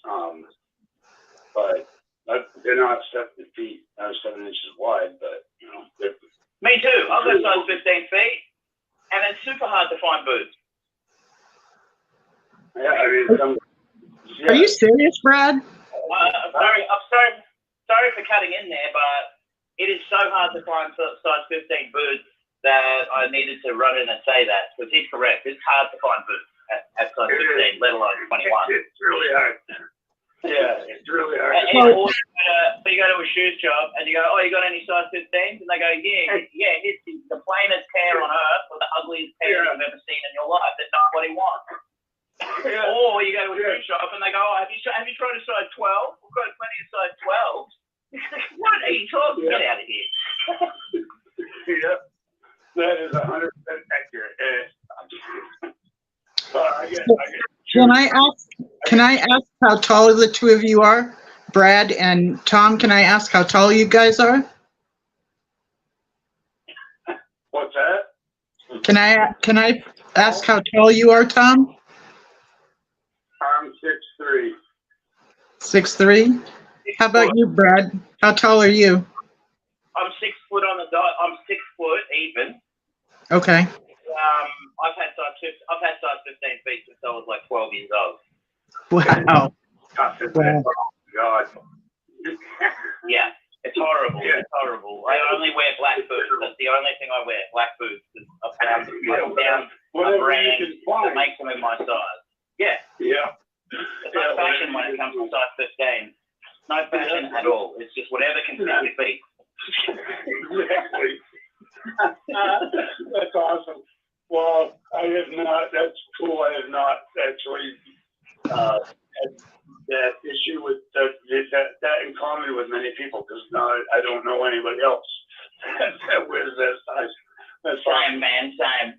My son wears that size. No, you said 15. Okay, never mind. I think he wears 13.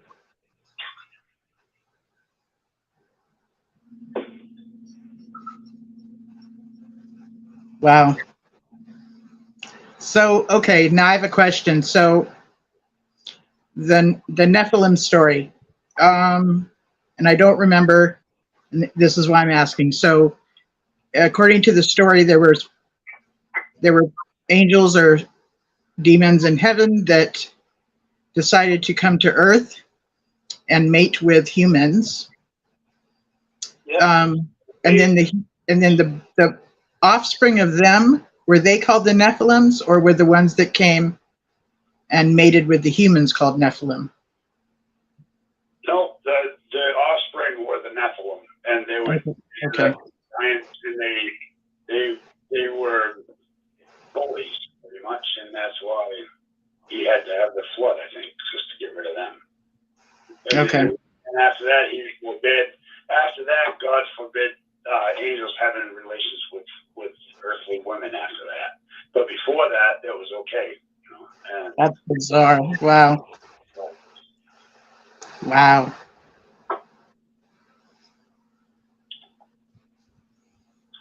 And that's the story, anyways. That's the story the way I read it in the Bible. Okay.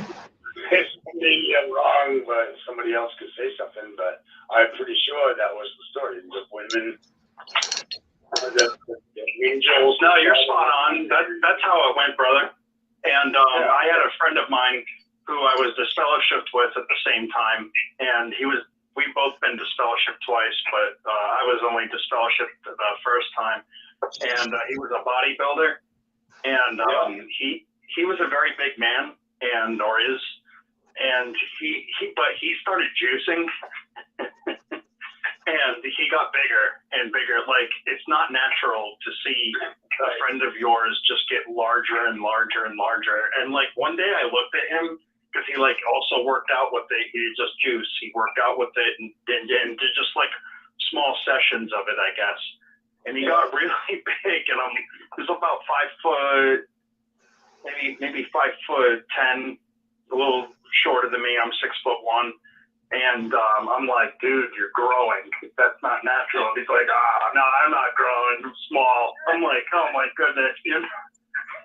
And he had a voicemail on his phone, right? And it was a joke, but that we had amongst each other. But his nickname was Bay Bully because he was a quahogger in Rhode Island. He would dive for his quahogs and sell them to the market.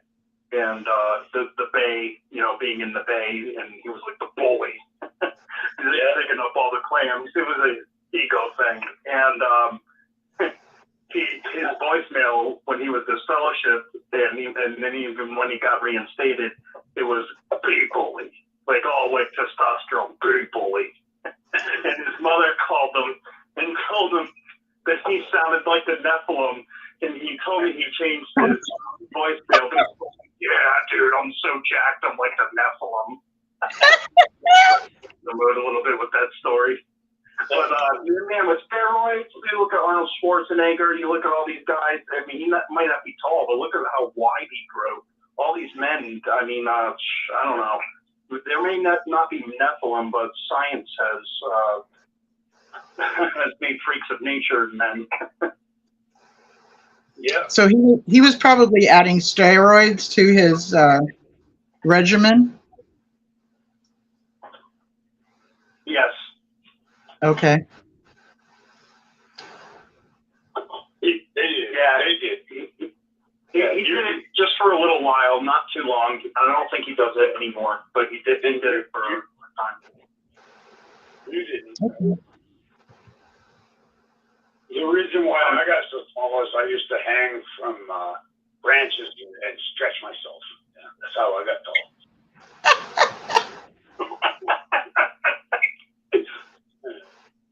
Oh my goodness.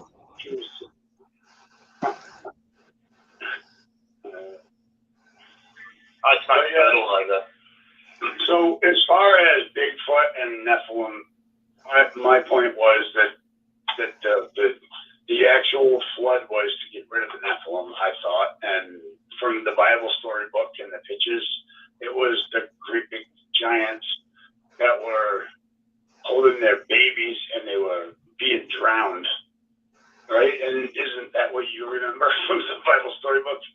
Oh, yes. Their babies being drowned. Yeah. The babies. The mother on the rock holding her baby, and you knew that they would be drowning soon. Yes. It was justice from God. Yeah. And we had to just accept it, and not think about how terrible it must have been to be a baby and drown because your parents were not the right people. So everybody around us has to drown and die. That's kind of mean. Yeah, I didn't like that story at all. Yeah, that was hard to look at. There's one XJW channel, and his whole reason for waking up was studying the flood and stuff like that. And I can't remember his name, but anyways, he's got a whole channel on it, and that was one of his biggest waking up things, was there's no way that flood could have happened. Yeah, I think I know who you're talking about. The Truth Hurts. Yeah, I think I know who you're talking about. Paradise. It's Surviving Paradise. That's a podcast.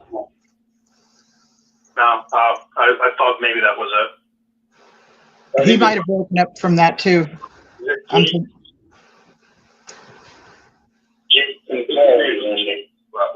Yeah, he really did a good job of rebutting the great flood, but because we all believed it all our friggin' lives, it's really hard to swallow that it might not have happened. You know what I mean? Because that was like key. It was one of the things that we were just taught and believed. And yeah, how about you? But I know that any rebuttal to the flood is it's big, and I can see that point, but it's just something that has just been ingrained in us. I think that it's really hard to know. It's hard to grasp on the fact that it probably did not happen. I don't really know. Yeah, that's scientific possibility that it could have happened because of all the animals, especially in Australia. It's like, what did they do? Walk over to Australia? Why does Australia have its own set of friggin' animals versus the rest of the world that has nothing to do with a flood? It was if right. I mean, Australia is one of the biggest proofs, and that's what Brad's from. It's Australia, so he knows there's a lot of shit over there that is nowhere else in the world. Yeah. Well, we've been doing this for about 4.5 hours, and I'm starting to fade. But I'm probably going to close this up in about 10 minutes.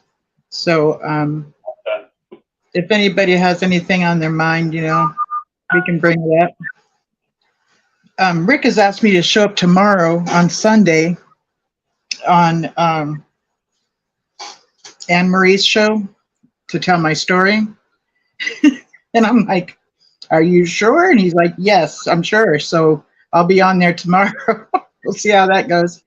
I got to get in touch with him because there's a certain app that I use to call in, and I've done something to the app to where I can't get back to the regular part. So Rick, if you hear me, I'll be calling you tomorrow to have you help me out with this app because I couldn't get it to work today. Does anything? See you later. What did you? Later. What did you say?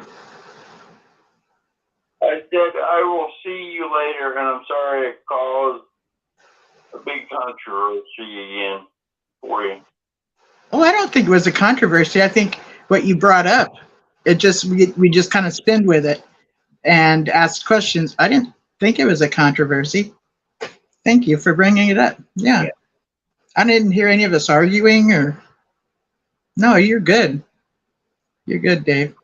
Thank you, though. Yeah. I'll see you later. Okay. Good night. I just wanted to say, my great grandfather was 7'2". My youngest son is 6'7". Wow. And 6'4". You're 6'4"? Okay. 6 foot. My first son is 6'5". Wow. And on that side of the family, all the males are over 6'4". Wow. That's awesome. Wow. But we're all pretty much 250, 260 pounds, and we're pretty much all muscle people. I love it. Are you Nephilim?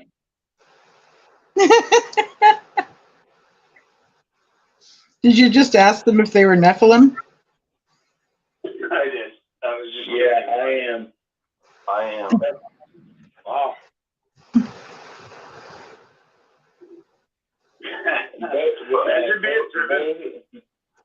Both of my sons can pick up bench press 250 pounds, and I can do the same. My youngest son is 6'7", and he just bench pressed 325 pounds. Oh my God. Wow. Wow.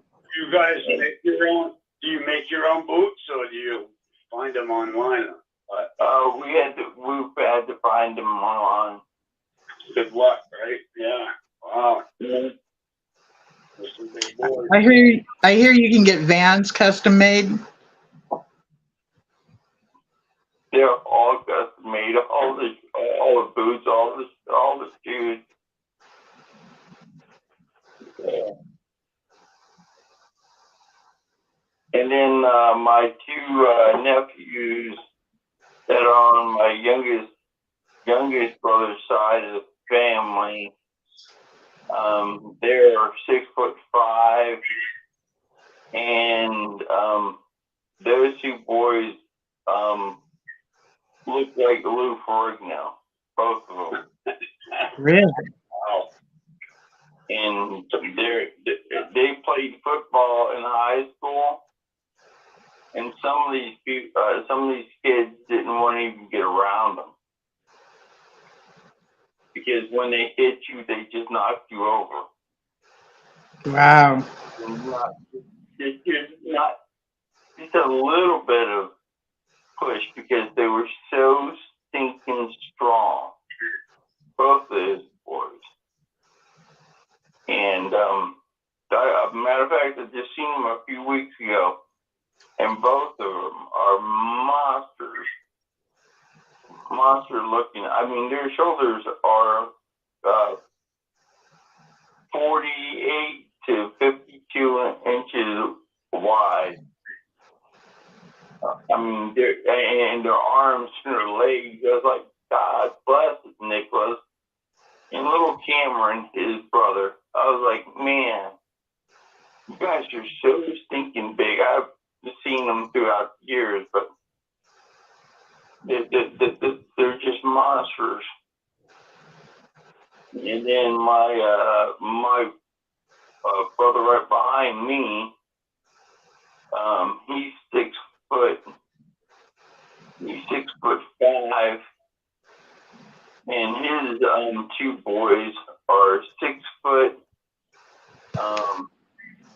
6 and 6'7", and they're really big kids. They're 30 years old now. my sister's two sons are 6'4", and they're about 250 pounds.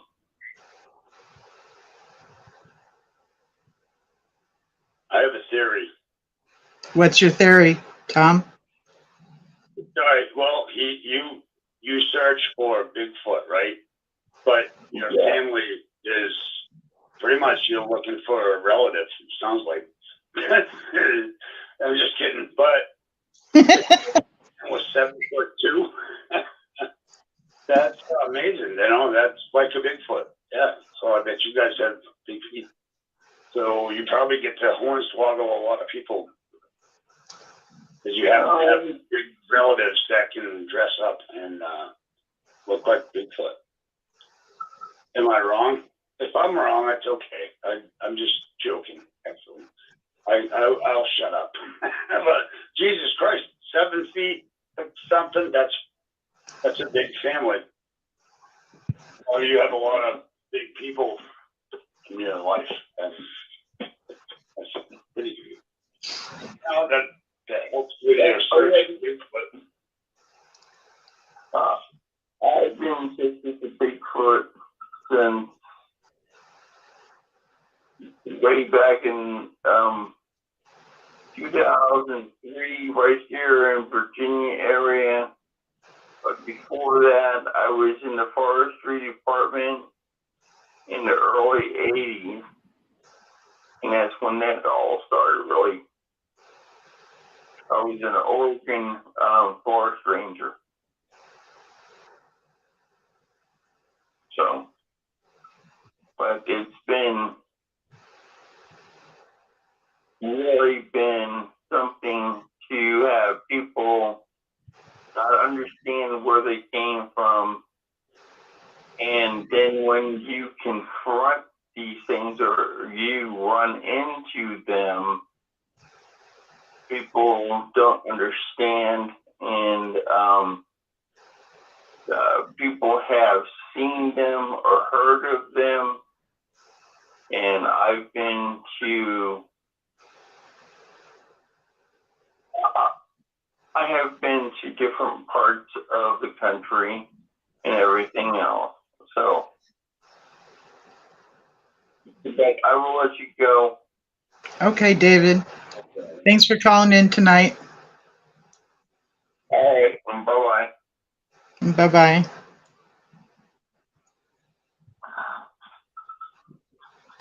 So I want to encourage everybody to go check out XJW Curious, his channel, and check out his last video that he made and how he breaks it down. You might like the music, you might not, but that's kind of beside the point. When you hear him break it down and what he picked up on as far as the lyrics, hopefully you'll find it worth it. And I was thrilled that he joined us tonight. Yeah, it's the middle of July. Yesterday was the 15th of July, 2023, and we have gone over into Sunday, July 16th, 2023. And I just wanted to say thank you for everybody that's called in and taken part in tonight's show and shared what they've shared and how it has affected them. I think you guys are amazing and really make this show what it is. And I look forward to it every week. It's truly a highlight of my week. I enjoy it. And I appreciate the way you guys make me feel comfortable. I'm so thankful for that. It's my hope that I get to facilitate a place where you can come and be comfortable. And I just wanted to let you know that you guys have made me feel comfortable too. And I'm very thankful for that. We have a bond that we were ex-Jehovah's Witnesses or ex-cult members of some sort. And I'm really about teaching the techniques and tactics that cultic groups use. Not so much the difference between cults and Christianity, not so much the doctrinal differences because they fall under freedom of religion, but the techniques and tactics that are used is something that has been something that I believe that if we educate ourselves about, it helps us not be a part of something like this again. And if we do end up being a part of something like this again, we'll recognize it quicker and get out of it quicker. So yeah, and bottom line is this is the characteristics of a narcissist.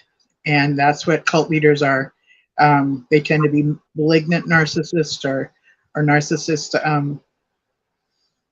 And the message they give is whatever the message is that they give. But when you know and you can recognize the techniques and tactics that are used, I'm hoping that you can arm yourself with those things and be able to recognize a narcissist and realize that this is dangerous. Because it's hard to recognize them when you first meet them. They love bomb you and they seem like the best person you ever met in your life. Like you might have just met your next best friend, right? So at the beginning, that's what it seems like. But then it turns bad. So yeah, I'm going to let you guys go. We are going on about 4 hours and 50 minutes. So we're almost at the 5-hour point. And I really enjoyed tonight. So I'm looking forward to next weekend, meeting up with you again. This is Apostate Babe, your favorite apostate. And I will catch you next Saturday. Oh no, I'm going to be on tomorrow morning. So with Anne Marie, and I'll be talking about my spiritual journey. Okay? Hopefully you can tune into that tomorrow as well. Alrighty then, I will talk with you all later. Good night.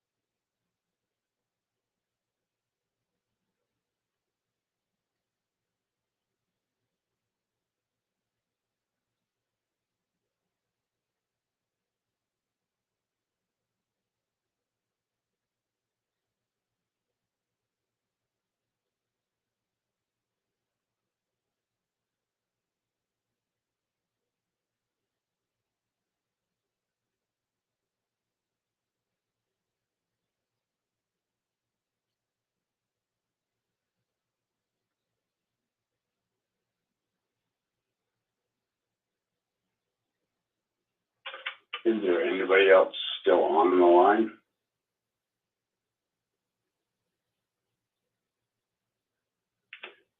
I know Apostate Babe is done.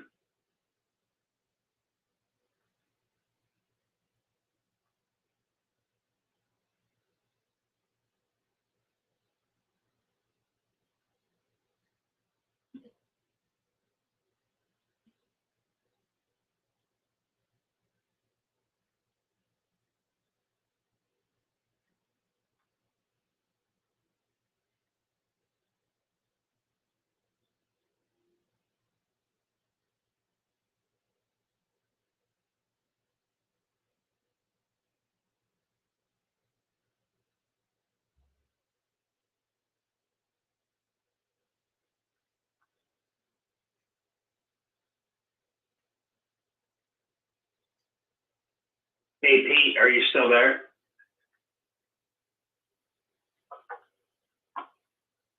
Hey, Pete, are you still there? All right. Well, good night, y'all.